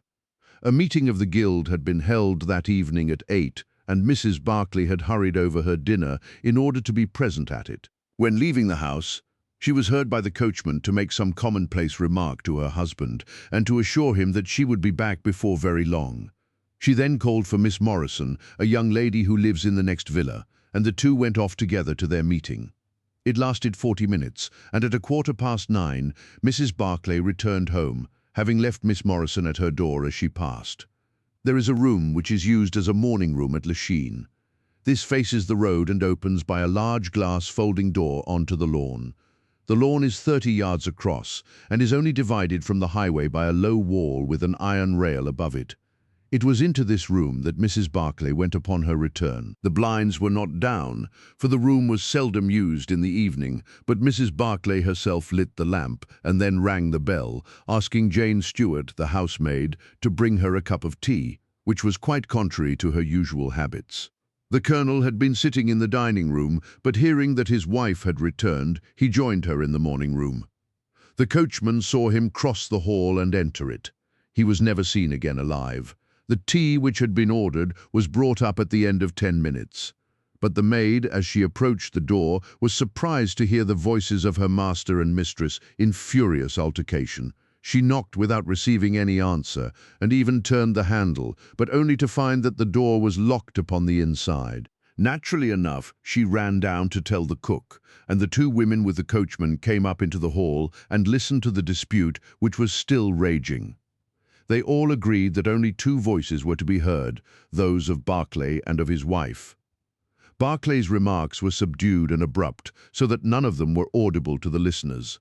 The ladies, on the other hand, were most bitter, and when she raised her voice could be plainly heard. "You coward," she repeated over and over again. "What can be done now? What can be done now? Give me back my life. I will never so much as breathe the same air with you again. You coward, you coward." Those were scraps of her conversation, ending in a sudden dreadful cry in the man's voice, with a crash and a piercing scream from the woman. Convinced that some tragedy had occurred, the coachman rushed to the door and strove to force it, while scream after scream issued from within. He was unable, however, to make his way in, and the maids were too distracted with fear to be of any assistance to him. A sudden thought struck him, however, and he ran through the hall door and round to the lawn upon which the long French windows open. One side of the window was open, which I understand was quite usual in the summer-time, and he passed without difficulty into the room. His mistress had ceased to scream and was stretched insensible upon a couch, while with his feet tilted over the side of an armchair, and his head upon the ground near the corner of the fender, was lying the unfortunate soldier stone dead in a pool of his own blood. Naturally, the coachman's first thought, on finding that he could do nothing for his master, was to open the door, but here an unexpected and singular difficulty presented itself. The key was not in the inner side of the door, nor could he find it anywhere in the room. He went out again, therefore, through the window, and having obtained the help of a policeman and of a medical man, he returned. The lady against whom naturally the strongest suspicion rested was removed to her room, still in a state of insensibility. The colonel's body was then placed upon the sofa, and a careful examination made of the scene of the tragedy.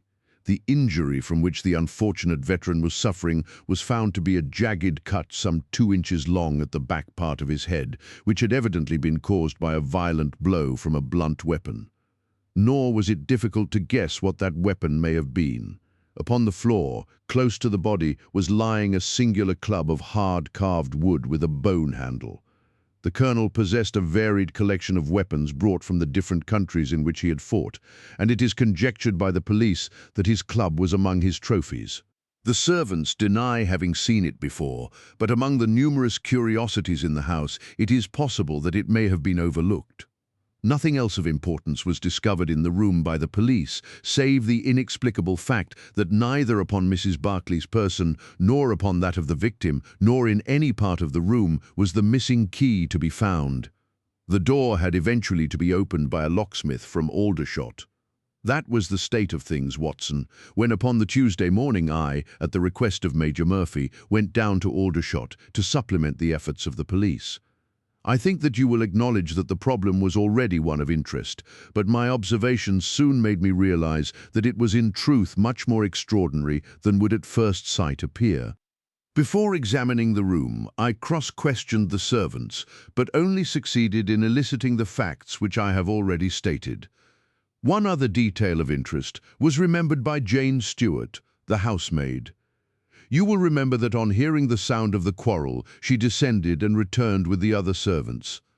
On that first occasion, when she was alone, she says that the voices of her master and mistress were sunk so low that she could hear hardly anything, and judged by their tones rather than their words that they had fallen out. On my pressing her, however, she remembered that she heard the word David uttered twice by the lady. The point is of the utmost importance as guiding us towards the reason of the sudden quarrel. The colonel's name, you remember, was James. There was one thing in the case which had made the deepest impression both upon the servants and the police. This was the contortion of the colonel's face. It had set, according to their account, into the most dreadful expression of fear and horror which a human countenance is capable of assuming. More than one person fainted at the mere sight of him, so terrible was the effect. It was quite certain that he had foreseen his fate, and that it had caused him the utmost horror. This, of course, fitted in well enough with the police theory, if the colonel could have seen his wife making a murderous attack upon him. Nor was the fact of the wound being on the back of his head a fatal objection to this, as he might have turned to avoid the blow. No information could be got from the lady herself, who was temporarily insane from an acute attack of brain fever. From the police I learned that Miss Morrison, who you remember went out that evening with Mrs. Barclay, denied having any knowledge of what it was which had caused the ill humour in which her companion had returned. Having gathered these facts, Watson, I smoked several pipes over them, trying to separate those which were crucial from others which were merely incidental. There could be no question that the most distinctive and suggestive point in the case was the singular disappearance of the door key. A most careful search had failed to discover it in the room, therefore it must have been taken from it, but neither the Colonel nor the Colonel's wife could have taken it. That was perfectly clear. Therefore a third person must have entered the room, and that third person could only have come in through the window. It seemed to me that a careful examination of the room and the lawn might possibly reveal some traces of this mysterious individual. You know my methods, Watson. There was not one of them which I did not apply to the inquiry, and it ended by my discovering traces, but very different ones from those which I had expected. There had been a man in the room, and he had crossed the lawn coming from the road. I was able to obtain 5 very clear impressions of his footmarks, 1 in the roadway itself, at the point where he had climbed the low wall, 2 on the lawn, and 2 very faint ones upon the stained boards near the window where he had entered. He had apparently rushed across the lawn, for his toe marks were much deeper than his heels. But it was not the man who surprised me. It was his companion. His companion. Holmes pulled a large sheet of tissue paper out of his pocket and carefully unfolded it upon his knee. "What do you make of that?" he asked. The paper was covered with the tracings of the footmarks of some small animal. It had 5 well-marked footpads, an indication of long nails, and the whole print might be nearly as large as a dessert spoon. "It's a dog," said I. "Did you ever hear of a dog running up a curtain?" I found distinct traces that this creature had done so. "A monkey, then?" "But it is not the print of a monkey." "What can it be, then?" "Neither dog, nor cat, nor monkey, nor any creature that we are familiar with. I have tried to reconstruct it from the measurements. Here are 4 prints where the beast has been standing motionless. You see that it is no less than 15 inches from forefoot to hind. Add to that the length of neck and head, and you get a creature not much less than 2 feet long, probably more if there is any tail. But now observe this other measurement. The animal has been moving, and we have the length of its stride. In each case, it is only about 3 inches. You have an indication, you see, of a long body with very short legs attached to it. It has not been considerate enough to leave any of its hair behind it, but its general shape must be what I have indicated, and it can run up a curtain, and it is carnivorous." "How do you deduce that?" "Because it ran up the curtain. A canary's cage was hanging in the window, and its aim seems to have been to get at the bird." "Then what was the beast?" "Ah, if I could give it a name, it might go a long way towards solving the case. On the whole, it was probably some creature of the weasel and stoat tribe, and yet it is larger than any of these that I have seen. But what had it to do with the crime? That also is still obscure. But we have learned a good deal, you perceive. We know that a man stood in the road looking at the quarrel between the Barclays. The blinds were up and the room lighted. We know also that he ran across the lawn, entered the room, accompanied by a strange animal, and that he either struck the Colonel or, as is equally possible, that the Colonel fell down from sheer fright at the sight of him and cut his head on the corner of the fender. Finally, we have the curious fact that the intruder carried away the key with him when he left. Your discoveries seem to have left the business more obscure than it was before," said I. "Quite so. They undoubtedly showed that the affair was much deeper than was at first conjectured. I thought the matter over, and I came to the conclusion that I must approach the case from another aspect." "But really, Watson, I am keeping you up, and I might just as well tell you all this on our way to Aldershot tomorrow." "Thank you. You have gone rather too far to stop. It is quite certain that when Mrs. Barclay left the house at 7:30, she was on good terms with her husband. She was never, as I think I have said, ostentatiously affectionate, but she was heard by the coachman chatting with the Colonel in a friendly fashion. Now, it was equally certain that, Immediately on her return, she had gone to the room in which she was least likely to see her husband, had flown to tea, as an agitated woman will, and finally, on his coming into her, had broken into violent recriminations. Therefore, something had occurred between 7:30 and 9 o'clock, which had completely altered her feelings towards him.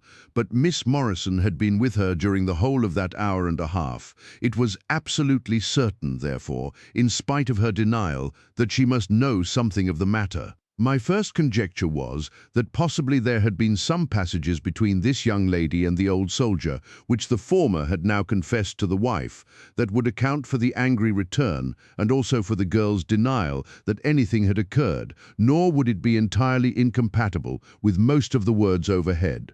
But there was the reference to David, and there was the known affection of the colonel for his wife, to weigh against it. To say nothing of the tragic intrusion of this other man, which might, of course, be entirely disconnected with what had gone before. It was not easy to pick one's steps, but, on the whole, I was inclined to dismiss the idea that there had been anything between the colonel and Miss Morrison, but more than ever convinced that the young lady held the clue as to what it was which had turned Mrs. Barclay to hatred of her husband. I took the obvious course, therefore, of calling upon Miss M, of explaining to her that I was perfectly certain that she held the facts in her possession, and of assuring her that her friend Mrs. Barclay might find herself in the dock upon a capital charge unless the matter were cleared up. Miss Morrison is a little ethereal slip of a girl with timid eyes and blonde hair, but I found her by no means wanting in shrewdness and common sense. She sat thinking for some time after I had spoken, and then, turning to me with a brisk air of resolution, she broke into a remarkable statement, which I will condense for your benefit. I promised my friend that I would say nothing of the matter, and a promise is a promise, said she, but if I can really help her when so serious a charge is laid against her, and when her own mouth, poor darling, is closed by illness, then I think I am absolved from my promise. I will tell you exactly what happened upon Monday evening. We were returning from the Watt Street mission about 8:45 o'clock. On our way we had to pass through Hudson Street, which is a very quiet thoroughfare. There is only one lamp in it, upon the left-hand side, and as we approached this lamp, I saw a man coming towards us with his back very bent and something like a box slung over one of his shoulders. He appeared to be deformed, for he carried his head low and walked with his knees bent. We were passing him when he raised his face to look at us in the circle of light thrown by the lamp, and as he did so he stopped and screamed out in a dreadful voice, "My God, it's Nancy!" Mrs. Barclay turned as white as death, and would have fallen down had the dreadful-looking creature not caught hold of her. I was going to call for the police, but she, to my surprise, spoke quite civilly to the fellow. "I thought you had been dead these 30 years, Henry," said she, in a shaking voice. "So I have," said he, and it was awful to hear the tones that he said it in. He had a very dark, fearsome face, and a gleam in his eyes that comes back to me in my dreams. His hair and whiskers were shot with grey, and his face was all crinkled and puckered like a withered apple. "Just walk on a little way, dear," said Mrs. Barclay. "I want to have a word with this man. There is nothing to be afraid of." She tried to speak boldly, but she was still deadly pale and could hardly get her words out for the trembling of her lips. I did as she asked me, and they talked together for a few minutes. Then she came down the street with her eyes blazing, and I saw the crippled wretch standing by the lamp-post and shaking his clenched fists in the air as if he were mad with rage. She never said a word until we were at the door here, when she took me by the hand and begged me to tell no one what had happened. "It's an old acquaintance of mine who has come down in the world," said she. "When I promised her I would say nothing, she kissed me, and I have never seen her since.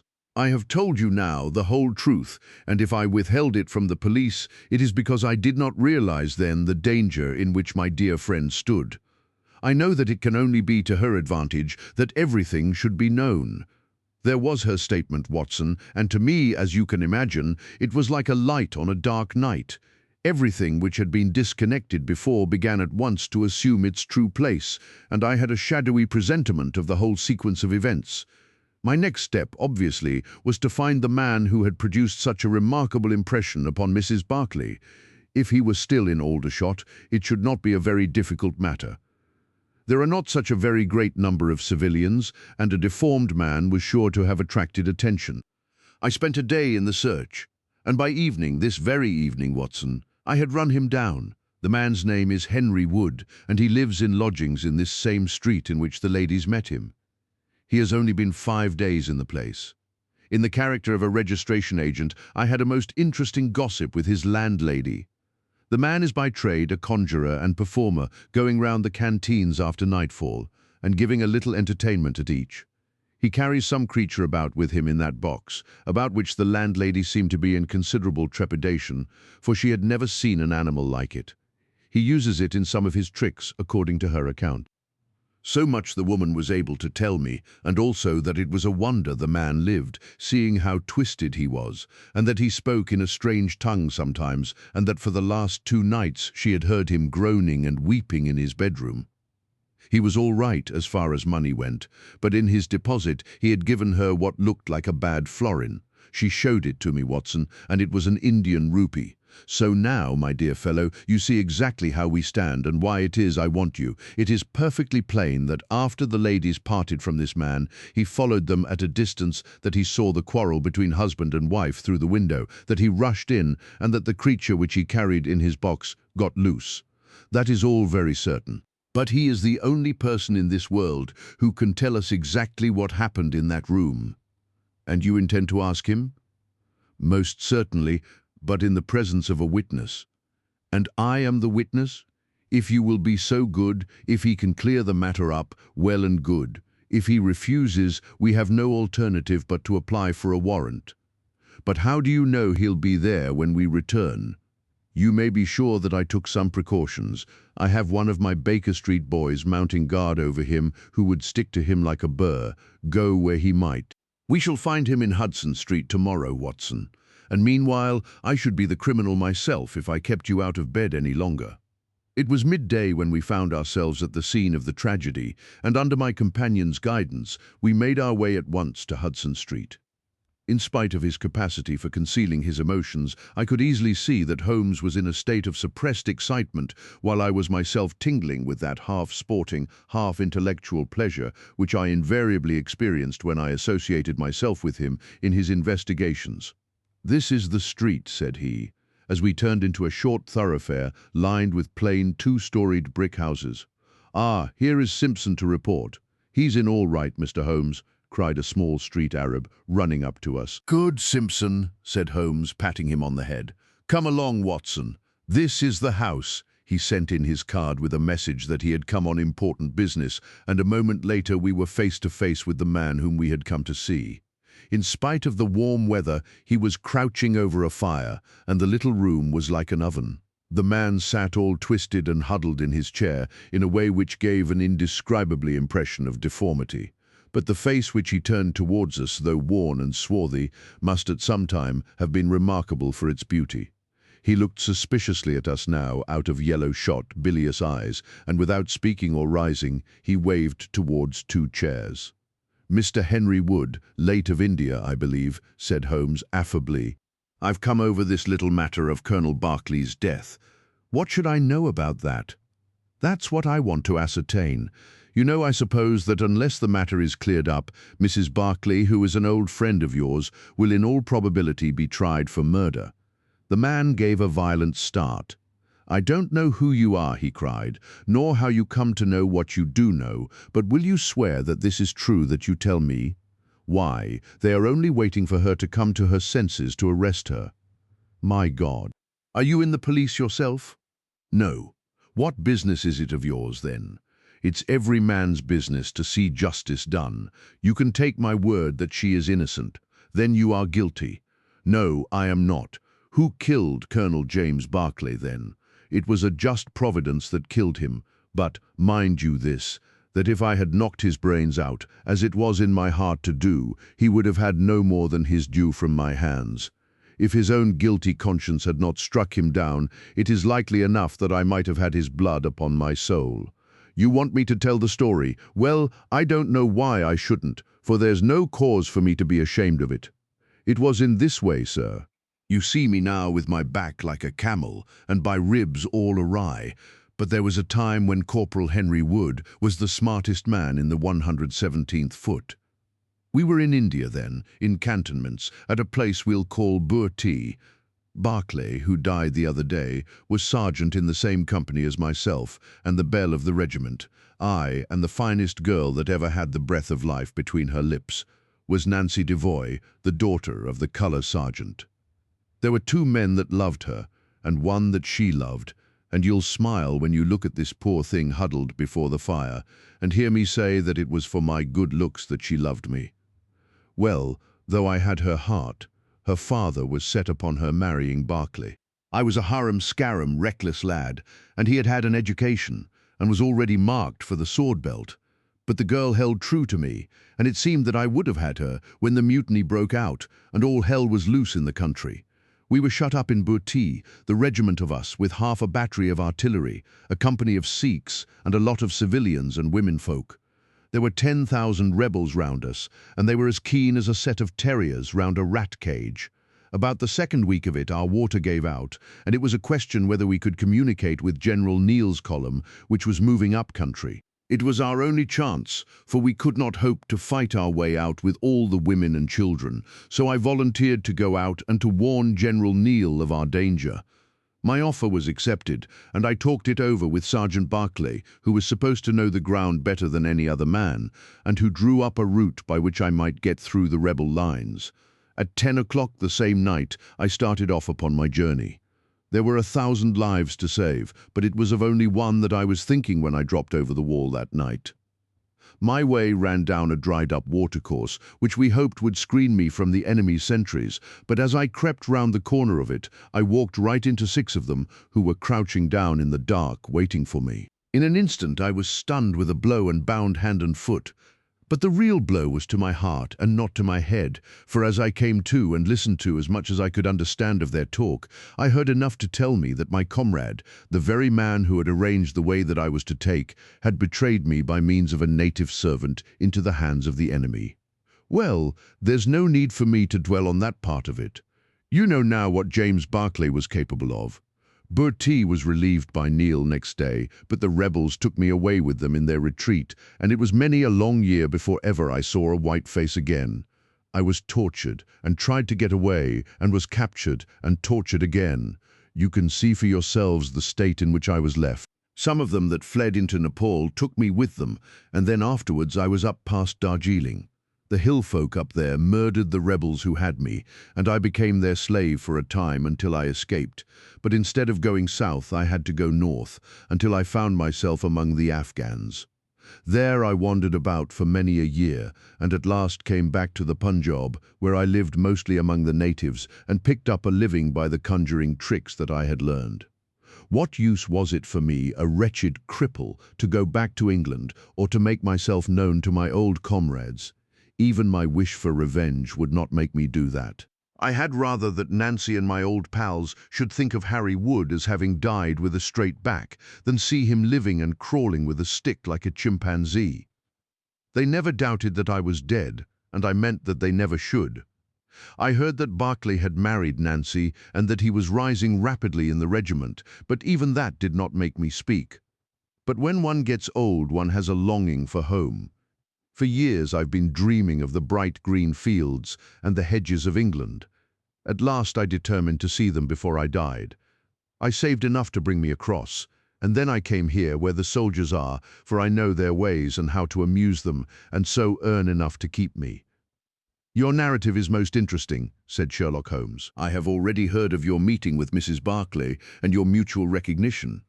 You then, as I understand, followed her home and saw through the window an altercation between her husband and her, in which she doubtless cast his conduct to you in his teeth.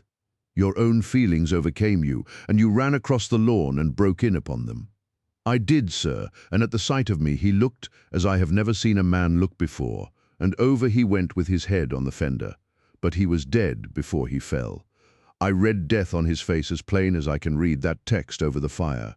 The bare sight of me was like a bullet through his guilty heart. And then Nancy fainted, and I caught up the key of the door from her hand, intending to unlock it and get help. But as I was doing it, it seemed to me better to leave it alone and get away, for the thing might look black against me, and anyway my secret would be out if I were taken. In my haste, I thrust the key into my pocket and dropped my stick while I was chasing Teddy, who had run up the curtain. When I got him into his box, from which he had slipped, I was off as fast as I could run. "Who's Teddy?" asked Holmes. The man leaned over and pulled up the front of a kind of hutch in the corner. In an instant out there slipped a beautiful reddish-brown creature, thin and lithe, with the legs of a stoat, a long, thin nose, and a pair of the finest red eyes that ever I saw in an animal's head. "It's a mongoose!" I cried. "Well, some call them that, and some call them ichneumon," said the man. "Snake catcher is what I call them. And Teddy is amazing quick on cobras. I have one here without the fangs, and Teddy catches it every night to please the folk in the canteen. Any other point, sir? Well, we may have to apply to you again if Mrs. Barclay should prove to be in serious trouble. In that case, of course, I'd come forward. But if not, there is no object in raking up this scandal against a dead man, foully as he has acted. You have at least the satisfaction of knowing that for 30 years of his life his conscience bitterly reproached him for this wicked deed. Ah, there goes Major Murphy on the other side of the street. Goodbye, Wood. I want to learn if anything has happened since yesterday. We were in time to overtake the Major before he reached the corner." "Ah, Holmes," he said, "I suppose you have heard that all this fuss has come to nothing. What then? The inquest is just over. The medical evidence showed conclusively that death was due to apoplexy. You see, it was quite a simple case after all." "Oh, remarkably superficial," said Holmes, smiling. "Come, Watson, I don't think we shall be wanted in Aldershot any more." "There is one thing," said I, as we walked down to the station. "If the husband's name was James and the other was Henry, what was this talk about David? That one word, my dear Watson, should have told me the whole story had I been the ideal reasoner, which you are so fond of depicting. It was evidently a term of reproach." "Of reproach?" "Yes, David strayed a little occasionally, you know, and on one occasion in the same direction as Sergeant James Barclay. You remember the small affair of Uriah and Bathsheba? My biblical knowledge is a trifle rusty, I fear, but you will find the story in the 1st or 2nd of Samuel. The resident patient, glancing over the somewhat incoherent series of memoirs with which I have endeavored to illustrate a few of the mental peculiarities of my friend Mr. Sherlock Holmes, I have been struck by the difficulty which I have experienced in picking out examples which shall in every way answer my purpose. For in those cases in which Holmes has performed some tour de force of analytical reasoning and has demonstrated the value of his peculiar methods of investigation, the facts themselves have often been so slight or so commonplace that I could not feel justified in laying them before the public. On the other hand, it has frequently happened that he has been concerned in some research where the facts have been of the most remarkable and dramatic character, but where the share which he has himself taken in determining their causes has been less pronounced than I, as his biographer, could wish. The small matter which I have chronicled under the heading of A Study in Scarlet, and that other later one connected with the loss of the Gloria Scott, may serve as examples of this Scylla and Charybdis, which are forever threatening the historian. It may be that in the business of which I am now about to write the part which my friend played is not sufficiently accentuated, and yet the whole train of circumstances is so remarkable that I cannot bring myself to omit it entirely from this series. It had been a close, rainy day in October. Our blinds were half drawn, and Holmes lay curled upon the sofa, reading and rereading a letter which he had received by the morning post.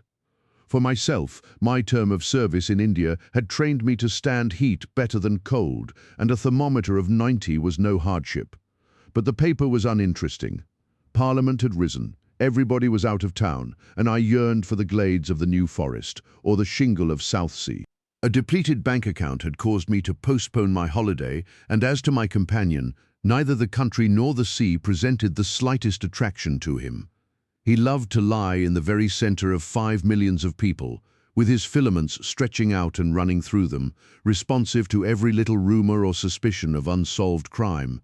Appreciation of nature found no place among his many gifts, and his only change was when he turned his mind from the evil-doer of the town to track down his brother of the country.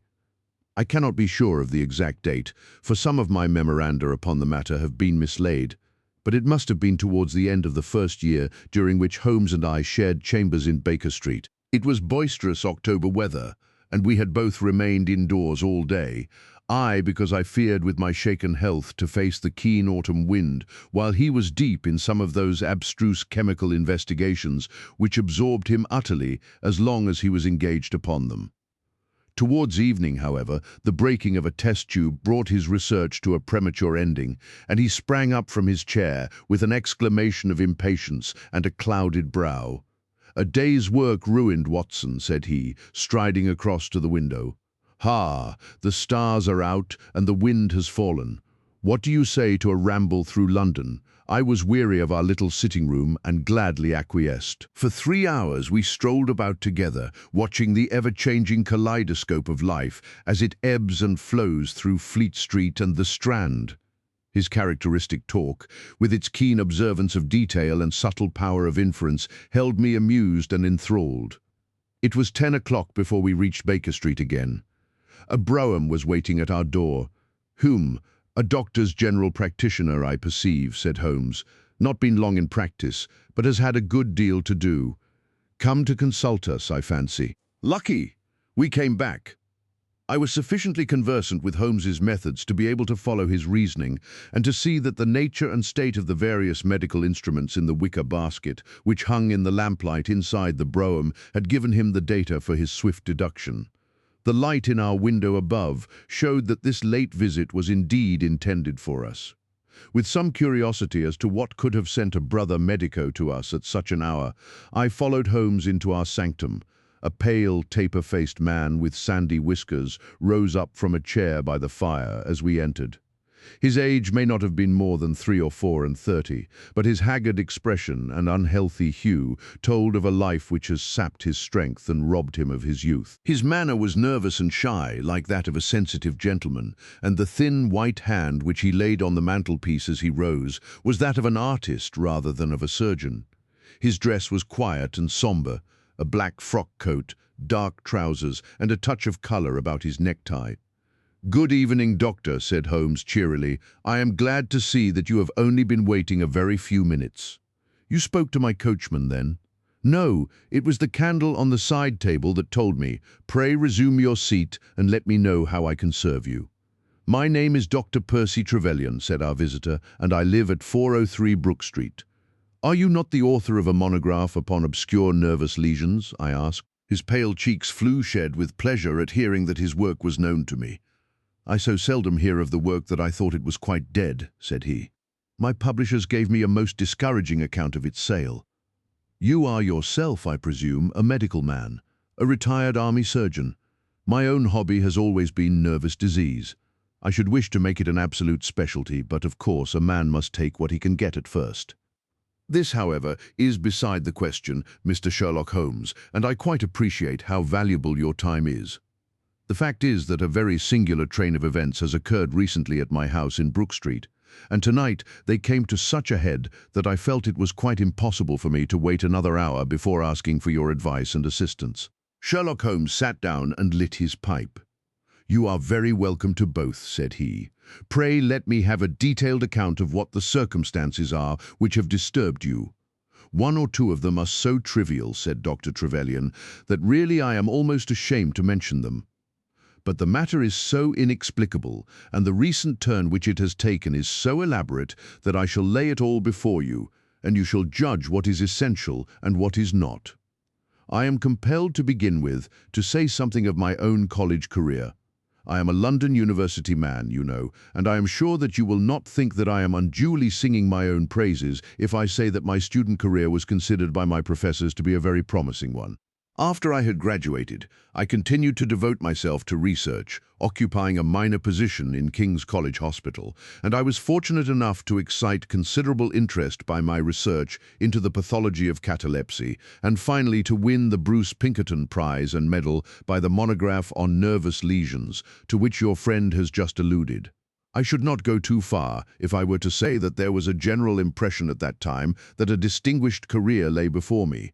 But the one great stumbling block lay in my want of capital. As you will readily understand, a specialist who aims high is compelled to start in one of a dozen streets in the Cavendish Square quarter, all of which entail enormous rents and furnishing expenses. Besides this preliminary outlay, he must be prepared to keep himself for some years and to hire a presentable carriage and horse. To do this was quite beyond my power, and I could only hope that by economy I might in 10 years' time save enough to enable me to put up my plate. Suddenly, however, an unexpected incident opened up quite a new prospect to me. This was a visit from a gentleman of the name of Blessington, who was a complete stranger to me. He came up to my room one morning and plunged into business in an instant. "You are the same Percy Trevelyan who has had so distinguished a career and won a great prize lately?" said he. I bowed. "Answer me frankly," he continued, "for you will find it to your interest to do so. You have all the cleverness which makes a successful man. Have you the tact?" I could not help smiling at the abruptness of the question. "I trust that I have my share," I said. "Any bad habits? Not drawn towards drink, eh?" "Really, sir," I cried. "Quite right, that's all right. But I was bound to ask, with all these qualities, why are you not in practice?" I shrugged my shoulders. "Come, come," said he, in his bustling way. "It's the old story, more in your brains than in your pocket, eh? What would you say if I were to start you in Brook Street?" I stared at him in astonishment. "Oh, it's for my sake, not for yours," he cried. "I'll be perfectly frank with you, and if it suits you, it will suit me very well. I have a few thousands to invest, d'ye see, and I think I'll sink them in you." "But why?" I gasped. "Well, it's just like any other speculation, and safer than most." "What am I to do then?" "I'll tell you. I'll take the house, furnish it, pay the maids, and run the whole place. All you have to do is just to wear out your chair in the consulting room. I'll let you have pocket money and everything. Then you hand over to me 3/4 of what you earn, and you keep the other quarter for yourself." This was the strange proposal, Mr. Holmes, with which the man Blessington approached me.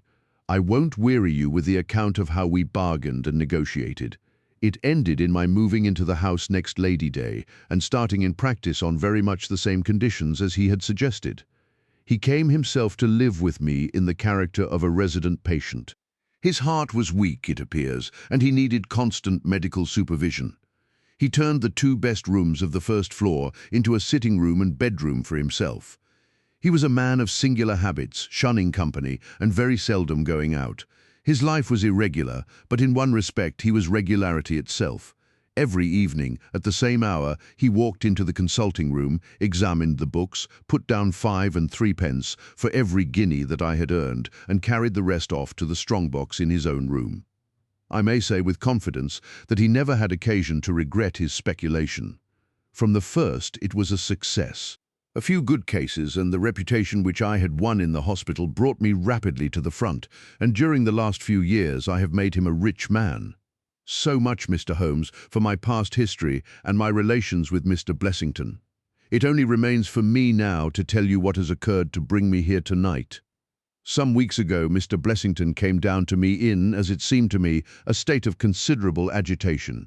He spoke of some burglary which, he said, had been committed in the West End, and he appeared, I remember, to be quite unnecessarily excited about it, declaring that a day should not pass before we should add stronger bolts to our windows and doors. For a week, he continued to be in a peculiar state of restlessness, peering continually out of the windows and ceasing to take the short walk which had usually been the prelude to his dinner.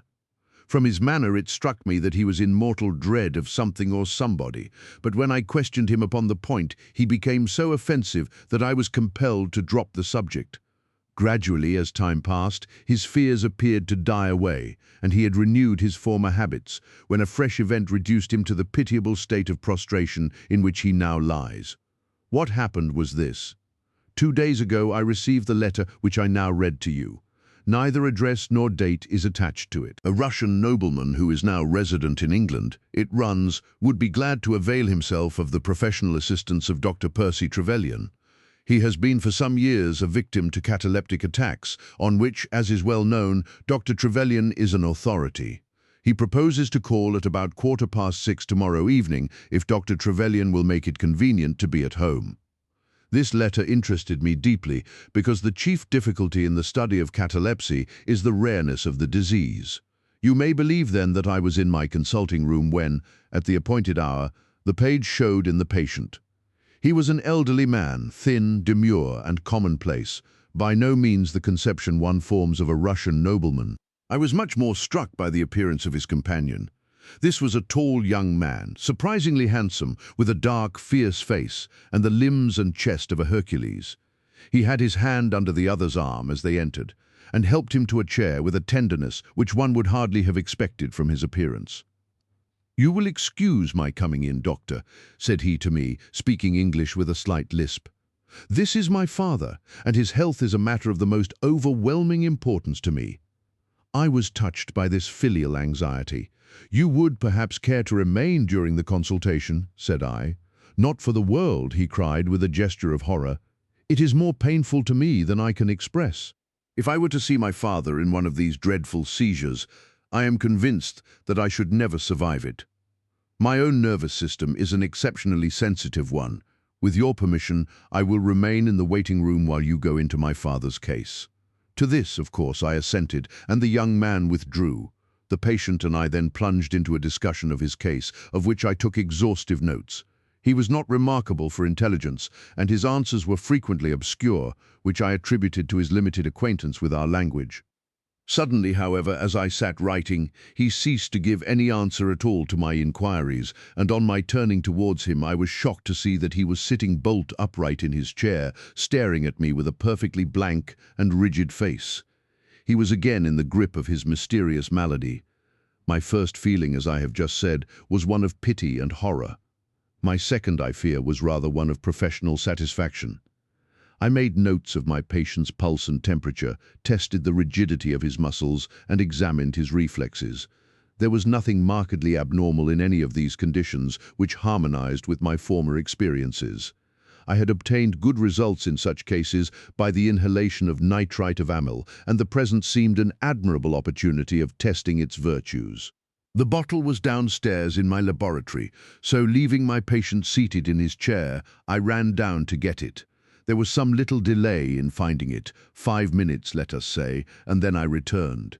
Imagine my amazement to find the room empty and the patient gone. Of course, my first act was to run into the waiting room. The son had gone also. The hall door had been closed, but not shut. My page who admits patients is a new boy, and by no means quick. He waits downstairs and runs up to show patients out when I ring the consulting room bell. He had heard nothing, and the affair remained a complete mystery. Mr. Blessington came in from his walk shortly afterwards, but I did not say anything to him upon the subject, for, to tell the truth, I have got in the way of late of holding as little communication with him as possible. Well, I never thought that I should see anything more of the Russian and his son, so you can imagine my amazement when, at the very same hour this evening, they both came marching into my consulting room, just as they had done before. "I feel that I owe you a great many apologies for my abrupt departure yesterday, doctor," said my patient. "I confess that I was very much surprised at it," said I. "Well, the fact is," he remarked, "that when I recover from these attacks my mind is always very clouded as to all that has gone before. I woke up in a strange room, as it seemed to me, and made my way out into the street in a sort of dazed way when you were absent. And I," said the son, seeing my father pass the door of the waiting room, "naturally thought that the consultation had come to an end. It was not until we had reached home that I began to realize the true state of affairs." "Well," said I, laughing, "there is no harm done except that you puzzled me terribly, so if you, sir, would kindly step into the waiting room, I shall be happy to continue our consultation, which was brought to so abrupt an ending." For half an hour or so I discussed that old gentleman's symptoms with him, and then, having prescribed for him, I saw him go off upon the arm of his son. I have told you that Mr. Blessington generally chose this hour of the day for his exercise. He came in shortly afterwards and passed upstairs. An instant later I heard him running down, and he burst into my consulting room like a man who is mad with panic. "Who has been in my room?" he cried. "No one," said I. "It's a lie," he yelled. "Come up and look." I passed over the grossness of his language, as he seemed half out of his mind with fear. When I went upstairs with him, he pointed to several footprints upon the light carpet. "Do you mean to say those are mine?" he cried. They were certainly very much larger than any which he could have made, and were evidently quite fresh. It rained hard this afternoon, as you know, and my patients were the only people who called. It must have been the case, then, that the man in the waiting room had, for some unknown reason, while I was busy with the other, ascended to the room of my resident patient. Nothing has been touched or taken, but there were the footprints to prove that the intrusion was an undoubted fact. Mr. Blessington seemed more excited over the matter than I should have thought possible, though of course it was enough to disturb anybody's peace of mind. He actually sat crying in an armchair, and I could hardly get him to speak coherently. It was his suggestion that I should come round to you, and of course I at once saw the propriety of it, for certainly the incident is a very singular one, though he appears to completely overrate its importance. If you would only come back with me in my brougham, you would at least be able to soothe him, though I can hardly hope that you will be able to explain this remarkable occurrence." Sherlock Holmes had listened to this long narrative with an intentness which showed me that his interest was keenly aroused. His face was as impassive as ever, but his lids had drooped more heavily over his eyes, and his smoke had curled up more thickly from his pipe to emphasize each curious episode in the doctor's tale. As our visitor concluded, Holmes sprang up without a word, handed me my hat, picked his own from the table, and followed Dr. Trevelyan to the door. Within a quarter of an hour, we had been dropped at the door of the physician's residence in Brook Street, one of those sombre, flat-faced houses which one associates with a West End practice. A small page admitted us, and we began at once to ascend the broad, well-carpeted stair. But a singular interruption brought us to a standstill. The light at the top was suddenly whisked out, and from the darkness came a reedy, quivering voice. "I have a pistol," it cried. "I give you my word that I'll fire if you come any nearer." "This really grows outrageous, Mr. Blessington," cried Dr. Trevelyan. "Oh, then it is you, Doctor," said the voice, with a great heave of relief. "But those other gentlemen, are they what they pretend to be?" We were conscious of a long scrutiny out of the darkness. Yes, it's all right," said the voice at last. "You can come up, and I am sorry if my precautions have annoyed you." He relit the stair-gas as he spoke, and we saw before us a singular-looking man, whose appearance, as well as his voice, testified to his jangled nerves. He was very fat, but had apparently at some time been much fatter, so that the skin hung about his face in loose pouches, like the cheeks of a bloodhound. He was of a sickly color, and his thin, sandy hair seemed to bristle up with the intensity of his emotion. In his hand he held a pistol, but he thrust it into his pocket as we advanced. "Good evening, Mr. Holmes," said he. "I am sure I am very much obliged to you for coming round. No one ever needed your advice more than I do. I suppose that Dr. Trevelyan has told you of this most unwarrantable intrusion into my rooms." "Quite so," said Holmes. "Who are these two men, Mr. Blessington, and why do they wish to molest you?" "Well, well," said the resident patient, in a nervous fashion, "of course it is hard to say that. You can hardly expect me to answer that, Mr. Holmes. Do you mean that you don't know? Come in here, if you please. Just have the kindness to step in here." He led the way into his bedroom, which was large and comfortably furnished. "You see that?" said he, pointing to a big black box at the end of his bed. "I have never been a very rich man, Mr. Holmes, never made but one investment in my life, as Dr. Trevelyan would tell you. But I don't believe in bankers. I would never trust a banker, Mr. Holmes. Between ourselves, what little I have is in that box, so you can understand what it means to me when unknown people force themselves into my rooms." Holmes looked at Blessington in his questioning way and shook his head. "I cannot possibly advise you if you try to deceive me," said he. "But I have told you everything." Holmes turned on his heel with a gesture of disgust. "Good night, Dr. Trevelyan," said he. "And no advice for me?" cried Blessington, in a breaking voice. "My advice to you, sir, is to speak the truth."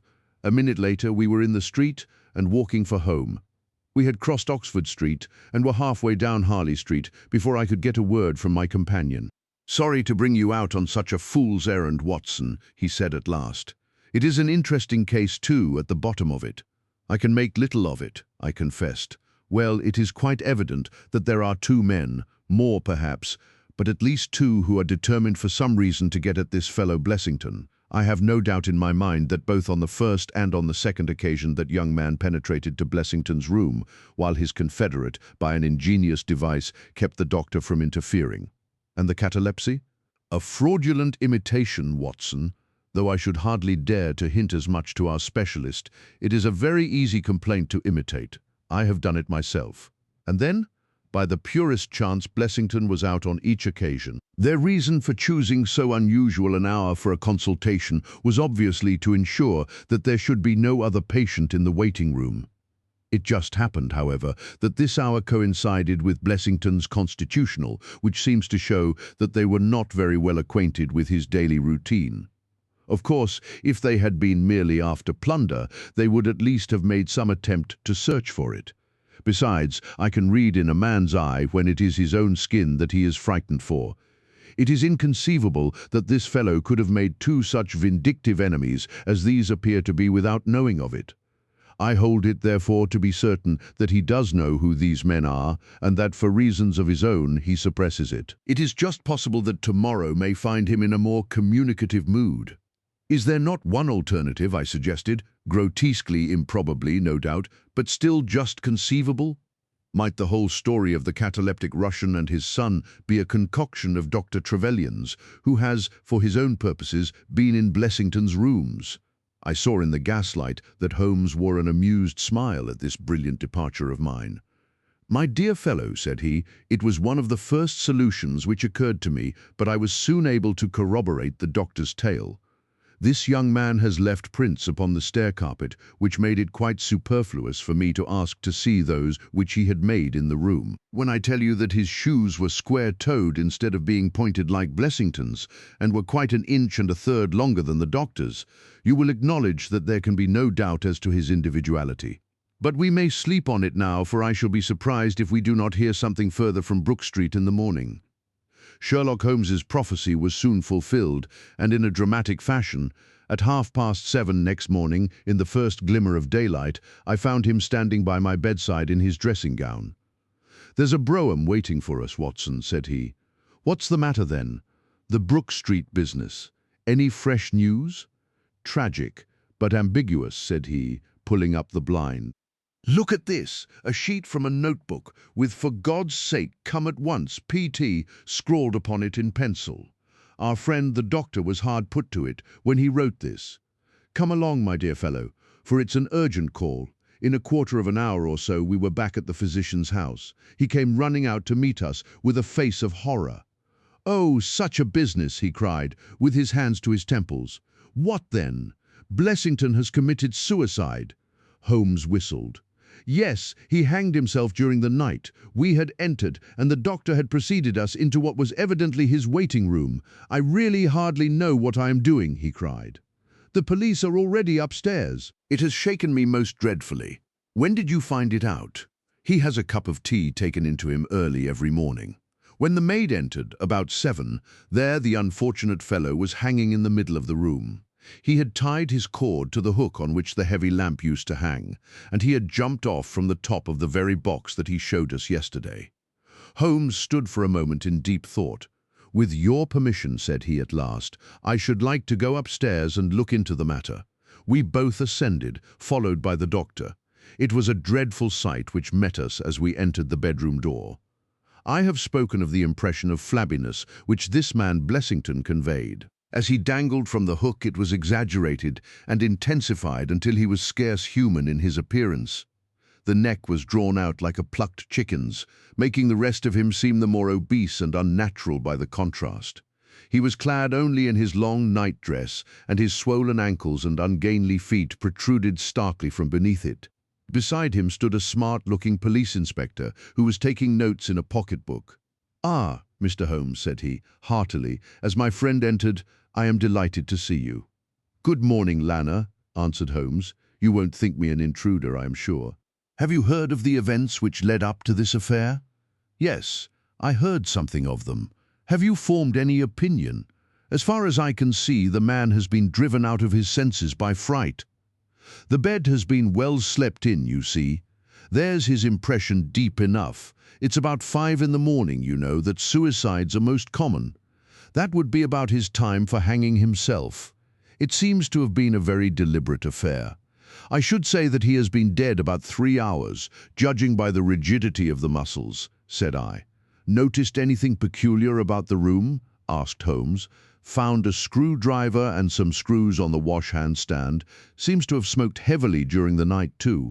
Here are 4 cigar ends that I picked out of the fireplace. Hum, said Holmes. Have you got his cigar holder? No, I have seen none. His cigar case then? Yes, it was in his coat pocket. Holmes opened it and smelled the single cigar which it contained. Oh, this is a Havana, and these others are cigars of the peculiar sort which are imported by the Dutch from their East Indian colonies. They are usually wrapped in straw, you know, and are thinner for their length than any other brand. He picked up the 4 ends and examined them with his pocket lens. 2 of these have been smoked from a holder and 2 without, said he. 2 have been cut by a not very sharp knife, and 2 have had the ends bitten off by a set of excellent teeth. This is no suicide, Mr. Lanner. It is a very deeply planned and cold-blooded murder. Impossible, cried the inspector. And why? Why should anyone murder a man in so clumsy a fashion as by hanging him? That is what we have to find out. How could they get in? Through the front door. It was barred in the morning. Then it was barred after them. How do you know? I saw their traces. Excuse me a moment, and I may be able to give you some further information about it.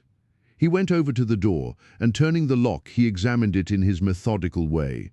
Then he took out the key, which was on the inside, and inspected that also. The bed, the carpet, the chairs, the mantelpiece, the dead body, and the rope were each in turn examined, until at last he professed himself satisfied, and with my aid and that of the inspector, cut down the wretched object and laid it reverently under a sheet.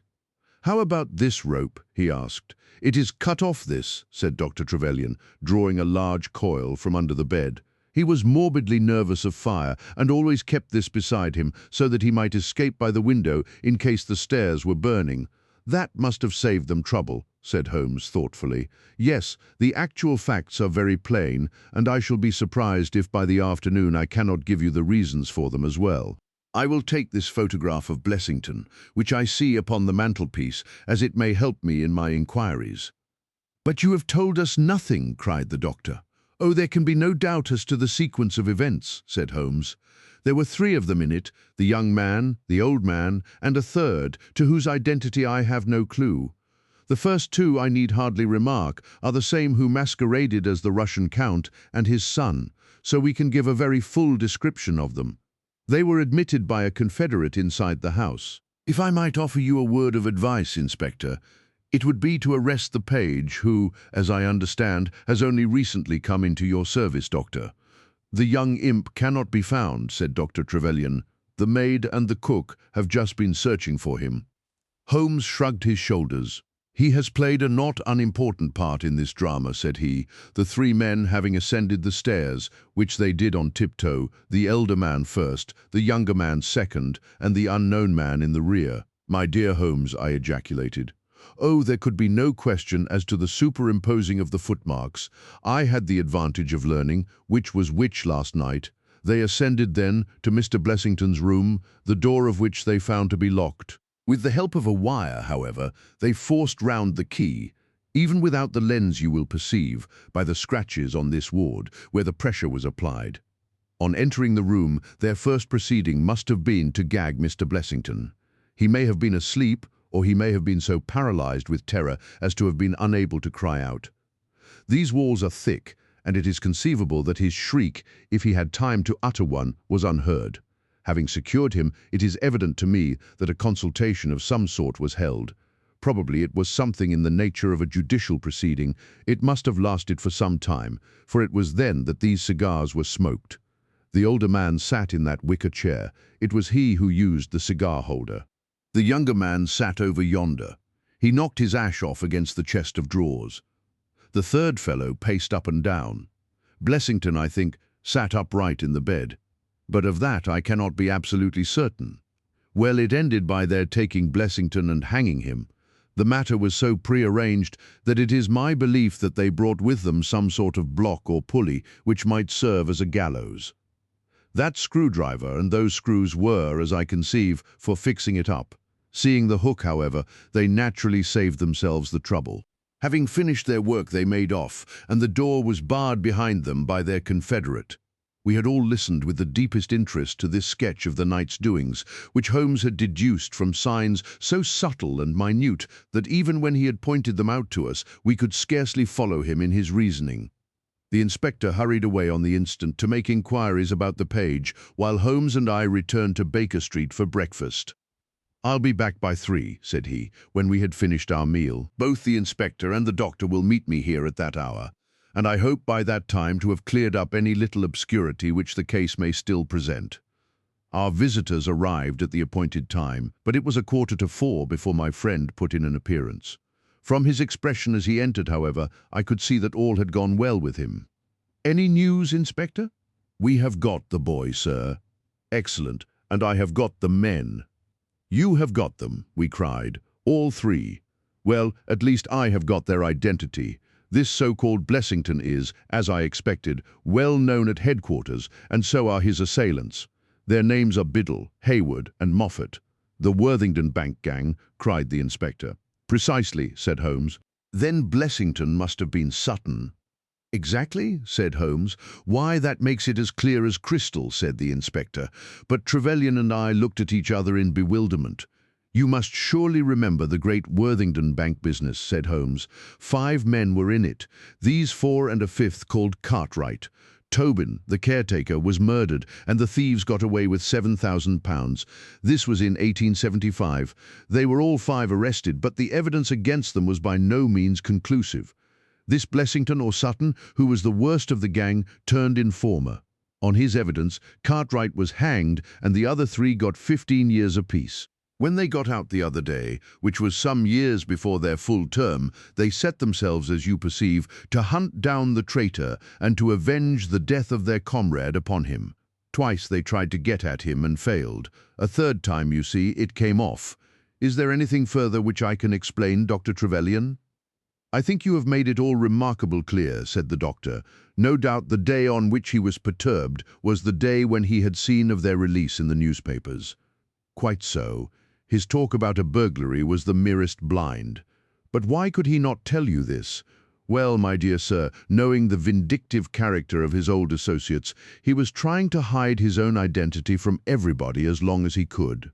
His secret was a shameful one, and he could not bring himself to divulge it.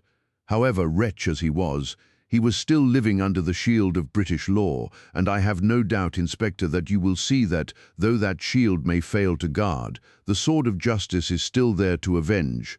Such were the singular circumstances in connection with the resident patient and the Brook Street doctor. From that night, nothing has been seen of the 3 murderers by the police, and it is surmised at Scotland Yard that they were among the passengers of the ill-fated steamer Nora Craner, which was lost some years ago with all hands upon the Portuguese coast, some leagues to the north of Oporto.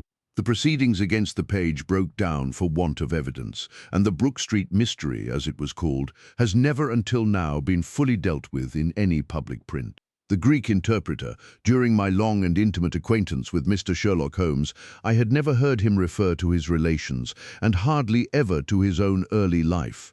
This reticence upon his part had increased the somewhat inhuman effect which he produced upon me, until sometimes I found myself regarding him as an isolated phenomenon, a brain without a heart, as deficient in human sympathy as he was preeminent in intelligence.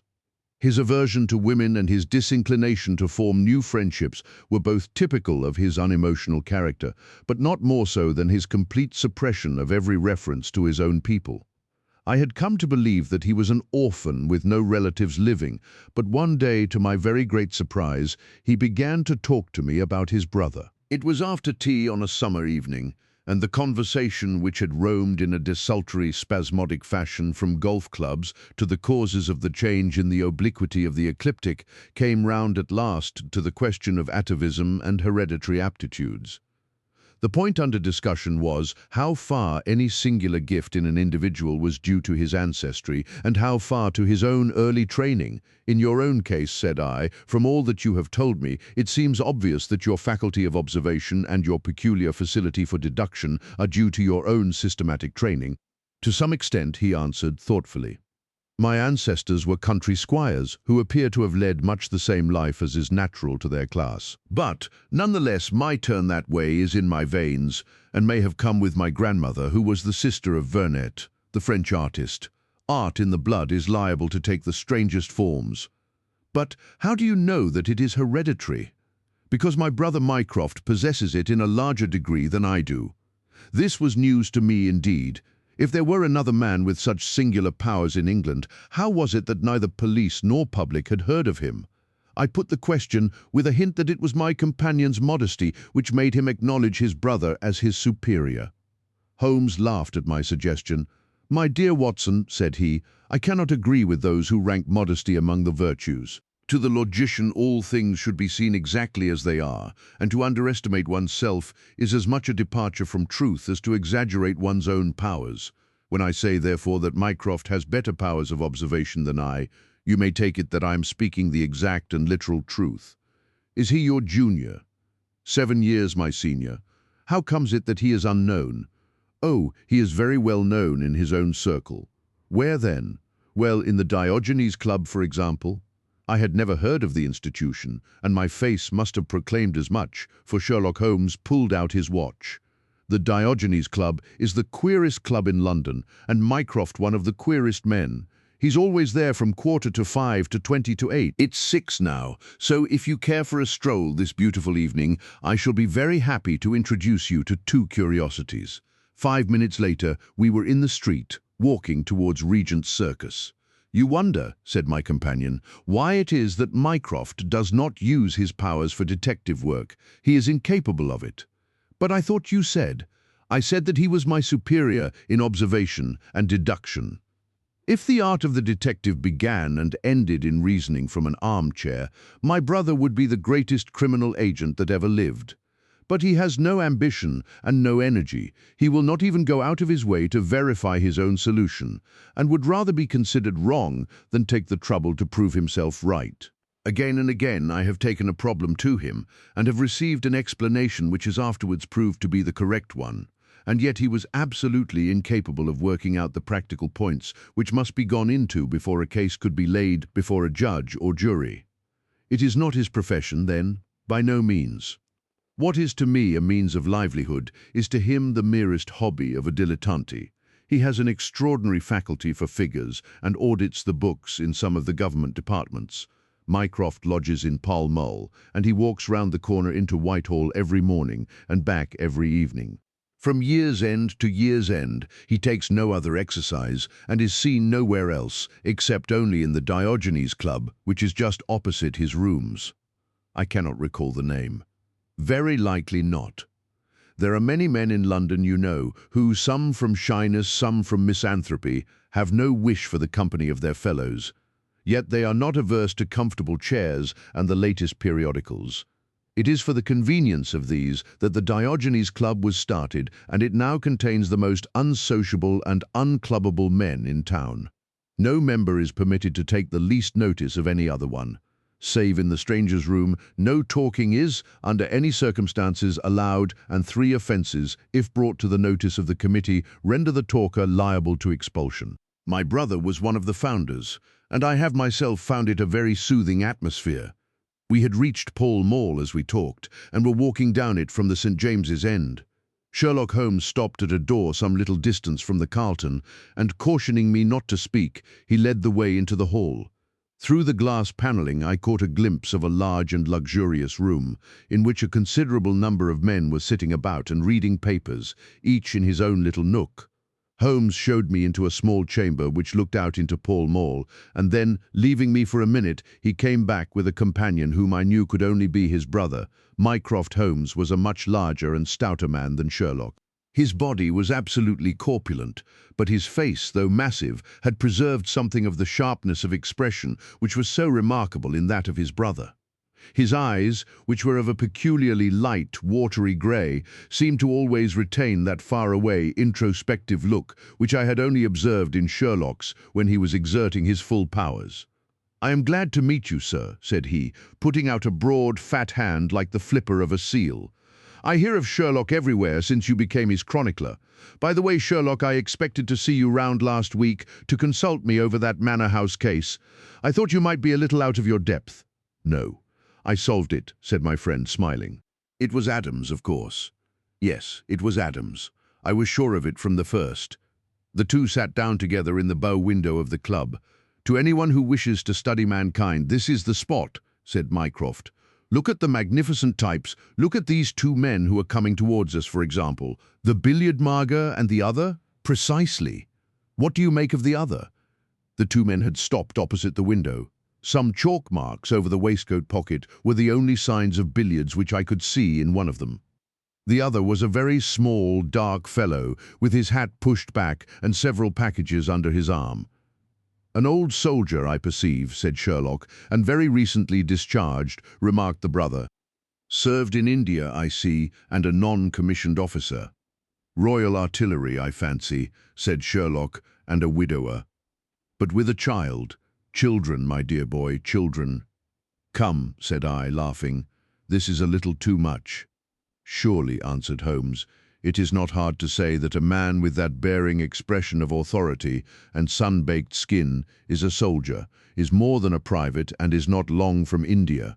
That he has not left the service long is shown by his still wearing his ammunition boots, as they are called," observed Mycroft. "He had not the cavalry stride, yet he wore his hat on one side, as is shown by the lighter skin of that side of his brow. His weight is against his being a sapper. He is in the artillery. Then, of course, his complete mourning shows that he has lost someone very dear.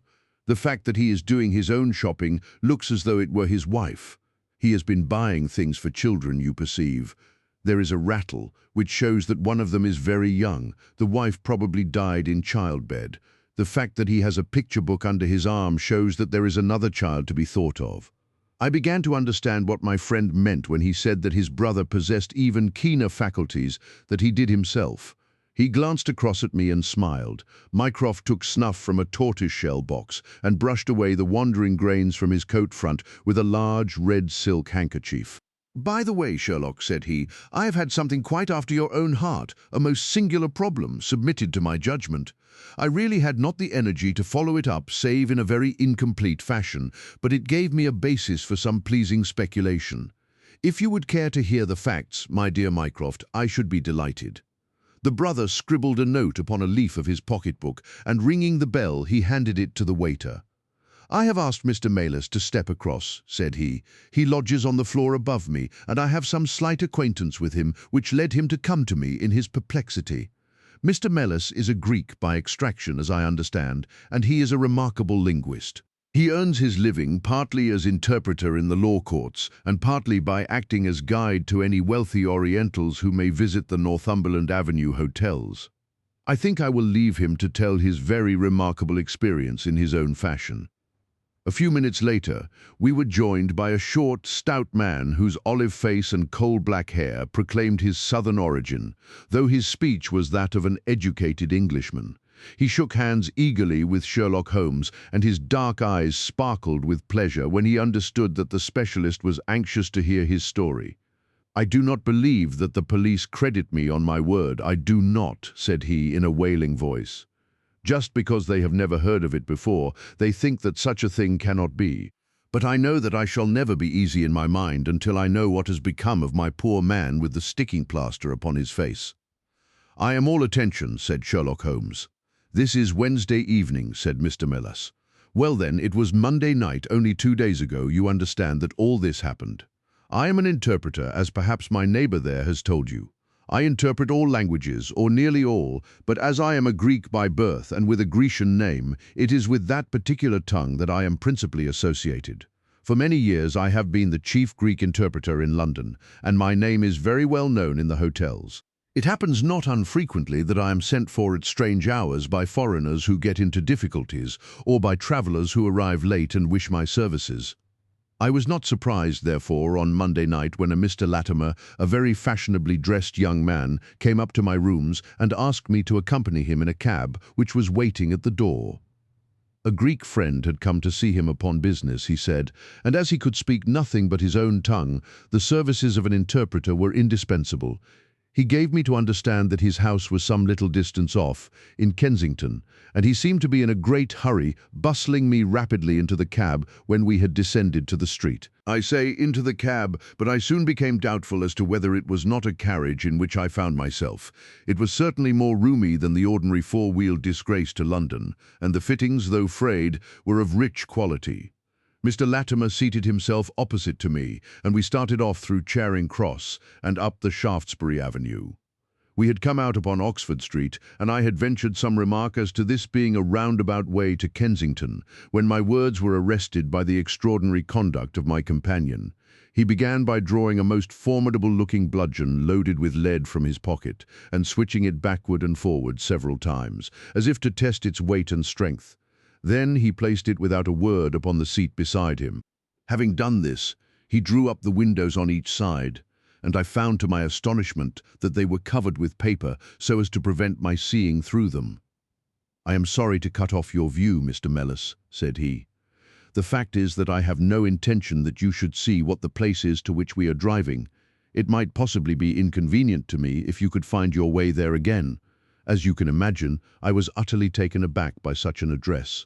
My companion was a powerful, broad-shouldered young fellow, and apart from the weapon, I should not have had the slightest chance in a struggle with him. "This is very extraordinary conduct, Mr. Latimer," I stammered. "You must be aware that what you are doing is quite illegal." "It is somewhat of a liberty, no doubt," said he, "but we'll make it up to you. I must warn you, however, Mr. Mellis, that if at any time tonight you attempt to raise an alarm or do anything which is against my interests, you will find it a very serious thing. I beg you to remember that no one knows where you are, and that whether you are in this carriage or in my house, you are equally in my power." His words were quiet, but he had a rasping way of saying them, which was very menacing. I sat in silence, wondering what on earth could be his reason for kidnapping me in this extraordinary fashion. Whatever it might be, it was perfectly clear that there was no possible use in my resisting, and that I could only wait to see what might befall. For nearly 2 hours we drove without my having the least clue as to where we were going. Sometimes the rattle of the stones told of a paved causeway, and at others our smooth, silent course suggested asphalt, but save by this variation in sound, there was nothing at all which could in the remotest way help me to form a guess as to where we were. The paper over each window was impenetrable to light, and a blue curtain was drawn across the glass work in front.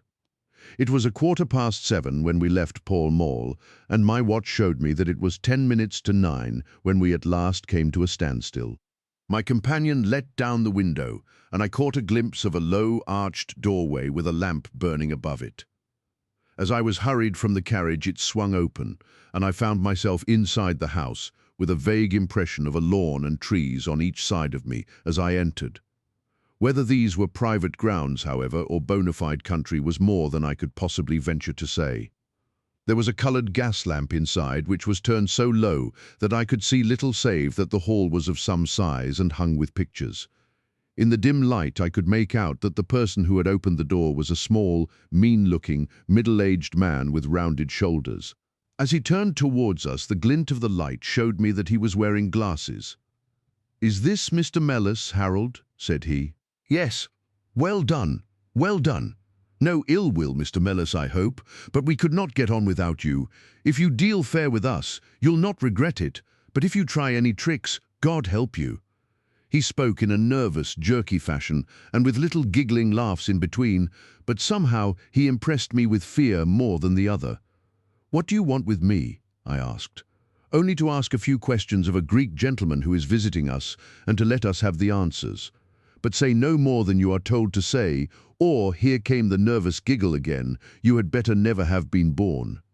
As he spoke, he opened a door and showed the way into a room which appeared to be very richly furnished, but again the only light was afforded by a single lamp half turned down. The chamber was certainly large, and the way in which my feet sank into the carpet as I stepped across it told me of its richness. I caught glimpses of velvet chairs, a high white marble mantelpiece, and what seemed to be a suit of Japanese armor at one side of it. There was a chair just under the lamp, and the elderly man motioned that I should sit in it. The younger had left us, but he suddenly returned through another door, leading with him a gentleman clad in some sort of loose dressing gown, who moved slowly towards us. As he came into the circle of dim light which enabled me to see him more clearly, I was thrilled with horror at his appearance. He was deadly pale and terribly emaciated, with the protruding, brilliant eyes of a man whose spirit was greater than his strength. But what shocked me more than any signs of physical weakness was that his face was grotesquely crisscrossed with sticking plaster, and that one large pad of it was fastened over his mouth. "Have you the slate, Harold?" cried the older man, as this strange being fell rather than sat down into a chair. "Are his hands loose? Now then, give him the pencil. You are to ask the questions, Mr. Mellis, and he will write the answers. Ask him first of all whether he is prepared to sign the papers." The man's eyes flashed fire. "Never," he wrote, in Greek upon the slate. "On no condition," I asked, "at the bidding of our tyrant, only if I see her married in my presence by a Greek priest whom I know." The man giggled in his venomous way. "You know what awaits you then? I care nothing for myself. These are samples of the questions and answers which made up our strange half-spoken, half-written conversation. Again and again I had to ask him whether he would give in and sign the documents. Again and again I had the same indignant reply. But soon a happy thought came to me. I took to adding on little sentences of my own to each question, innocent ones at first, to test whether either of our companions knew anything of the matter, and then, as I found that they showed no signs, I played a more dangerous game. Our conversation ran something like this. "You can do no good by this obstinacy. Who are you?" "I care not. I am a stranger in London. Your fate will be upon your own head." "How long have you been here?" "Let it be so. 3 weeks. The property can never be yours. What ails you? It shall not go to villains. They are starving me. You shall go free if you sign. What house is this? I will never sign. I do not know. You are not doing her any service. What is your name? Let me hear her say so. Cratides. You shall see her if you sign. Where are you from? Then I shall never see her. Athens. Another 5 minutes, Mr. Holmes and I should have wormed out the whole story under their very noses. My very next question might have cleared the matter up, but at that instant the door opened and a woman stepped into the room. I could not see her clearly enough to know more than that she was tall and graceful, with black hair and clad in some sort of loose white gown. "Harold," said she, speaking English with a broken accent, "I could not stay away longer. It is so lonely up there with only, oh my God, it is Paul." These last words were in Greek, and at the same instant the man with a convulsive effort tore the plaster from his lips and, screaming out "Sophie, Sophie," rushed into the woman's arms. Their embrace was but for an instant, however, for the younger man seized the woman and pushed her out of the room, while the elder easily overpowered his emaciated victim and dragged him away through the other door. For a moment I was left alone in the room, and I sprang to my feet with some vague idea that I might in some way get a clue to what this house was in which I found myself. Fortunately, however, I took no steps, for looking up I saw that the older man was standing in the doorway with his eyes fixed upon me. "That will do, Mr. Mellis," said he. "You perceive that we have taken you into our confidence over some very private business. We should not have troubled you, only that our friend who speaks Greek and who began these negotiations has been forced to return to the East. It was quite necessary for us to find someone to take his place, and we were fortunate in hearing of your powers." I bowed. "There are 5 sovereigns here," said he, walking up to me, "which will, I hope, be a sufficient fee. But remember," he added, tapping me lightly on the chest and giggling, "if you speak to a human soul about this one human soul mind, well, may God have mercy upon your soul. I cannot tell you the loathing and horror with which this insignificant-looking man inspired me. I could see him better now as the lamplight shone upon him. His features were peaky and sallow, and his little pointed beard was thready and ill-nourished. He pushed his face forward as he spoke, and his lips and eyelids were continually twitching, like a man with St. Vitus's dance. I could not help thinking that his strange, catchy little laugh was also a symptom of some nervous malady. The terror of his face lay in his eyes, however steel-grey and glistening coldly with a malignant, inexorable cruelty in their depths. "We shall know if you speak of this," said he. "We have our own means of information. Now you will find the carriage waiting, and my friend will see you on your way." I was hurried through the hall and into the vehicle again, obtaining that momentary glimpse of trees and a garden. Mr. Latimer followed closely at my heels and took his place opposite to me without a word. In silence we again drove for an interminable distance with the windows raised, until at last, just after midnight, the carriage pulled up. "You will get down here, Mr. Mellis," said my companion. "I am sorry to leave you so far from your house, but there is no alternative. Any attempt upon your part to follow the carriage can only end in injury to yourself." He opened the door as he spoke, and I had hardly time to spring out when the coachman lashed the horse and the carriage rattled away. I looked around me in astonishment. I was on some sort of a heathy common mottled over with dark clumps of furze bushes. Far away stretched a line of houses, with a light here and there in the upper windows. On the other side, I saw the red signal lamps of a railway. The carriage which had brought me was already out of sight. I stood gazing round and wondering where on earth I might be, when I saw someone coming towards me in the darkness. As he came up to me, I made out that he was a railway porter. "Can you tell me what place this is?" I asked. "Wandsworth Common," said he. "Can I get a train into town? If you walk on a mile or so to Clapham Junction," said he, "you'll just be in time for the last to Victoria." So that was the end of my adventure, Mr. Holmes.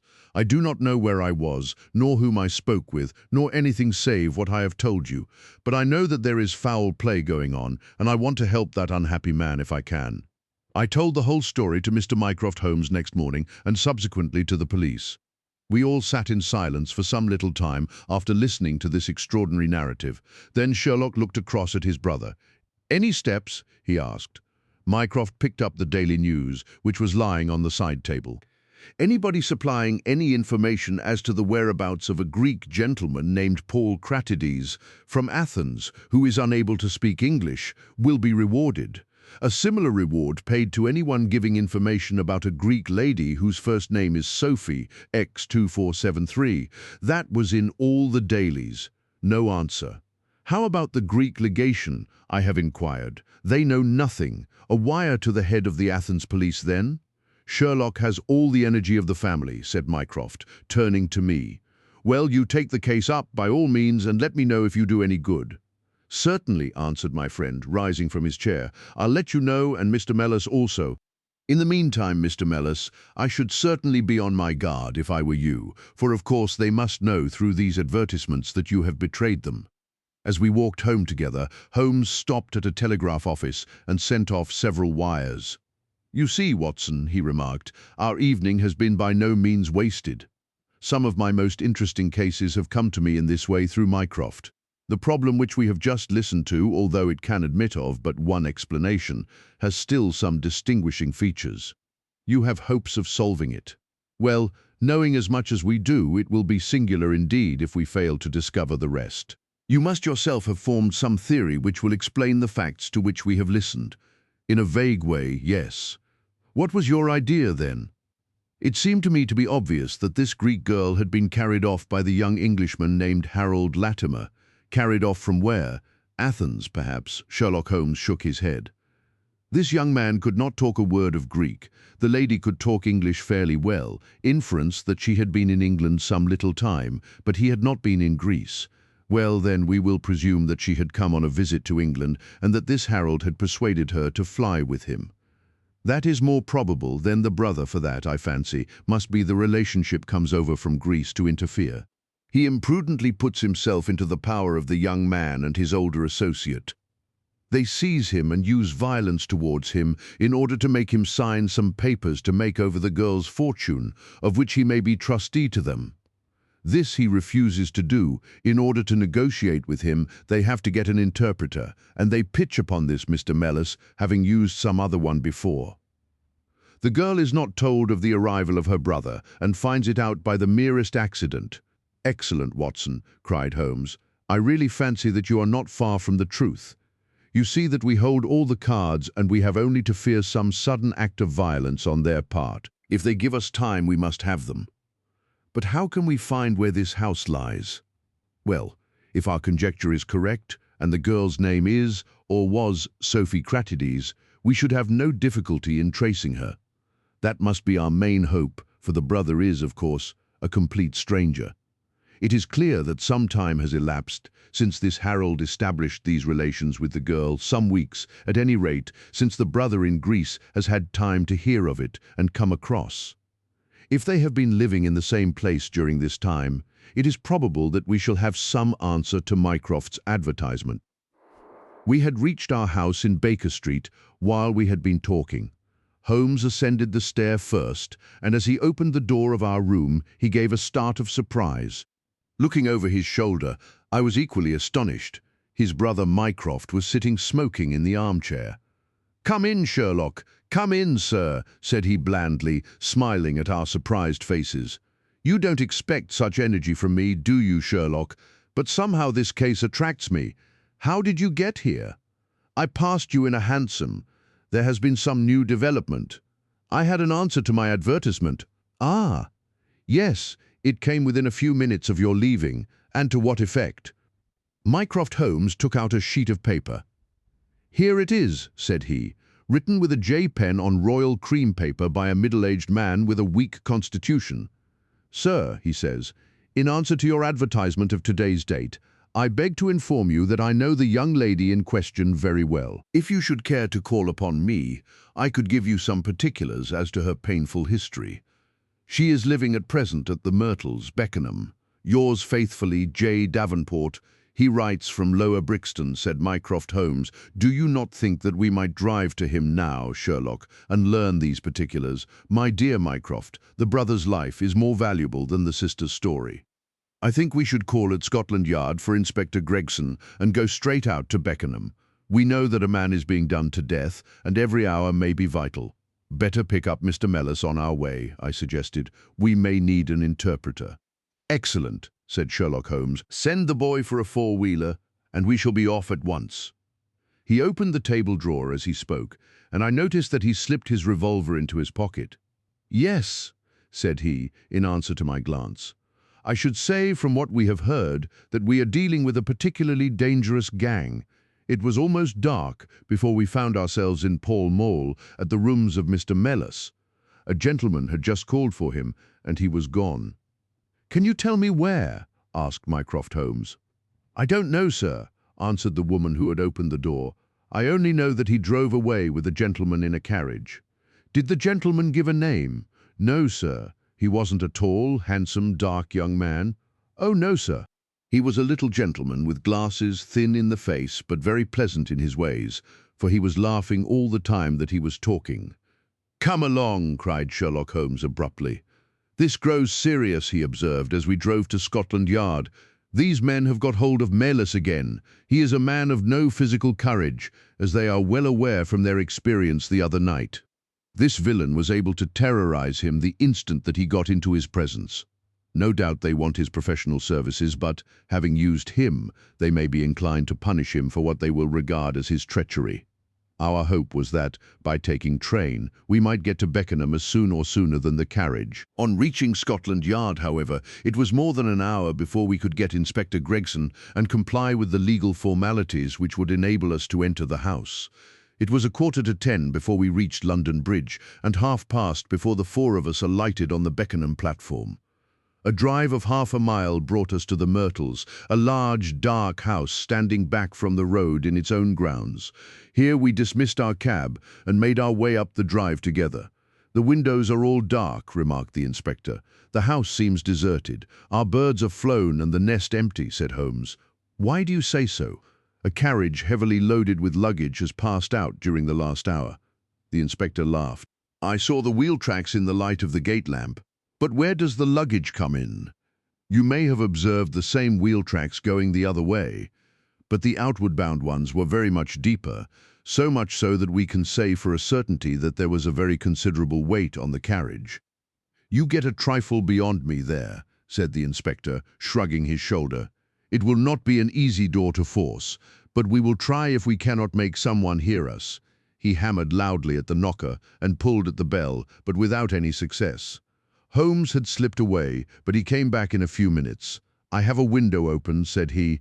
"It is a mercy that you are on the side of the force, and not against it, Mr. Holmes," remarked the inspector, as he noted the clever way in which my friend had forced back the catch.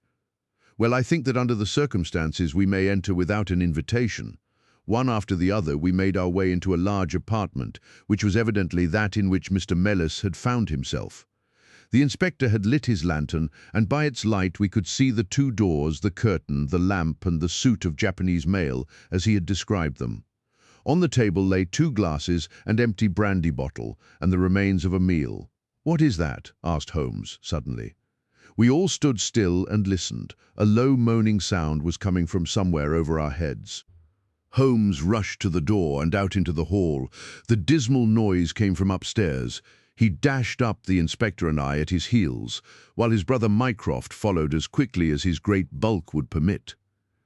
3 doors faced up upon the second floor, and it was from the central of these that the sinister sounds were issuing, sinking sometimes into a dull mumble and rising again into a shrill whine. It was locked, but the key had been left on the outside. Holmes flung open the door and rushed in, but he was out again in an instant, with his hand to his throat. "It's charcoal," he cried. "Give it time. It will clear." Peering in, we could see that the only light in the room came from a dull blue flame which flickered from a small brass tripod in the center. It threw a livid, unnatural circle upon the floor, while in the shadows beyond we saw the vague loom of 2 figures which crouched against the wall. From the open door there reeked a horrible poisonous exhalation which set us gasping and coughing. Holmes rushed to the top of the stairs to draw in the fresh air, and then, dashing into the room, he threw up the window and hurled the brazen tripod out into the garden. "We can enter in a minute," he gasped, darting out again. "Where is a candle? I doubt if we could strike a match in that atmosphere. Hold the light at the door and we shall get them out, Mycroft. Now!" With a rush we got to the poisoned men and dragged them out into the well-lit hall. Both of them were blue-lipped and insensible, with swollen, congested faces and protruding eyes. Indeed, so distorted were their features that, save for his black beard and stout figure, we might have failed to recognize in one of them the Greek interpreter who had parted from us only a few hours before at the Diogenes Club. His hands and feet were securely strapped together, and he bore over one eye the marks of a violent blow. The other, who was secured in a similar fashion, was a tall man in the last stage of emaciation, with several strips of sticking plaster arranged in a grotesque pattern over his face. He had ceased to moan as we laid him down, and a glance showed me that for him at least our aid had come too late. Mr. Mellis, however, still lived, and in less than an hour, with the aid of ammonia and brandy, I had the satisfaction of seeing him open his eyes and of knowing that my hand had drawn him back from that dark valley in which all paths meet. It was a simple story which he had to tell, and one which did but confirm our own deductions. His visitor, on entering his rooms, had drawn a life-preserver from his sleeve, and had so impressed him with the fear of instant and inevitable death that he had kidnapped him for the 2nd time. Indeed, it was almost mesmeric, the effect which this giggling ruffian had produced upon the unfortunate linguist, for he could not speak of him save with trembling hands and a blanched cheek. He had been taken swiftly to Beckenham, and had acted as interpreter in a second interview, even more dramatic than the first, in which the 2 Englishmen had menaced their prisoner with instant death if he did not comply with their demands. Finally, finding him proof against every threat, they had hurled him back into his prison, and after reproaching Mellors with his treachery, which appeared from the newspaper advertisement, they had stunned him with a blow from a stick, and he remembered nothing more until he found us bending over him. And this was the singular case of the Grecian interpreter, the explanation of which is still involved in some mystery. We were able to find out, by communicating with the gentleman who had answered the advertisement, that the unfortunate young lady came of a wealthy Grecian family, and that she had been on a visit to some friends in England. While there, she had met a young man named Harold Latimer, who had acquired an ascendancy over her and had eventually persuaded her to fly with him. Her friends, shocked at the event, had contented themselves with informing her brother at Athens, and had then washed their hands of the matter. The brother, on his arrival in England, had imprudently placed himself in the power of Latimer and of his associate, whose name was Wilson Kemp, a man of the foulest antecedents. These two, finding that through his ignorance of the language he was helpless in their hands, had kept him a prisoner and had endeavored by cruelty and starvation to make him sign away his own and his sister's property. They had kept him in the house without the girl's knowledge, and the plaster over the face had been for the purpose of making recognition difficult in case she should ever catch a glimpse of him. Her feminine perception, however, had instantly seen through the disguise when, on the occasion of the interpreter's visit, she had seen him for the first time. The poor girl, however, was herself a prisoner, for there was no one about the house except the man who acted as coachman and his wife, both of whom were tools of the conspirators. Finding that their secret was out and that their prisoner was not to be coerced, the two villains with the girl had fled away at a few hours' notice from the furnished house which they had hired, having first, as they thought, taken vengeance both upon the man who had defied and the one who had betrayed them. Months afterwards, a curious newspaper cutting reached us from Budapest. It told how two Englishmen who had been travelling with a woman had met with a tragic end. They had each been stabbed, it seems, and the Hungarian police were of opinion that they had quarrelled and had inflicted mortal injuries upon each other. Holmes, however, is, I fancy, of a different way of thinking, and holds to this day that, if one could find the Grecian girl, one might learn how the wrongs of herself and her brother came to be avenged. The Naval Treaty, the July which immediately succeeded my marriage, was made memorable by 3 cases of interest, in which I had the privilege of being associated with Sherlock Holmes and of studying his methods. I find them recorded in my notes under the headings of The Adventure of the Second Stain, The Adventure of the Naval Treaty, and The Adventure of the Tired Captain. The first of these, however, deals with interest of such importance and implicates so many of the first families in the kingdom that for many years it will be impossible to make it public. No case, however, in which Holmes was engaged has ever illustrated the value of his analytical methods so clearly or has impressed those who were associated with him so deeply. I still retain an almost verbatim report of the interview in which he demonstrated the true facts of the case to Monsieur Dubuguet of the Paris police and Fritz von Waldbaum, the well-known specialist of Danzig, both of whom had wasted their energies upon what proved to be side issues. The new century will have come, however, before the story can be safely told. Meanwhile, I pass on to the second on my list, which promised also at one time to be of national importance, and was marked by several incidents which give it a quite unique character. During my school days, I had been intimately associated with a lad named Percy Phelps, who was of much the same age as myself, though he was 2 classes ahead of me. He was a very brilliant boy and carried away every prize which the school had to offer, finishing his exploits by winning a scholarship which sent him on to continue his triumphant career at Cambridge. He was, I remember, extremely well connected, and even when we were all little boys together, we knew that his mother's brother was Lord Holdhurst, the great Conservative politician. This gaudy relationship did him little good at school. On the contrary, it seemed rather a piquant thing to us to chevy him about the playground and hit him over the shins with a wicket. But it was another thing when he came out into the world. I heard vaguely that his abilities and the influences which he commanded had won him a good position at the Foreign Office, and then he passed completely out of my mind until the following letter recalled his existence. Briarbrae, Woking. My dear Watson, I have no doubt that you can remember Tadpole Phelps, who was in the 5th form when you were in the 3rd. It is possible even that you may have heard that through my uncle's influence I obtained a good appointment at the Foreign Office, and that I was in a situation of trust and honor until a horrible misfortune came suddenly to blast my career. There is no use writing of the details of that dreadful event. In the event of your acceding to my request, it is probable that I shall have to narrate them to you. I have only just recovered from 9 weeks of brain fever, and am still exceedingly weak. Do you think that you could bring your friend Mr. Holmes down to see me? I should like to have his opinion of the case, though the authorities assure me that nothing more can be done. Do try to bring him down, and as soon as possible. Every minute seems an hour while I live in this state of horrible suspense.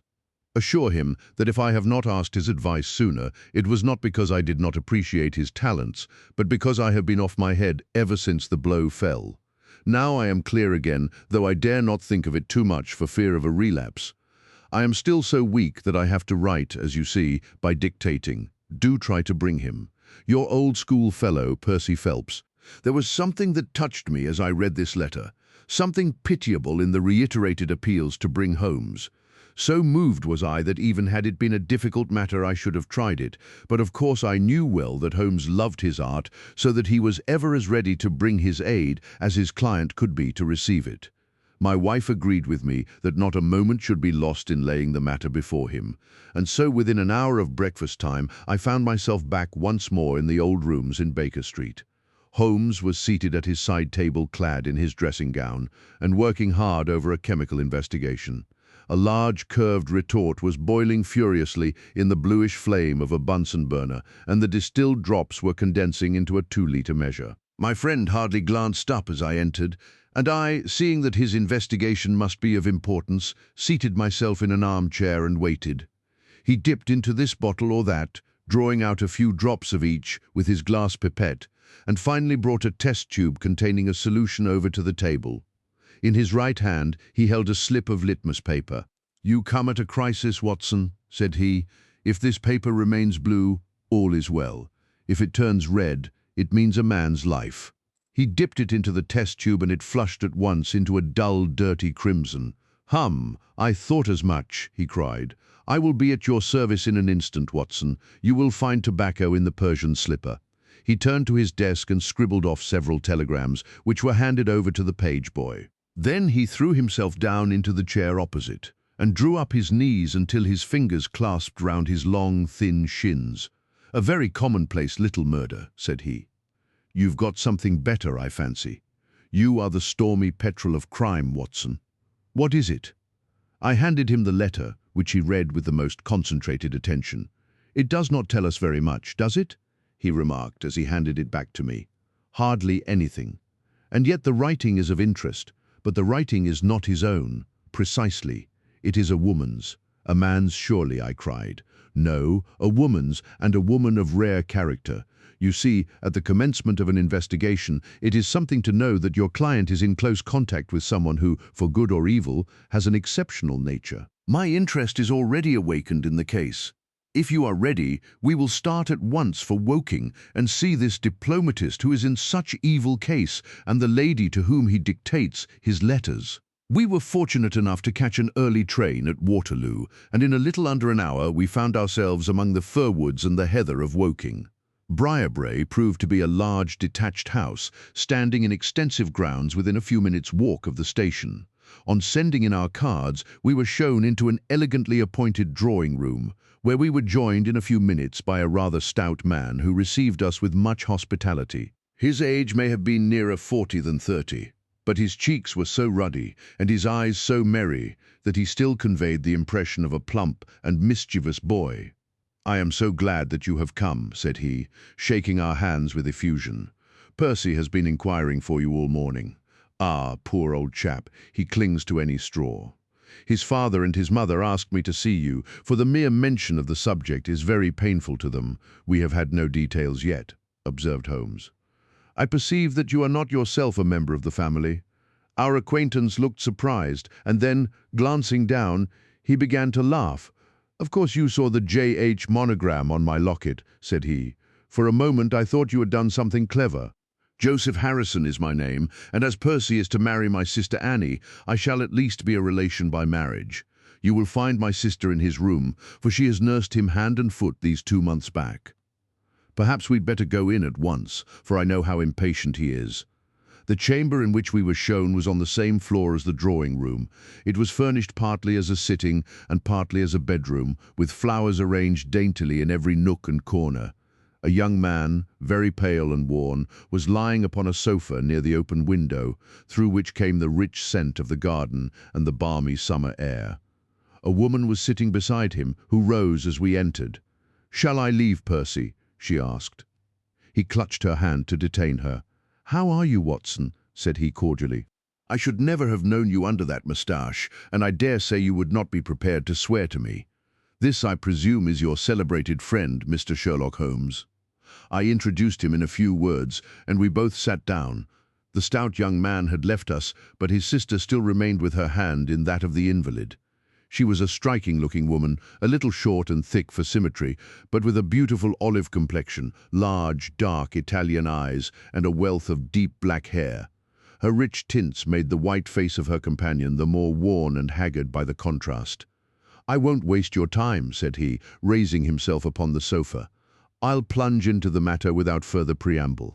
I was a happy and successful man, Mr. Holmes, and on the eve of being married when a sudden and dreadful misfortune wrecked all my prospects in life. I was, as Watson may have told you, in the Foreign Office, and through the influences of my uncle, Lord Holdhurst, I rose rapidly to a responsible position. When my uncle became Foreign Minister in this administration, he gave me several missions of trust, and as I always brought them to a successful conclusion, he came at last to have the utmost confidence in my ability and tact.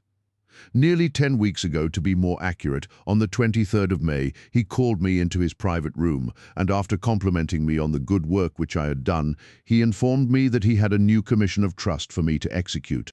"This," said he, taking a grey roll of paper from his bureau, "is the original of that secret treaty between England and Italy of which, I regret to say, some rumours have already got into the public press. It is of enormous importance that nothing further should leak out. The French or the Russian embassy would pay an immense sum to learn the contents of these papers. They should not leave my bureau were it not that it is absolutely necessary to have them copied. You have a desk in your office?" "Yes, sir."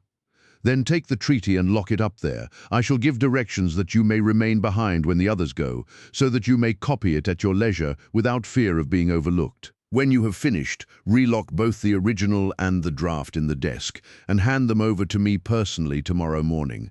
I took the papers and— "Excuse me an instant," said Holmes. "Were you alone during this conversation?" "Absolutely." "In a large room, 30 feet each way?" "In the centre?" "Yes, about it." "And speaking low?" "My uncle's voice is always remarkably low." I hardly spoke at all. "Thank you," said Holmes, shutting his eyes. "Pray go on." I did exactly what he indicated, and waited until the other clerks had departed. One of them in my room, Charles Gorot, had some arrears of work to make up, so I left him there and went out to dine. When I returned, he was gone. I was anxious to hurry my work, for I knew that Joseph, the Mr. Harrison whom you saw just now, was in town, and that he would travel down to Woking by the 11 o'clock train, and I wanted, if possible, to catch it. When I came to examine the treaty, I saw at once that it was of such importance that my uncle had been guilty of no exaggeration in what he had said. Without going into details, I may say that it defined the position of Great Britain towards the Triple Alliance, and foreshadowed the policy which this country would pursue in the event of the French fleet, gaining a complete ascendancy over that of Italy in the Mediterranean. The questions treated in it were purely naval. At the end were the signatures of the high dignitaries who had signed it. I glanced my eyes over it, and then settled down to my task of copying. It was a long document, written in the French language, and containing 26 separate articles. I copied as quickly as I could, but at 9 o'clock I had only done 9 articles, and it seemed hopeless for me to attempt to catch my train. I was feeling drowsy and stupid, partly from my dinner and also from the effects of a long day's work. A cup of coffee would clear my brain. A commissionaire remains all night in a little lodge at the foot of the stairs and is in the habit of making coffee at his spirit lamp for any of the officials who may be working overtime. I rang the bell, therefore, to summon him. To my surprise, it was a woman who answered the summons, a large, coarse-faced, elderly woman in an apron. She explained that she was the commissionnaire's wife who did the charring, and I gave her the order for the coffee. I wrote 2 more articles, and then, feeling more drowsy than ever, I rose and walked up and down the room to stretch my legs. My coffee had not yet come, and I wondered what was the cause of the delay could be. Opening the door, I started down the corridor to find out. There was a straight passage, dimly lighted, which led from the room in which I had been working, and was the only exit from it. It ended in a curving staircase, with the commissionnaire's lodge in the passage at the bottom. Halfway down this staircase is a small landing, with another passage running into it at right angles. This second one leads by means of a second small stair to a side door used by servants and also as a shortcut by clerks when coming from Charles Street. Here is a rough chart of the place. "Thank you. I think that I quite follow you," said Sherlock Holmes. "It is of the utmost importance that you should notice this point." I went down the stairs and into the hall, where I found the commissionaire fast asleep in his box, with the kettle boiling furiously upon the spirit lamp. I took off the kettle and blew out the lamp, for the water was spurting over the floor. Then I put out my hand and was about to shake the man, who was still sleeping soundly, when a bell over his head rang loudly, and he woke with a start. "Mr. Phelps, sir," said he, looking at me in bewilderment. "I came down to see if my coffee was ready. I was boiling the kettle when I fell asleep, sir." He looked at me and then up at the still quivering bell with an ever-growing astonishment upon his face. "If you were here, sir, then who rang the bell?" he asked. "The bell," I cried. "What bell is it?" "It's the bell of the room you were working in." A cold hand seemed to close round my heart. Someone then was in that room where my precious treaty lay upon the table. I ran frantically up the stair and along the passage. There was no one in the corridors, Mr. Holmes. There was no one in the corridors, Mr. Holmes. There was no one in the room. All was exactly as I left it, save only that the papers which had been committed to my care had been taken from the desk on which they lay. The copy was there, and the original was gone. Holmes sat up in his chair and rubbed his hands. I could see that the problem was entirely to his heart. "Pray, what did you do then?" he murmured. I recognized in an instant that the thief must have come up the stairs from the side door. Of course, I must have met him if he had come the other way. "You were satisfied that he could not have been concealed in the room all the time, or in the corridor which you have just described as dimly lighted?" "It is absolutely impossible. A rat could not conceal himself either in the room or the corridor. There is no cover at all." "Thank you. Pray proceed." The commissionaire, seeing by my pale face that something was to be feared, had followed me upstairs. Now we both rushed along the corridor and down the steep steps which led to Charles Street. The door at the bottom was closed but unlocked. We flung it open and rushed out. I can distinctly remember that as we did so, there came 3 chimes from a neighbouring clock.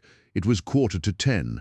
"That is of enormous importance," said Holmes, making a note upon his shirt cuff.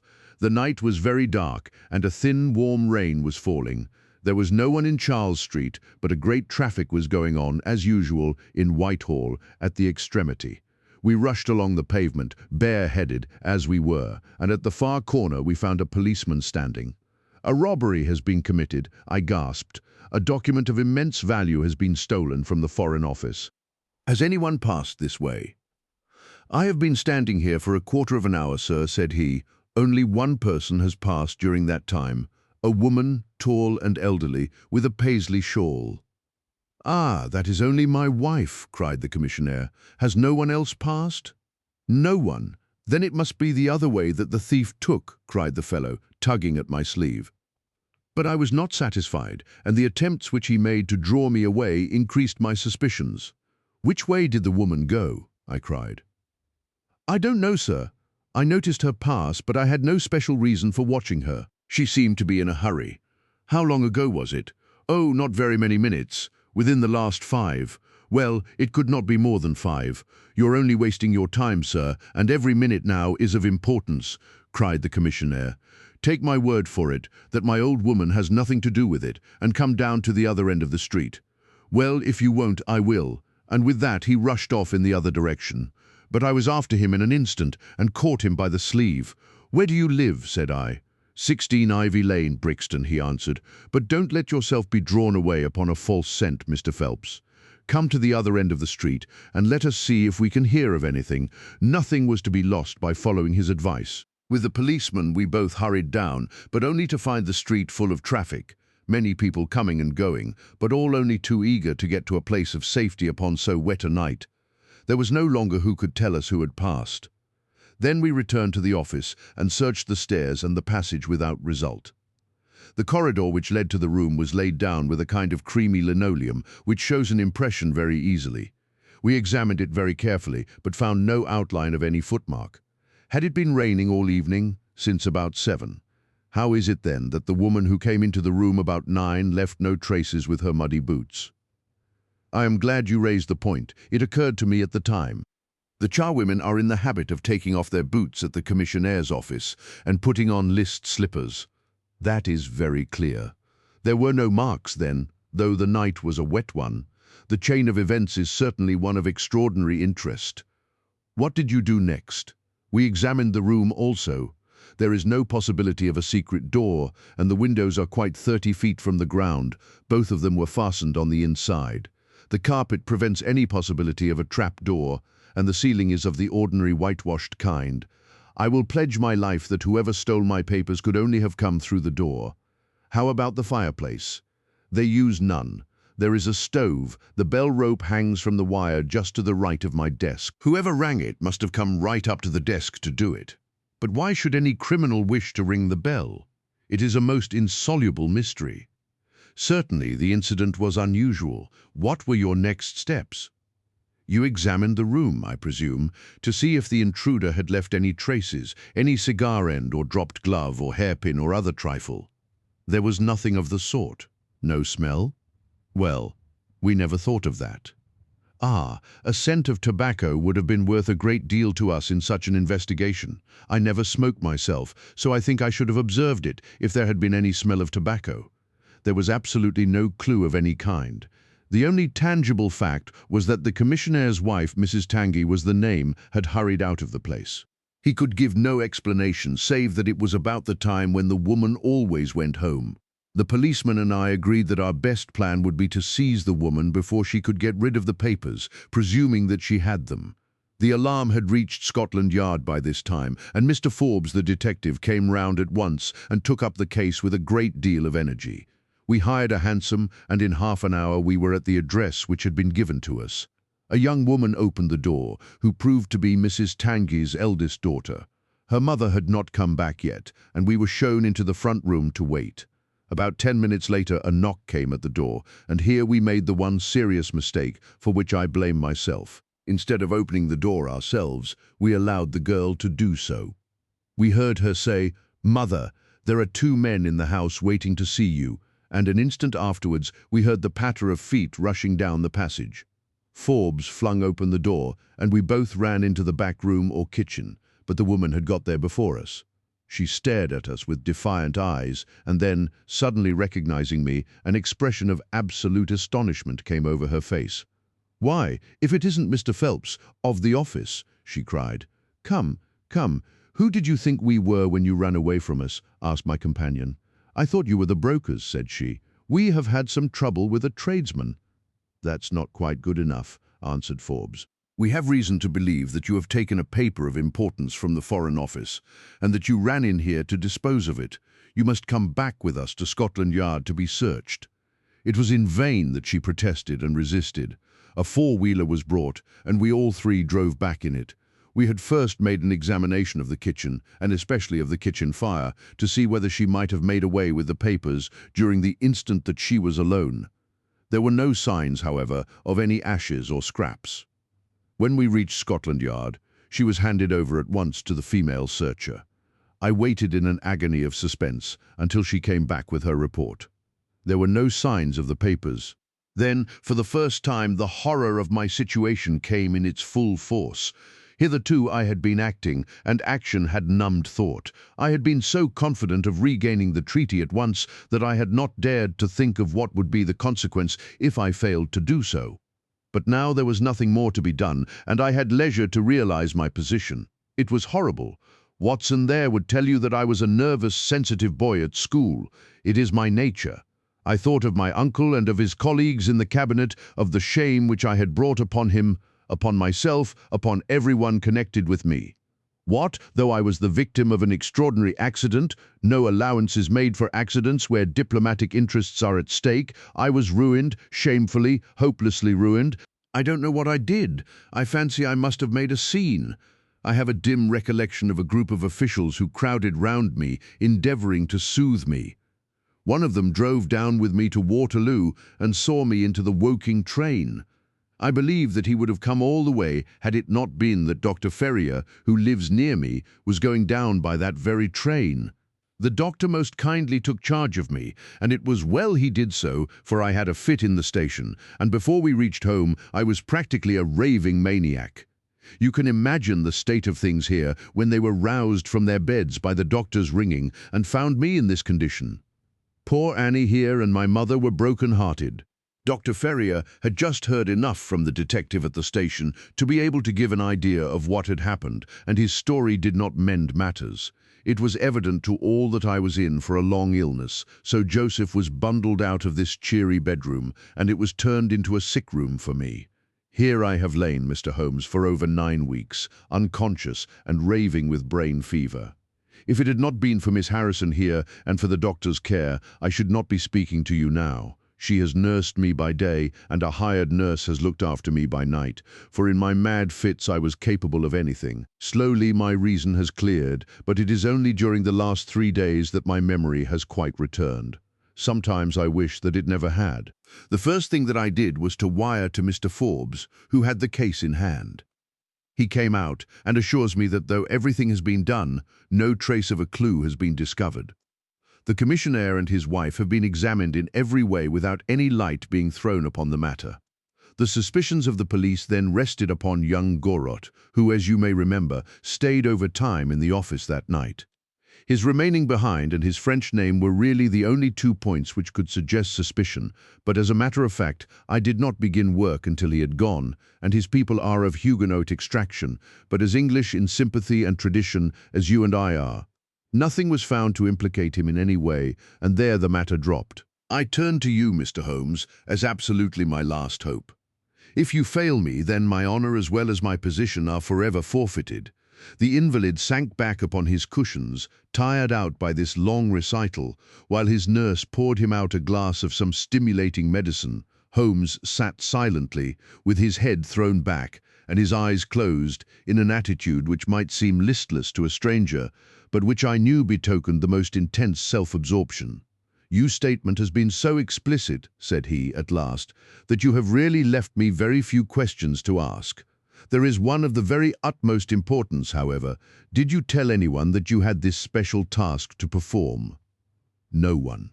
"Not Miss Harrison here, for example?" "No. I had not been back to Woking between getting the order and executing the commission." "And none of your people had by chance been to see you?" "None." "Did any of them know their way about in the office?" "Oh yes, all of them had been shown over it." "Still, of course, if you said nothing to anyone about the treaty, these inquiries are irrelevant." "I said nothing. Do you know anything of the commissionaire?" "Nothing, except that he is an old soldier." "What regiment?" "Oh, I have heard Coldstream Guards." "Thank you. I have no doubt I can get details from Forbes. The authorities are excellent at amassing facts, though they do not always use them to advantage." "What a lovely thing a rose is." He walked past the couch to the open window and held up the drooping stalk of a moss rose, looking down at the dainty blend of crimson and green. It was a new phase of his character to me, for I had never before seen him show any keen interest in natural objects. "There is nothing in which deduction is so necessary as in religion," said he, leaning with his back against the shutters. "It can be built up as an exact science by the reasoner. Our highest assurance of the goodness of Providence seems to me to rest in the flowers. All other things, our powers, our desires, our food, are all really necessary for our existence in the first instance. But this rose is an extra. Its smell and its color are an embellishment of life, not a condition of it. It is only goodness which gives extras, and so I say again that we have much to hope from the flowers."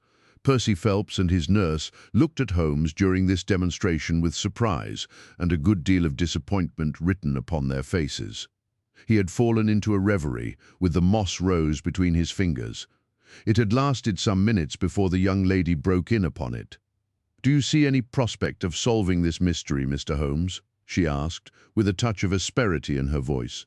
"Oh, the mystery," he answered, coming back with a start to the realities of life. "Well, it would be absurd to deny that the case is a very abstruse and complicated one, but I can promise you that I will look into the matter and let you know any points which may strike me. Do you see any clue? You have furnished me with 7, but of course I must test them before I can pronounce upon their value. You suspect someone. I suspect myself. What of coming to conclusions too rapidly? Then go to London and test your conclusions." "Your advice is very excellent, Miss Harrison," said Holmes, rising. "I think, Watson, we cannot do better. Do not allow yourself to indulge in false hopes, Mr. Phelps. The affair is a very tangled one. "I shall be in a fever until I see you again," cried the diplomatist. "Well, I'll come out by the same train tomorrow, though it's more than likely that my report will be a negative one." "God bless you for promising to come," cried our client. "It gives me fresh life to know that something is being done. By the way, I have had a letter from Lord Holdhurst." "Ha! What did he say?" "He was cold but not harsh. I dare say my severe illness prevented him from being that. He repeated that the matter was of the utmost importance, and added that no steps would be taken about my future, by which he means, of course, my dismissal, until my health was restored, and I had an opportunity of repairing my misfortune." "Well, that was reasonable and considerate," said Holmes. "Come, Watson, for we have a good day's work before us in town." Mr. Joseph Harrison drove us down to the station, and we were soon whirling up in a Portsmouth train. Holmes was sunk in profound thought, and hardly opened his mouth until we had passed Clapham Junction. It's a very cheery thing to come into London by any of these lines which run high, and allow you to look down upon the houses like this. I thought he was joking, for the view was sordid enough, but he soon explained himself. "Look at those big isolated clumps of building rising up above the slates, like brick islands in a lead-coloured sea. The board schools. Lighthouses, my boy, beacons of the future. Capsules with hundreds of bright little seeds in each, out of which will spring the wise, better England of the future.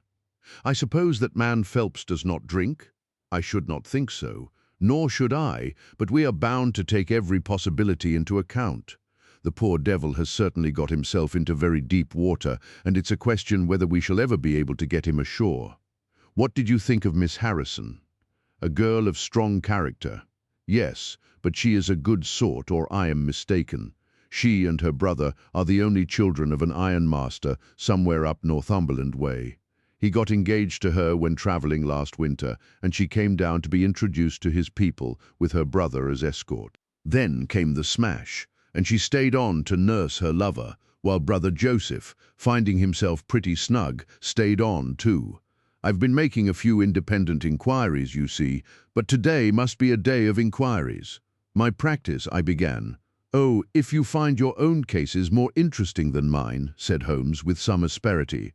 "I was going to say that my practice could get along very well for a day or two, since it is the slackest time in the year." "Excellent," said he, recovering his good humour. "Then we'll look into this matter together. I think that we should begin by seeing Forbes. He can probably tell us all the details we want until we know from what side the case is to be approached." "You said you had a clue?" "Well, we have several, but we can only test their value by further inquiry. The most difficult crime to track is the one which is purposeless. Now, this is not purposeless. Who is it who profits by it? There is the French ambassador, there is the Russian, there is whoever might sell it to either of these, and there is Lord Holdhurst." "Lord Holdhurst! Well, it is just conceivable that a statesman might find himself in a position where he was not sorry to have such a document accidentally destroyed. Not a statesman with the honourable record of Lord Holdhurst. It is a possibility, and we cannot afford to disregard it. We shall see the noble lord today and find out if he can tell us anything. Meanwhile, I have already set inquiries on foot." "Already?" "Yes, I sent wires from Woking Station to every evening paper in London. This advertisement will appear in each of them." He handed over a sheet torn from a notebook. On it was scribbled in pencil, £10 reward, the number of the cab which dropped a fare at or about the door of the Foreign Office in Charles Street at 10:15 in the evening of May 23rd. "Apply 221B, Baker Street. You are confident that the thief came in a cab? If not, there is no harm done. But if Mr. Phelps is correct in stating that there is no hiding place either in the room or the corridors, then the person must have come from outside. If he came from outside on so wet a night and yet left no trace of damp upon the linoleum, which was examined within a few minutes of his passing, then it is exceedingly probably that he came in a cab." "Yes, I think that we may safely deduce a cab. It sounds plausible. That is one of the clues of which I spoke. It may lead us to something. And then, of course, there is the bell, which is the most distinctive feature of the case. Why should the bell ring? Was it the thief who did it out of bravado, or was it someone who was with the thief who did it in order to prevent the crime? Or was it an accident? Or was it?" He sank back into the state of intense and silent thought from which he had emerged. but it seemed to me, accustomed as I was to his every mood, that some new possibility had dawned suddenly upon him. It was 3:20 when we reached our terminus, and after a hasty luncheon at the buffet, we pushed on at once to Scotland Yard. Holmes had already wired to Forbes, and we found him waiting to receive us, a small, foxy man with a sharp, but by no means amiable expression. He was decidedly frigid in his manner to us, especially when he heard the errand upon which we had come. "I've heard of your methods before now, Mr. Holmes," said he tartly. "You are ready enough to use all the information that the police can lay at your disposal, and then you try to finish the case yourself and bring discredit on them." "On the contrary," said Holmes, "out of my last 53 cases, my name has only appeared in 4, and the police have had all the credit in 14.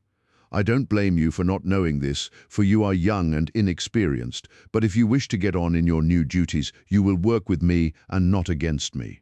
"I'd be very glad of a hint or two," said the detective, changing his manner.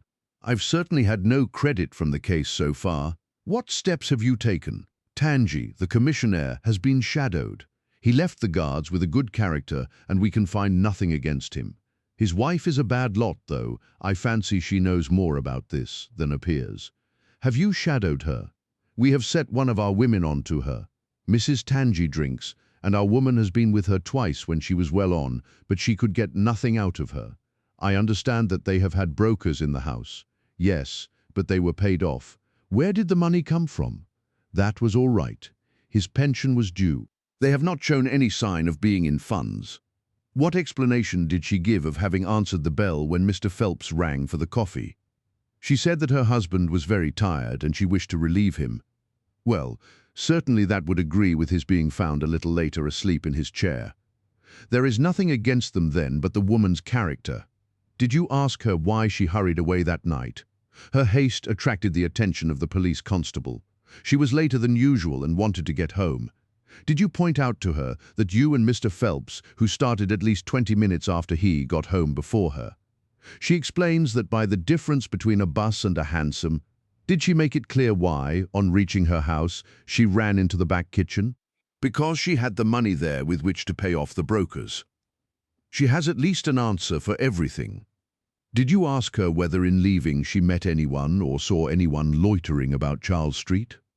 "She saw no one but the constable." "Well, you seem to have cross-examined her pretty thoroughly. What else have you done?" "The clerk Gorot has been shadowed all these 9 weeks, but without result. We can show nothing against him." "Anything else?" "Well, we have nothing else to go upon, no evidence of any kind." "Have you formed a theory about how that bell rang?" "Well, I must confess that it beats me. It was a cool hand, whoever it was, to go and give the alarm like that." "Yes, it was a queer thing to do. Many thanks to you for what you have told me. If I can put the man into your hands, you shall hear from me. Come along, Watson." "Where are we going now?" I asked, as we left the office.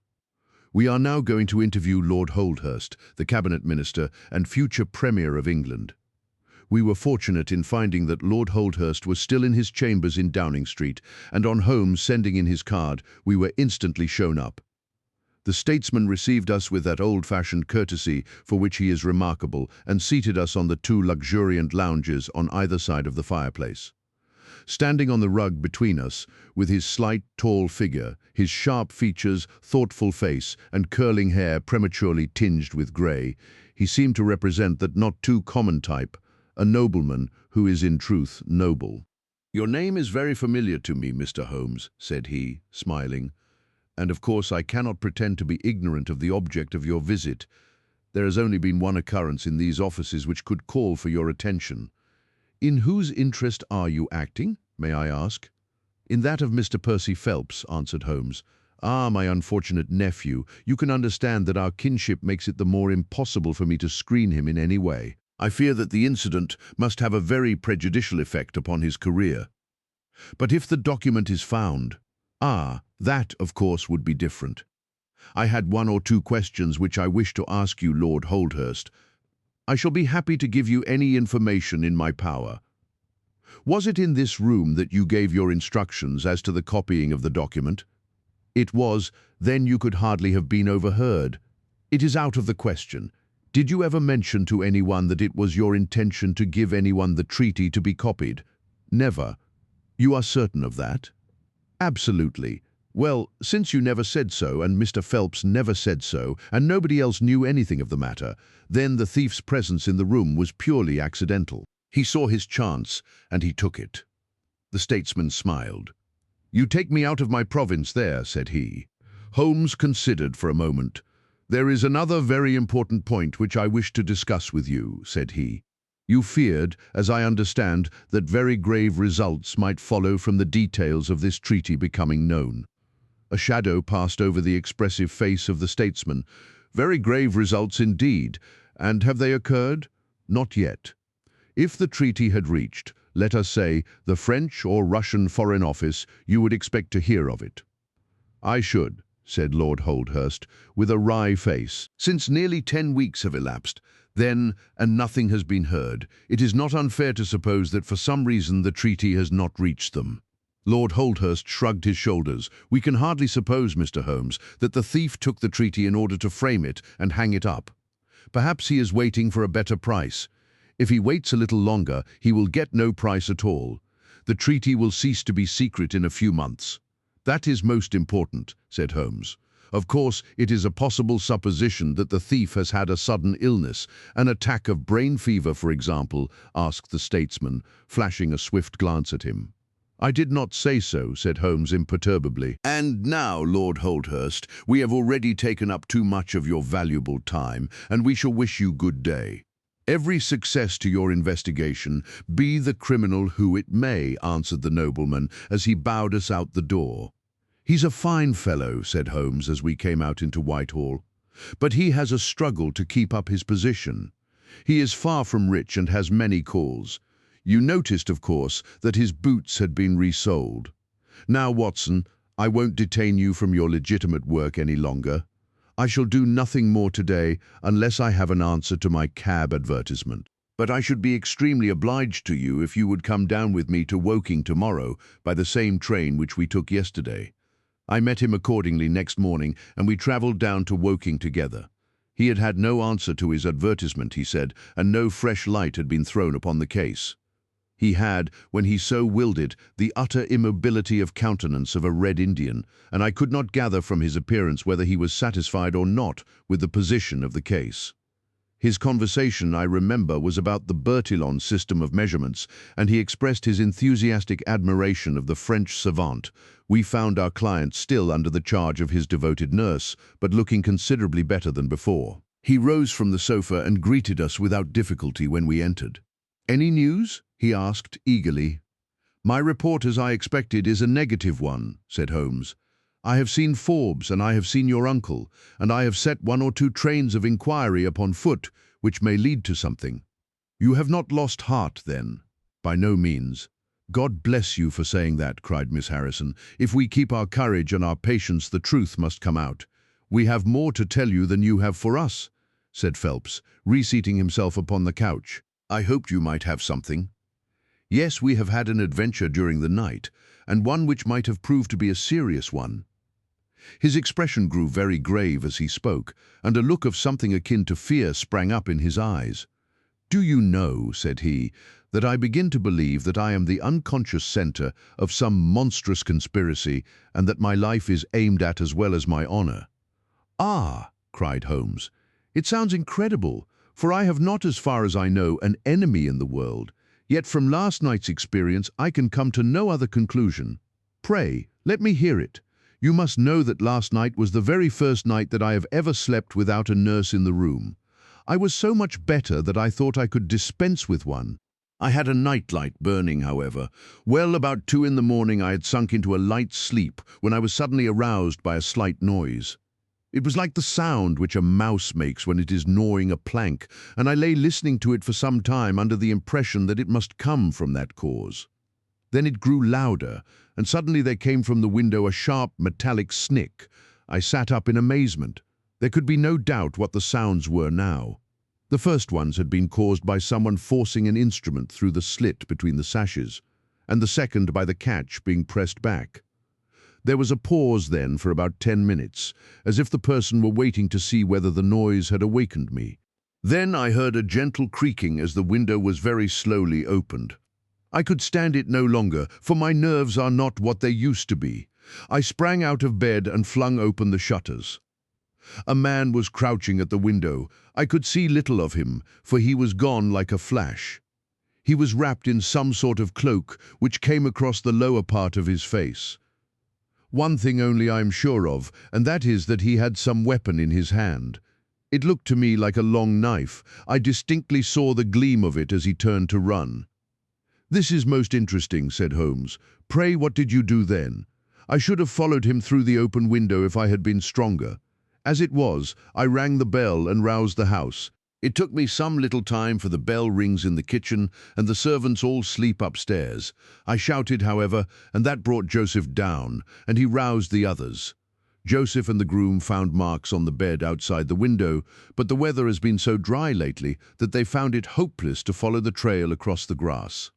There's a place, however, on the wooden fence which skirts the road, which shows signs, they tell me, as if someone had got over and had snapped the top of the rail in doing so.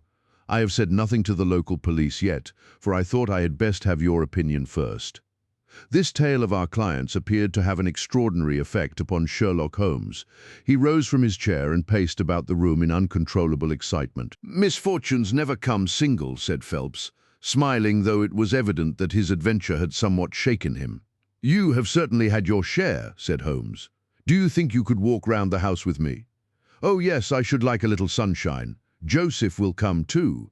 "And I also," said Miss Harrison. "I am afraid not," said Holmes, shaking his head.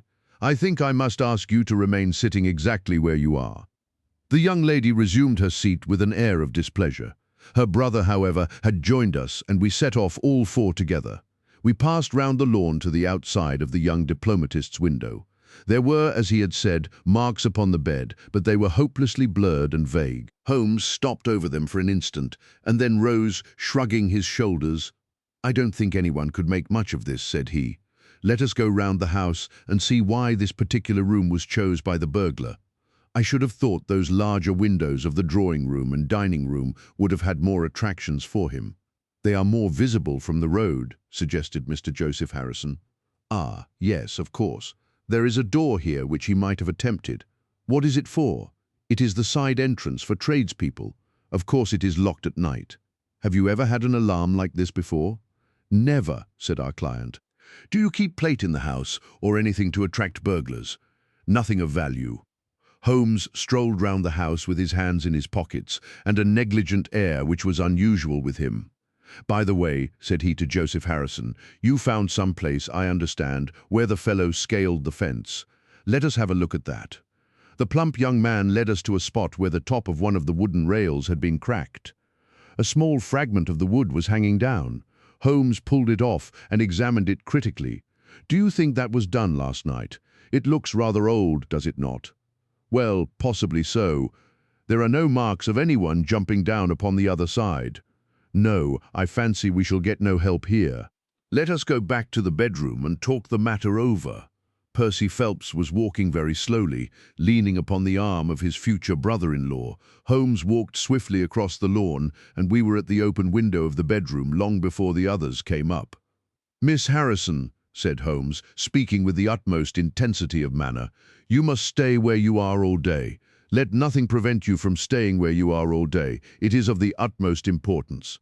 "Certainly, if you wish it, Mr. Holmes," said the girl in astonishment. "When you go to bed, lock the door of this room on the outside and keep the key. Promise to do this." "But Percy? He will come to London with us. And am I to remain here? It is for his sake. You can serve him. Quick, promise." She gave a quick nod of assent just as the other two came up. "Why do you sit moping there, Annie?" cried her brother.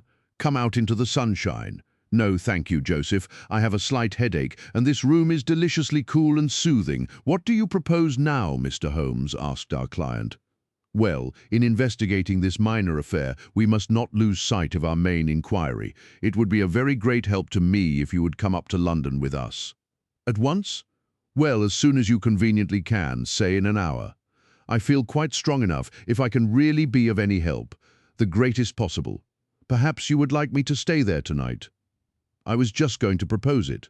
Then, if my friend of the night comes to revisit me, he will find the bird flown. We are all in your hands, Mr. Holmes, and you must tell us exactly what you would like done. Perhaps you would prefer that Joseph came with us so as to look after me. Oh no, my friend Watson is a medical man, you know, and he'll look after you. We'll have our lunch here, if you will permit us, and then we shall all three set off for town together. It was arranged as he suggested, though Miss Harrison excused herself from leaving the bedroom in accordance with Holmes's suggestion. What the object of my friend's manoeuvres was, I could not conceive, unless it were to keep the lady away from Phelps, who, rejoiced by his returning health and by the prospect of action, lunched with us in the dining room. Holmes had still more startling surprise for us, however, for after accompanying us down to the station and seeing us into our carriage, he calmly announced that he had no intention of leaving Woking. "There are one or two small points which I should desire to clear up before I go," said he. "Your absence, Mr. Phelps, will in some ways rather assist me. Watson, when you reach London, you would oblige me by driving at once to Baker Street with our friend here, and remaining with him until I see you again. It is fortunate that you are old schoolfellows, as you must have much to talk over. Mr. Phelps can have the spare bedroom tonight, and I will be with you in time for breakfast, for there is a train which will take me into Waterloo at 8. "But how about our investigation in London?" asked Phelps ruefully. "We can do that tomorrow. I think that just at present I can be of more immediate use here." "You might tell them at Briarbrae that I hope to be back tomorrow night," cried Phelps, as we began to move from the platform. "I hardly expect to go back to Briarbrae," answered Holmes, and waved his hand to us cheerily as we shot out from the station. Phelps and I talked it over on our journey, but neither of us could devise a satisfactory reason for this new development. I suppose he wants to find out some clue as to the burglary last night, if a burglar it was. For myself, I don't believe it was an ordinary thief. What is your own idea, then? Upon my word, you may put it down to my weak nerves or not, but I believe there is some deep political intrigue going on around me, and that for some reason that passes my understanding my life is aimed at by the conspirators. It sounds high-flown and absurd, but consider the facts. Why should a thief try to break in at a bedroom window where there could be no hope of any plunder, and why should he come with a long knife in his hand? You are sure it was not a housebreaker's jimmy? Oh no, it was a knife. I saw the flash of the blade quite distinctly. But why on earth should you be pursued with such animosity? Ah, that is the question. Well, if Holmes takes the same view, that would account for his action, would it not? Presuming that your theory is correct, if he can lay his hands upon the man who threatened you last night, he will have gone a long way towards finding who took the Naval Treaty. It is absurd to suppose that you have two enemies, one of whom robs you, while the other threatens your life. But Holmes said that he was not going to Briarbrae. "I have known him for some time," said I, "but I never knew him do anything yet without a very good reason." And with that our conversation drifted off onto other topics, but it was a weary day for me. Phelps was still weak after his long illness, and his misfortune made him querulous and nervous. In vain I endeavored to interest him in Afghanistan, in India, in social questions, in anything which might take his mind out of the groove. He would always come back to his lost treaty, wondering, guessing, speculating as to what Holmes was doing, what steps Lord Holdhurst was taking, what news we should have in the morning. As the evening wore on, his excitement became quite painful. "You have implicit faith in Holmes?" he asked. "I have seen him do some remarkable things, but he never brought light into anything quite so dark as this." "Oh yes, I have known him solve questions which presented fewer clues than yours. But not where such large interests are at stake. I don't know that. To my certain knowledge, he has acted on behalf of 3 of the reigning houses of Europe in very vital matters. But you know him well, Watson. He is such an inscrutable fellow that I never quite know what to make of him. Do you think he is hopeful? Do you think he expects to make a success of it? He has said nothing. That is a bad sign. On the contrary, I have noticed that when he is off the trail, he generally says so. It is when he is on a scent and is not quite absolutely sure yet that it is the right one that he is most taciturn. Now, my dear fellow, we can't help matters by making ourselves nervous about them, so let me implore you to go to bed and so be fresh for whatever may await us tomorrow. I was able at last to persuade my companion to take my advice, though I knew from his excited manner that there was not much hope of sleep for him. Indeed, his mood was infectious, for I lay tossing half the night myself, brooding over this strange problem and inventing 100 theories, each of which was more impossible than the last. Why had Holmes remained at Woking?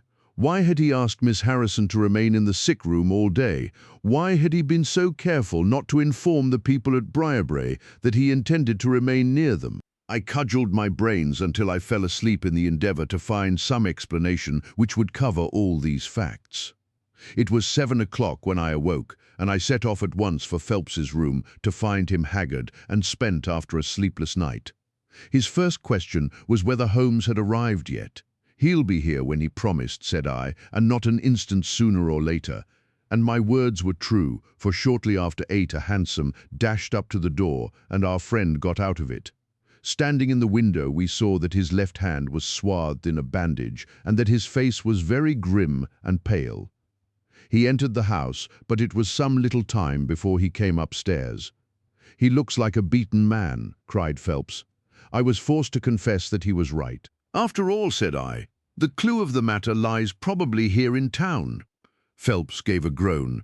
"I don't know how it is," said he, "but I had hoped for so much from his return, but surely his hand was not tied up like that yesterday. What can be the matter?" "You are not wounded, Holmes?" I asked, as my friend entered the room. "Tut, it is only a scratch through my own clumsiness," he answered, nodding his good mornings to us. "This case of yours, Mr. Phelps, is certainly one of the darkest which I have ever investigated. I feared that you would find it beyond you. It has been a most remarkable experience." "That bandage tells of adventures," said I. "Won't you tell us what has happened?" "After breakfast, my dear Watson. Remember that I have breathed 30 miles of Surrey air this morning. I suppose that there has been no answer from my cabman advertisement? Well, we cannot expect a score every time." The table was all laid, and just as I was about to ring, Mrs. Hudson entered with the tea and coffee. A few minutes later she brought in 3 covers, and we all drew up to the table, Holmes ravenous, I curious, and Phelps in the gloomiest state of depression. "Mrs. Hudson has risen to the occasion," said Holmes, uncovering a dish of curried chicken. "Her cuisine is a little limited, but she has as good an idea of breakfast as a Scotch woman. What have you here, Watson?" "Ham and eggs," I answered. "Good. What are you going to take, Mr. Phelps? Curried fowl or eggs, or will you help yourself?" "Thank you. I can eat nothing," said Phelps. "Oh, come, try the dish before you. Thank you. I would really rather not." "Well then," said Holmes with a mischievous twinkle, "I suppose that you have no objection to helping me?" Phelps raised the cover, and as he did so he uttered a scream and sat there staring with a face as white as the plate upon which he looked. Across the centre of it was lying a little cylinder of blue-grey paper. He caught it up, devoured it with his eyes, and then danced madly about the room, passing it to his bosom and shrieking out in his delight. Then he fell back into an armchair so limp and exhausted with his own emotions that we had to pour brandy down his throat to keep him from fainting. There, said Holmes, soothing, patting him upon the shoulder. "It was too bad to spring it on you like this, but Watson here will tell you that I never can resist a touch of the dramatic." Phelps seized his hand and kissed it. "God bless you," he cried. "You have saved my honour." "Well, my own was at stake, you know," said Holmes. "I assure you it is just as hateful to me to fail in a case as it can be to you to blunder over a commission." Phelps thrust away the precious document into the innermost pocket of his coat. "I have not the heart to interrupt your breakfast any further, and yet I am dying to know how you got it and where it was." Sherlock Holmes swallowed a cup of coffee and turned his attention to the ham and eggs.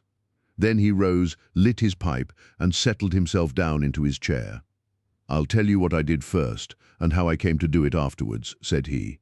"After leaving you at the station, I went for a charming walk through some admirable Surrey scenery to a pretty little village called Ripley, where I had my tea at an inn, and took the precaution of filling my flask and of putting a paper of sandwiches in my pocket. There I remained until evening, when I set off for Woking again, and found myself in the high road outside Briarbrae just after sunset. Well, I waited until the road was clear. It is never a very frequented one at any time, I fancy, and then I clambered over the fence into the grounds. "Surely the gate was open," ejaculated Phelps. "Yes, but I have a peculiar taste in these matters. I chose the place where the 3 fir trees stand, and behind their screen I got over without the least chance of anyone in the house being able to see me. I crouched down among the bushes on the other side and crawled from one to the other, witness the disreputable state of my trouser knees, until I had reached the clump of rhododendrons just opposite to your bedroom window. There I squatted down and awaited developments. The blind was not down in your room, and I could see Miss Harrison sitting there reading by the table. It was 10:15 when she closed her book, fastened the shutters and retired. I heard her shut the door and felt quite sure that she had turned the key in the lock." "The key," ejaculated Phelps. "Yes, I had given Miss Harrison instructions to lock the door on the outside and take the key with her when she went to bed. She carried out every one of my injunctions to the letter, and certainly without her cooperation you would not have that paper in your coat pocket.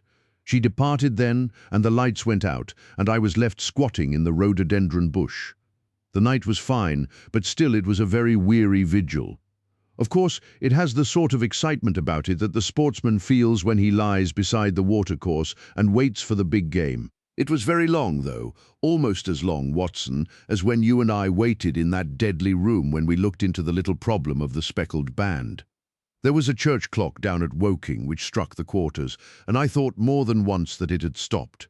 At last, however, about 2 in the morning, I suddenly heard the gentle sound of a bolt being pushed back and the creaking of a key. A moment later, the servant's door was opened, and Mr. Joseph Harrison stepped out into the moonlight. "Joseph," ejaculated Phelps. He was bareheaded, but he had a black coat thrown over his shoulder so that he could conceal his face in an instant if there were any alarm. He walked on tiptoe under the shadow of the wall, and when he reached the window, he worked a long-bladed knife through the sash and pushed back the catch.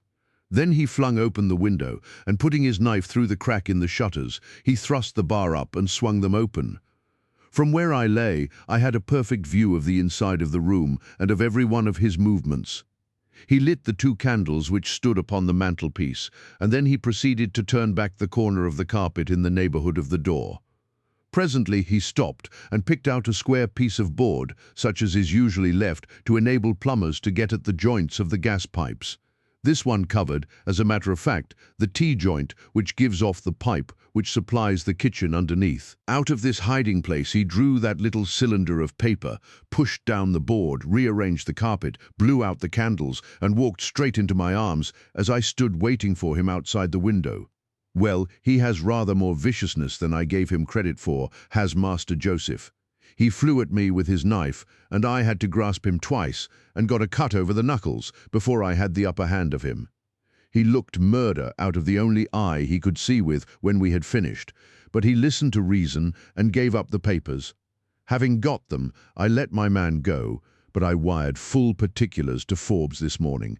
If he is quick enough to catch his bird, well and good. But if, as I shrewdly suspect, he finds the nest empty before he gets there, why, all the better for the government. I fancy that Lord Holdhurst, for one, and Mr. Percy Phelps, for another, would very much rather that the affair never got as far as a police court. "My God," gasped our client. "Do you tell me that during these long 10 weeks of agony the stolen papers were within the very room with me all the time?" So it was. And Joseph a villain and a thief. I am afraid Joseph's character is a rather deeper and more dangerous one than one might judge from his appearance. From what I have heard from him this morning, I gather that he has lost heavily in dabbling with stocks, and that he is ready to do anything on earth to better his fortunes. Being an absolutely selfish man, when a chance presented itself, he did not allow either his sister's happiness or your reputation to hold his hand." Percy Phelps sank back in his chair. "My head whirls," said he. "Your words have dazed me." "The principal difficulty in your case," remarked Holmes, in his didactic fashion, "lay in the fact of there being too much evidence. What was vital was overlaid and hidden by what was irrelevant. Of all the facts which were presented to us, we had to pick just those which we deemed to be essential, and then piece them together in their order, so as to reconstruct this very remarkable chain of events. I had already begun to suspect Joseph from the fact that you had intended to travel home with him that night, and that therefore it was a likely enough thing that he should call for you, knowing the Foreign Office well, upon his way. When I heard that someone had been so anxious to get into the bedroom, in which no one but Joseph could have concealed anything, you told us in your narrative how you had turned Joseph out when you arrived with the doctor. My suspicions all changed to certainties, especially as the attempt was made on the first night upon which the nurse was absent, showing that the intruder was well acquainted with the ways of the house. How blind I have been! The facts of the case, as far as I have worked them out, are these.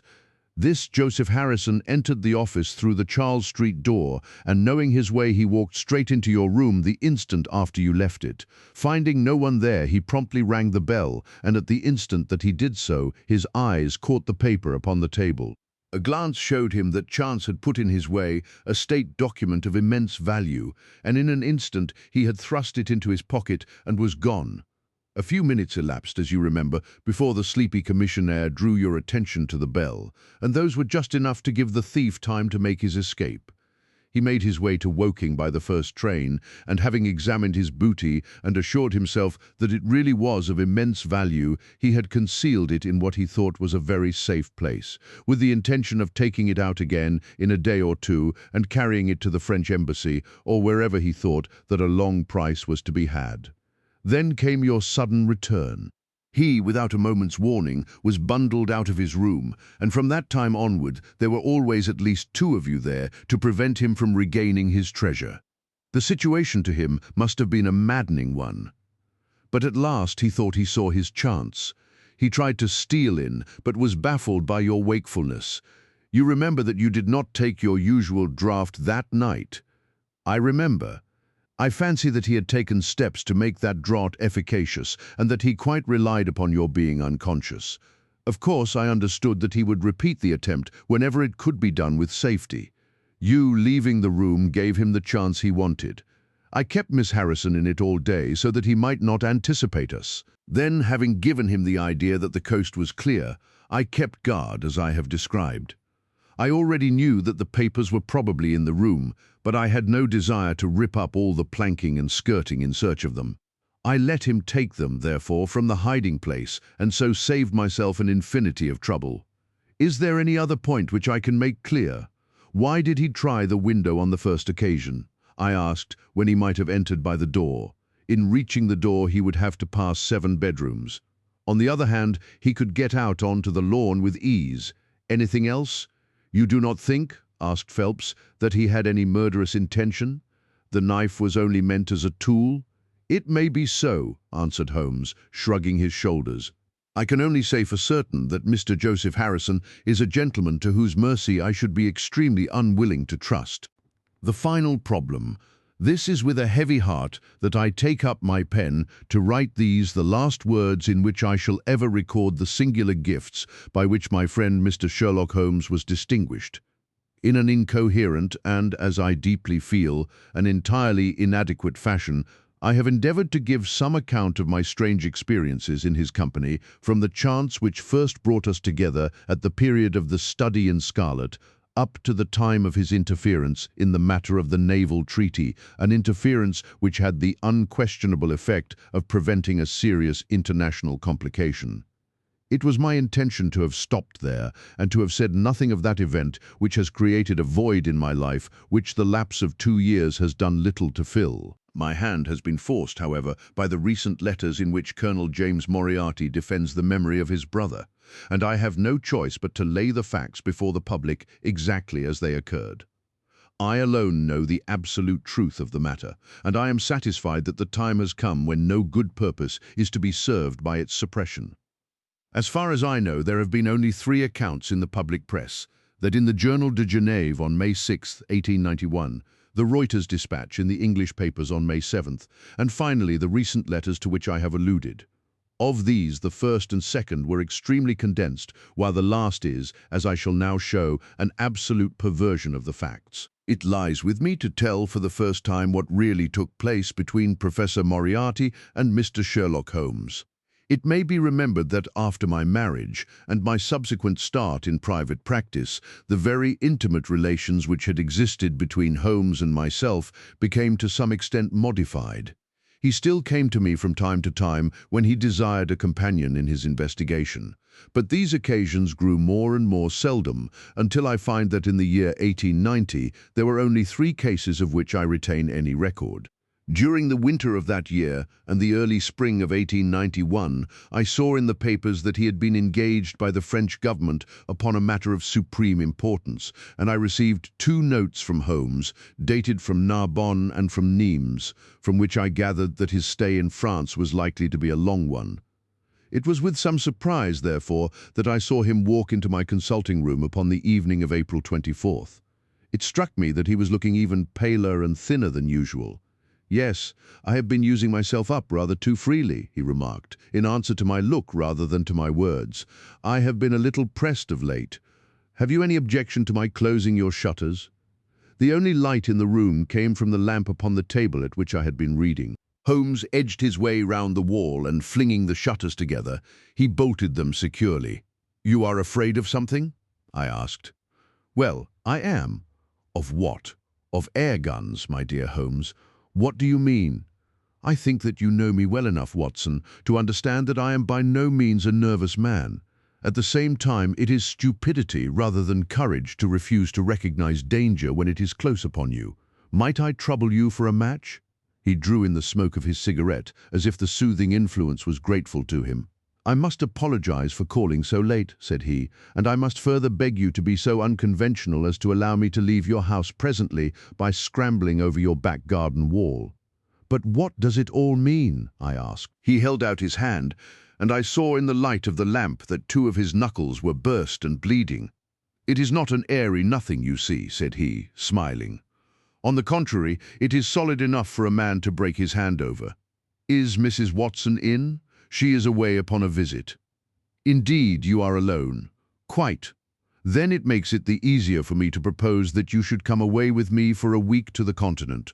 "Where?" "Oh, anywhere. It's all the same to me." There was something very strange in all this. It was not Holmes's nature to take an aimless holiday, and something about his pale, worn face told me that his nerves were at their highest tension. He saw the question in my eyes, and, putting his fingertips together and his elbows upon his knees, he explained the situation. "You have probably never heard of Professor Moriarty," said he. "Never." "Aye, there's the genius and the wonder of the thing," he cried. "The man pervades London, and no one has heard of him. That's what puts him on a pinnacle in the records of crime.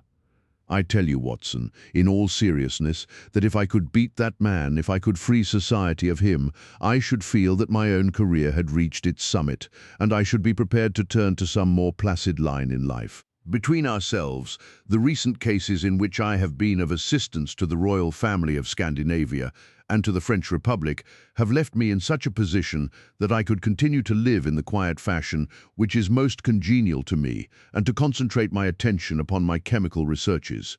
But I could not rest, Watson. I could not sit quiet in my chair if I thought that such a man as Professor Moriarty were walking the streets of London unchallenged. What has he done, then?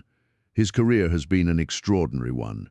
He is a man of good birth and excellent education, endowed by nature with a phenomenal mathematical faculty. At the age of 21, he wrote a treatise upon the binomial theorem, which has had a European vogue. On the strength of it, he won the mathematical chair at one of our smaller universities and had, to all appearance, a most brilliant career before him. But the man had hereditary tendencies of the most diabolical kind. A criminal strain ran in his blood, which, instead of being modified, was increased and rendered infinitely more dangerous by his extraordinary mental powers. Dark rumors gathered round him in the university town, and eventually he was compelled to resign his chair and to come down to London, where he set up as an army coach. So much is known to the world, but what I am telling you now is what I have myself discovered. As you are aware, Watson, there is no one who knows the higher criminal world of London so well as I do. For years past, I have continually been conscious of some power behind the malefactor, some deep organizing power which forever stands in the way of the law and throws its shield over the wrongdoer. Again and again, in cases of the most varying sorts, forgery cases, robberies, murders, I have felt the presence of this force, and I have deduced its action in many of those undiscovered crimes in which I have not been personally consulted. For years I have endeavored to break through the veil which shrouded it, and at last the time came when I seized my thread and followed it until it led me, after 1,000 cunning windings, to ex-Professor Moriarty of mathematical celebrity. He is the Napoleon of crime, Watson. He is the organizer of half that is evil and of nearly all that is undetected in this great city. He is a genius, a philosopher, an abstract thinker. He has a brain of the first order. He sits motionless like a spider in the center of its web. But that web has 1,000 radiations, and he knows well every quiver of each of them. He does little himself. He only plans. But his agents are numerous and splendidly organized. Is there a crime to be done, a paper to be abstracted, we will say, a house to be rifled, a man to be removed, the word is passed to the professor, the matter is organized and carried out. The agent may be caught. In that case, money is found for his bail or his defense. But the central power which uses the agent is never caught, never so much as suspected. This was the organization which I deduced, Watson, and which I devoted my whole energy to exposing and breaking up. But the professor was fenced round with safeguards so cunningly devised that, do what I would, it seemed impossible to get evidence which would convict in a court of law. You know my powers, my dear Watson, and yet at the end of 3 months I was forced to confess that I had at last met an antagonist who was my intellectual equal. My horror at his crimes was lost in my admiration at his skill. But at last he made a trip, only a little trip, but it was more than he could afford when I was so close upon him. I had my chance, and starting from that point, I have woven my net round him until now it is all ready to close. In 3 days, that is to say, on Monday next, matters will be ripe, and the professor, with all the principal members of his gang, will be in the hands of the police. Then will come the greatest criminal trial of the century, the clearing up of over 40 mysteries, and the rope for all of them. But if we move at all prematurely, you understand, they may slip out of our hands even at the last moment. Now, if I could have done this without the knowledge of Professor Moriarty, all would have been well. But he was too wily for that. He saw every step which I took to draw my toils round him. Again and again, he strove to break away, but I as often headed him off. I tell you, my friend, that if a detailed account of that silent contest could be written, it would take its place as the most brilliant bit of thrust and parry work in the history of detection. Never have I risen to such a height, and never have I been so hard pressed by an opponent. He cut deep, and yet I just undercut him. This morning the last steps were taken, and 3 days only were wanted to complete the business.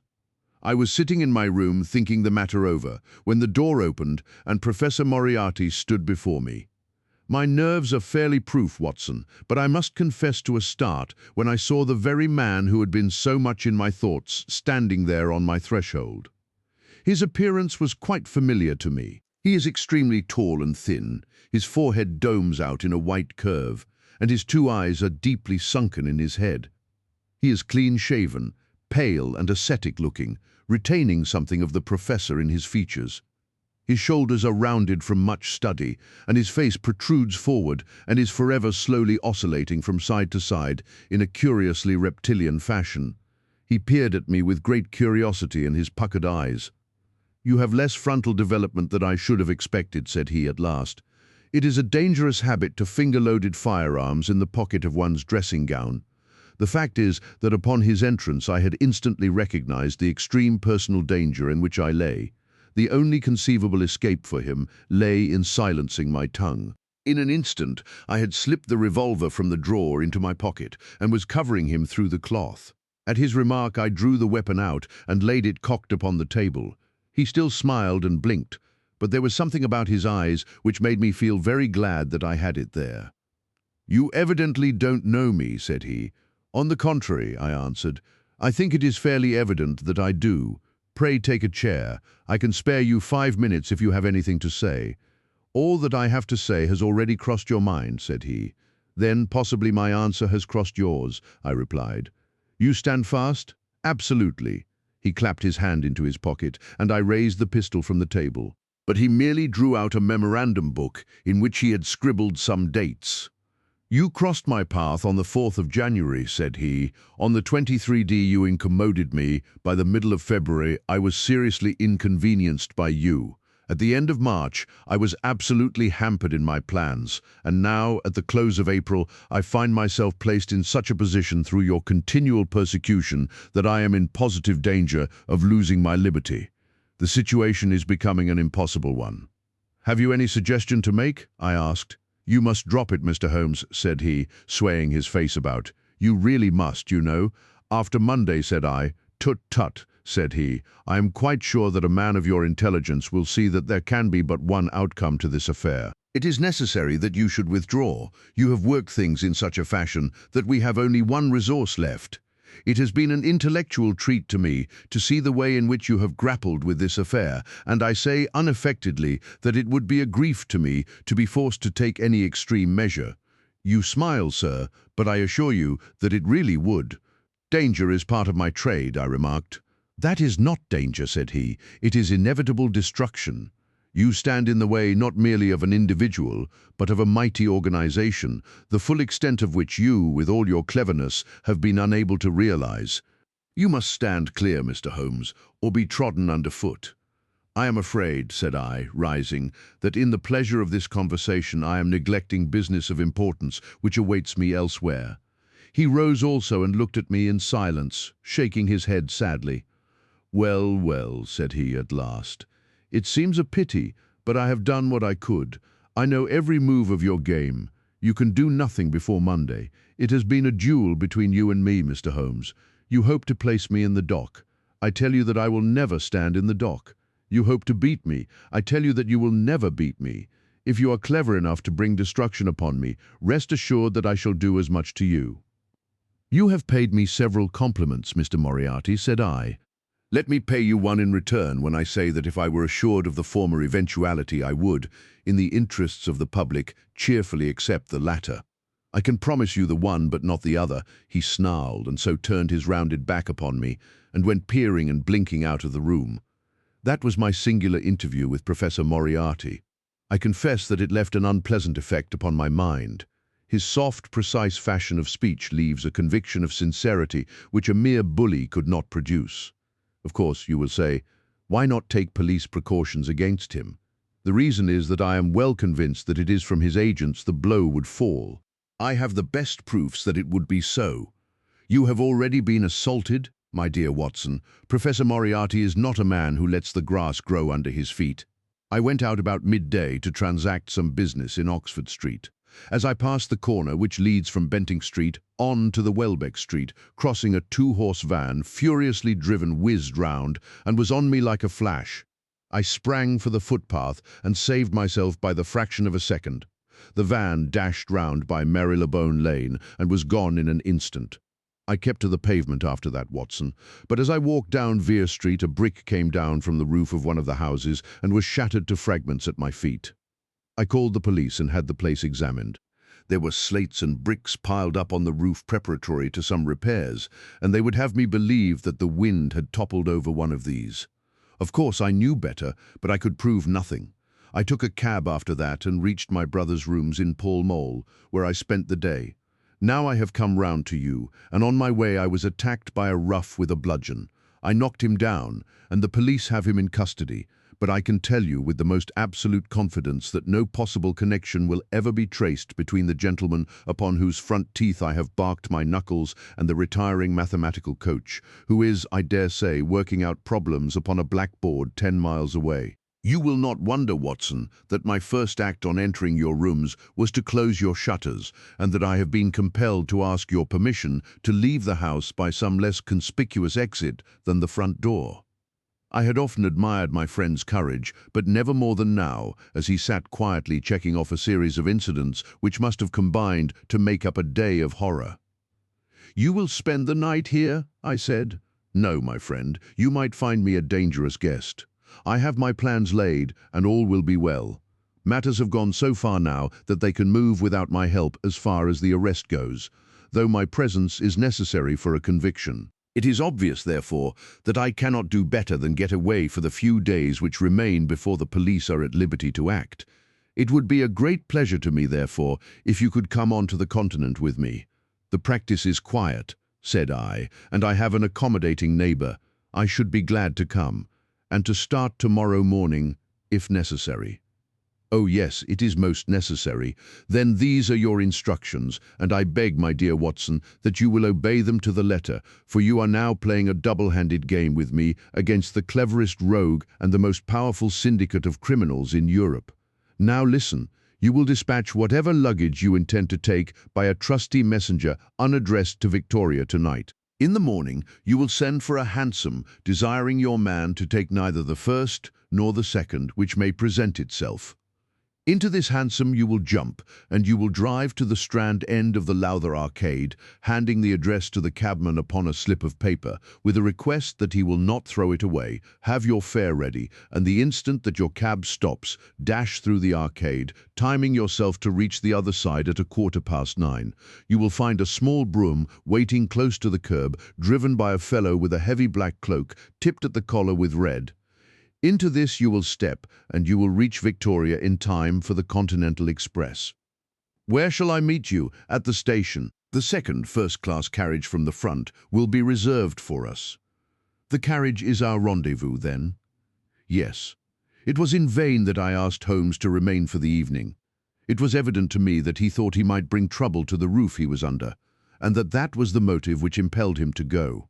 With a few hurried words as to our plans for the morrow, he rose and came out with me into the garden, clambering over the wall which leads into Mortimer Street, and immediately whistling for a hansom, in which I heard him drive away.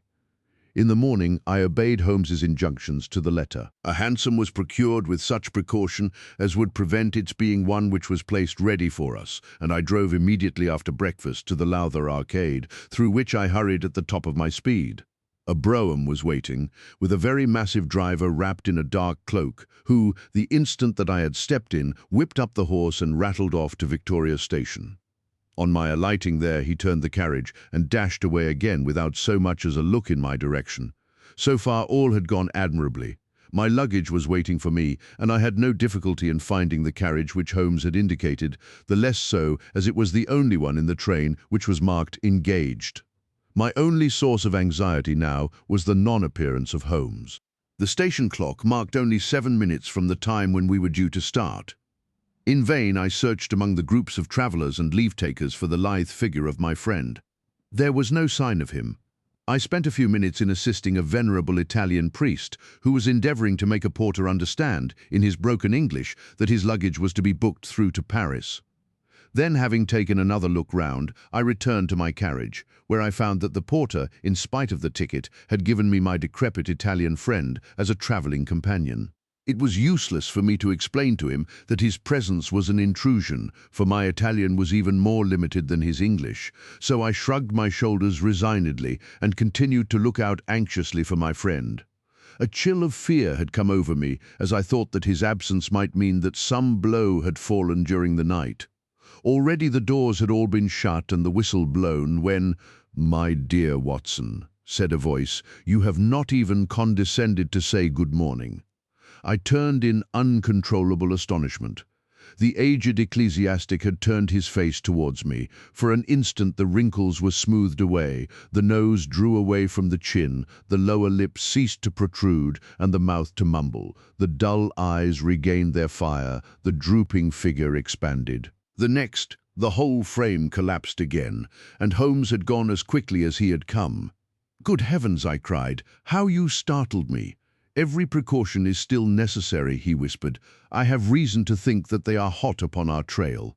Ah, there is Moriarty himself.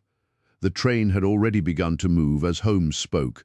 Glancing back, I saw a tall man pushing his way furiously through the crowd and waving his hand as if he desired to have the train stopped. It was too late, however, for we were rapidly gathering momentum and an instant later had shot clear of the station. "With all our precautions, you see that we have cut it rather fine," said Holmes, laughing. He rose, and throwing off the black cassock and hat which had formed his disguise, he packed them away in a hand-bag.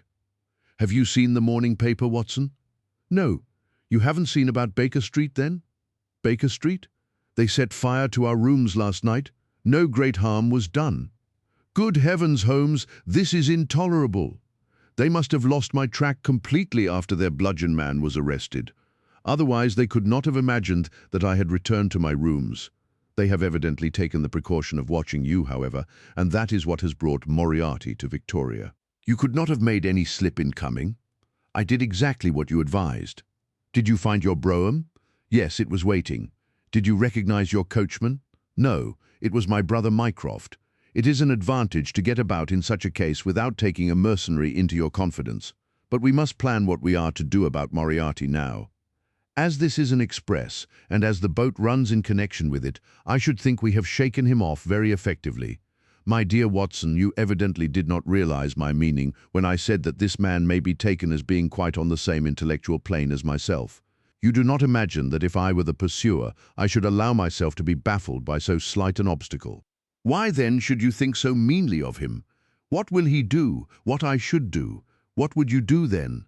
Engage a special, but it must be late. By no means. This train stops at Canterbury, and there is always at least a quarter of an hour's delay at the boat. He will catch us there. One would think that we were the criminals. Let us have him arrested on his arrival. It would be to ruin the work of 3 months. We should get the big fish, but the smaller would dart right and left out of the net. On Monday we should have them all. No, an arrest is inadmissible. What then? We shall get out at Canterbury, and then, well, then we must make a cross-country journey to Newhaven, and so over to Dieppe. Moriarty will again do what I should do. He will get on to Paris, mark down our luggage, and wait for 2 days at the depot. In the meantime, we shall treat ourselves to a couple of carpet-bags, encourage the manufactures of the countries through which we travel, and make our way at our leisure into Switzerland via Luxembourg and Basel. At Canterbury, therefore, we alighted, only to find that we should have to wait an hour before we could get a train to Newhaven. I was still looking rather ruefully after the rapidly disappearing luggage van which contained my wardrobe, when Holmes pulled my sleeve and pointed up the line. "Already, you see," said he. Far away from among the Kentish woods there rose a thin spray of smoke. A minute later a carriage and engine could be seen flying along the open curve which leads to the station. We had hardly time to take our place behind a pile of luggage when it passed with a rattle and a roar, beating a blast of hot air into our faces. "There he goes," said Holmes, as we watched the carriage swing and rock over the point. "There are limits, you see, to our friend's intelligence. It would have been a masterstroke had he deduced what I would deduce and acted accordingly. And what would he have done had he overtaken us? There cannot be the least doubt that he would have made a murderous attack upon me. It is, however, a game at which two may play. The question now is whether we should take a premature lunch here or run our chance of starving before we reach the buffet at Newhaven. We made our way to Brussels that night and spent 2 days there, moving on upon the 3rd day as far as Strasbourg. On the Monday morning, Holmes had telegraphed to the London police, and in the evening we found a reply waiting for us at our hotel. Holmes tore it open, and then with a bitter curse hurled it into the grate. "I might have known it," he groaned.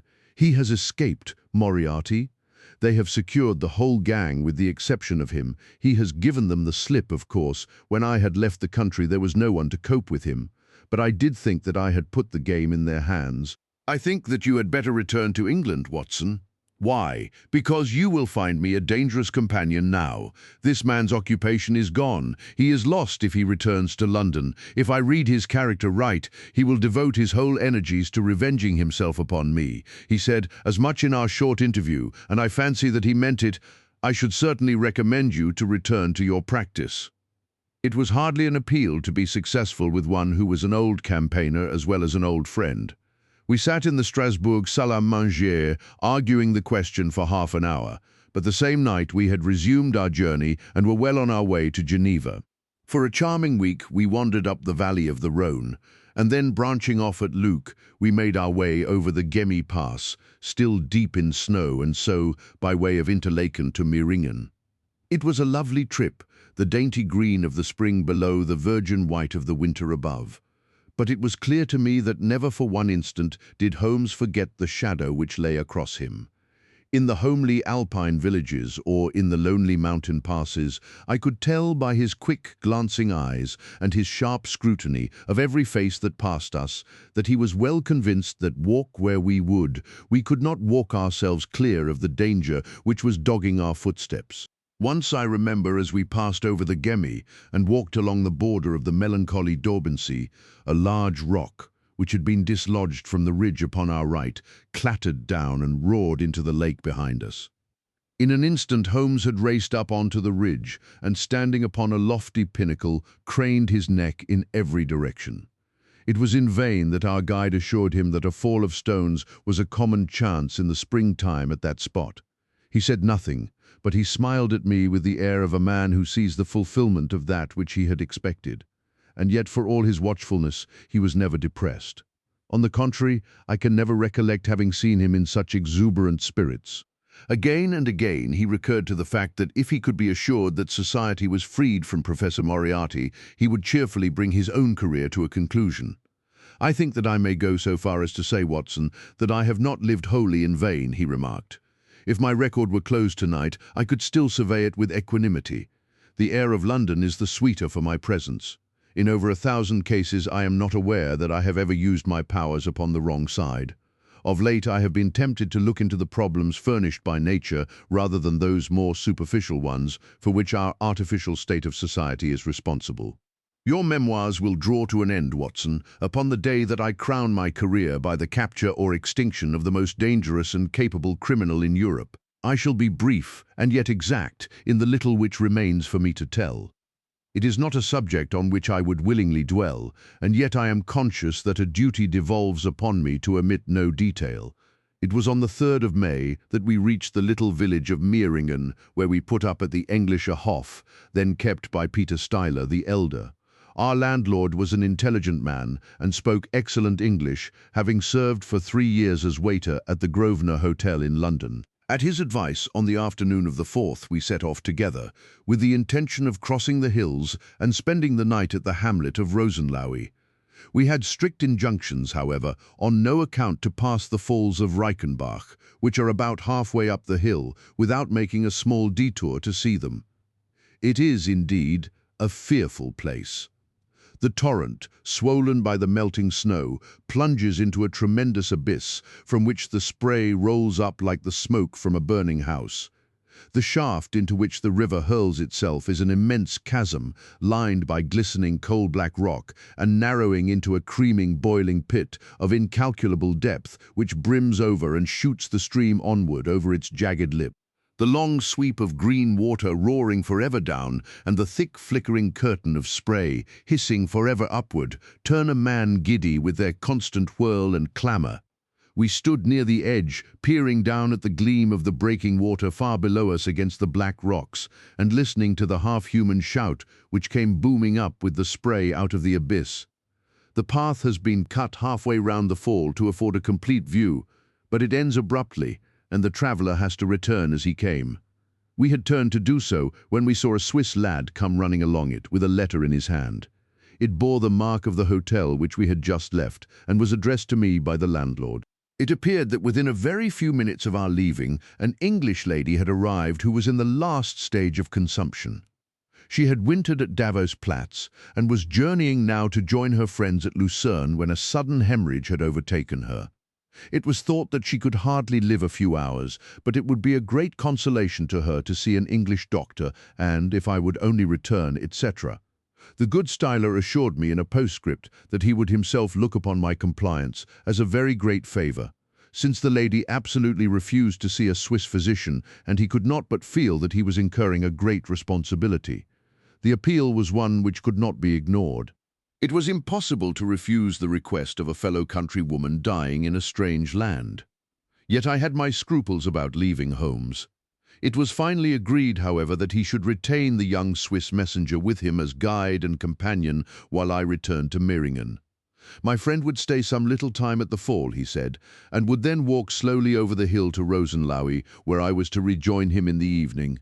As I turned away, I saw Holmes, with his back against a rock and his arms folded, gazing down at the rush of the waters.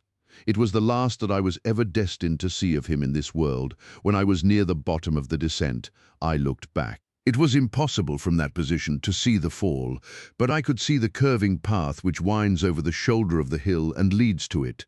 Along this a man was, I remember, walking very rapidly. I could see his black figure clearly outlined against the green behind him. I noted him, and the energy with which he walked, but he passed from my mind again as I hurried on upon my errand. It may have been a little over an hour before I reached Meiringen. Old Styler was standing at the porch of his hotel. "Well," said I, as I came hurrying up, "I trust that she is no worse?" A look of surprise passed over his face, and at the first quiver of his eyebrows, my heart turned to lead in my breast.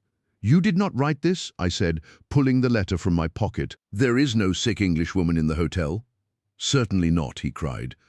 "But it has the hotel mark upon it. Ha! It must have been written by that tall Englishman who came in after you had gone," he said, but I waited for none of the landlord's explanations. In a tingle of fear, I was already running down the village street and making for the path which I had so lately descended. It had taken me an hour to come down. For all my efforts, 2 more had passed before I found myself at the fall of Reichenbach once more. There was Holmes's Alpine stock, still leaning against the rock by which I had left him. But there was no sign of him, and it was in vain that I shouted. My only answer was my own voice reverberating in a rolling echo from the cliffs around me. It was the sight of that Alpine stock which turned me cold and sick. He had not gone to Rosenlaui then. He had remained on that 3-foot path, with sheer wall on one side and sheer drop on the other, until his enemy had overtaken him. The young Swiss had gone too. He had probably been in the pay of Moriarty and had left the 2 men together. And then what had happened? Who was to tell us what had happened then? I stood for a minute or two to collect myself, for I was dazed with the horror of the thing. Then I began to think of Holmes's own methods and to try to practice them in reading this tragedy. It was, alas, only too easy to do. During our conversation, we had not gone to the end of the path, and the Alpine stock marked the place where we had stood. The blackish soil is kept forever soft by the incessant drift of spray, and a bird would leave its tread upon it. 2 lines of footmarks were clearly marked along the farther end of the path, both leading away from me. There were none returning. A few yards from the end the soil was all ploughed up into a patch of mud, and the branches and ferns which fringed the chasm were torn and bedraggled. I lay upon my face and peered over with the spray spouting up all around me. It had darkened since I left, and now I could only see here and there the glistening of moisture upon the black walls, and far away down at the end of the shaft, the gleam of the broken water. I shouted, but only the same half-human cry of the fall was borne back to my ears. But it was destined that I should, after all, have a last word of greeting from my friend and comrade. I have said that his Alpine stock had been left leaning against a rock which jutted on to the path. From the top of this boulder, the gleam of something bright caught my eye, and, raising my hand, I found that it came from the silver cigarette case which he used to carry. As I took it up, a small square of paper upon which it had lain fluttered down onto the ground. Unfolding it, I found that it consisted of 3 pages torn from his notebook and addressed to me. It was characteristic of the man that the direction was as precise, and the writing as firm and clear, as though it had been written in his study. "My dear Watson," he said, "I write these few lines through the courtesy of Mr. Moriarty, who awaits my convenience for the final discussion of those questions which lie between us. He has been giving me a sketch of the methods by which he avoided the English police and kept himself informed of our movements. They certainly confirmed the very high opinion which I had formed of his abilities.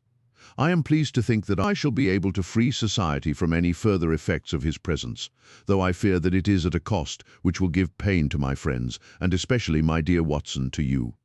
I have already explained to you, however, that my career had in any case reached its crisis, and that no possible conclusion to it could be more congenial to me than this.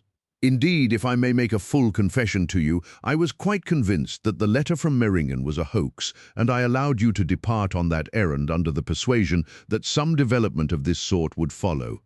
Tell Inspector Patterson that the papers which he needs to convict the gang are in pigeonhole M, done up in a blue envelope and inscribed Moriarty. I made every disposition of my property before leaving England and handed it to my brother Mycroft.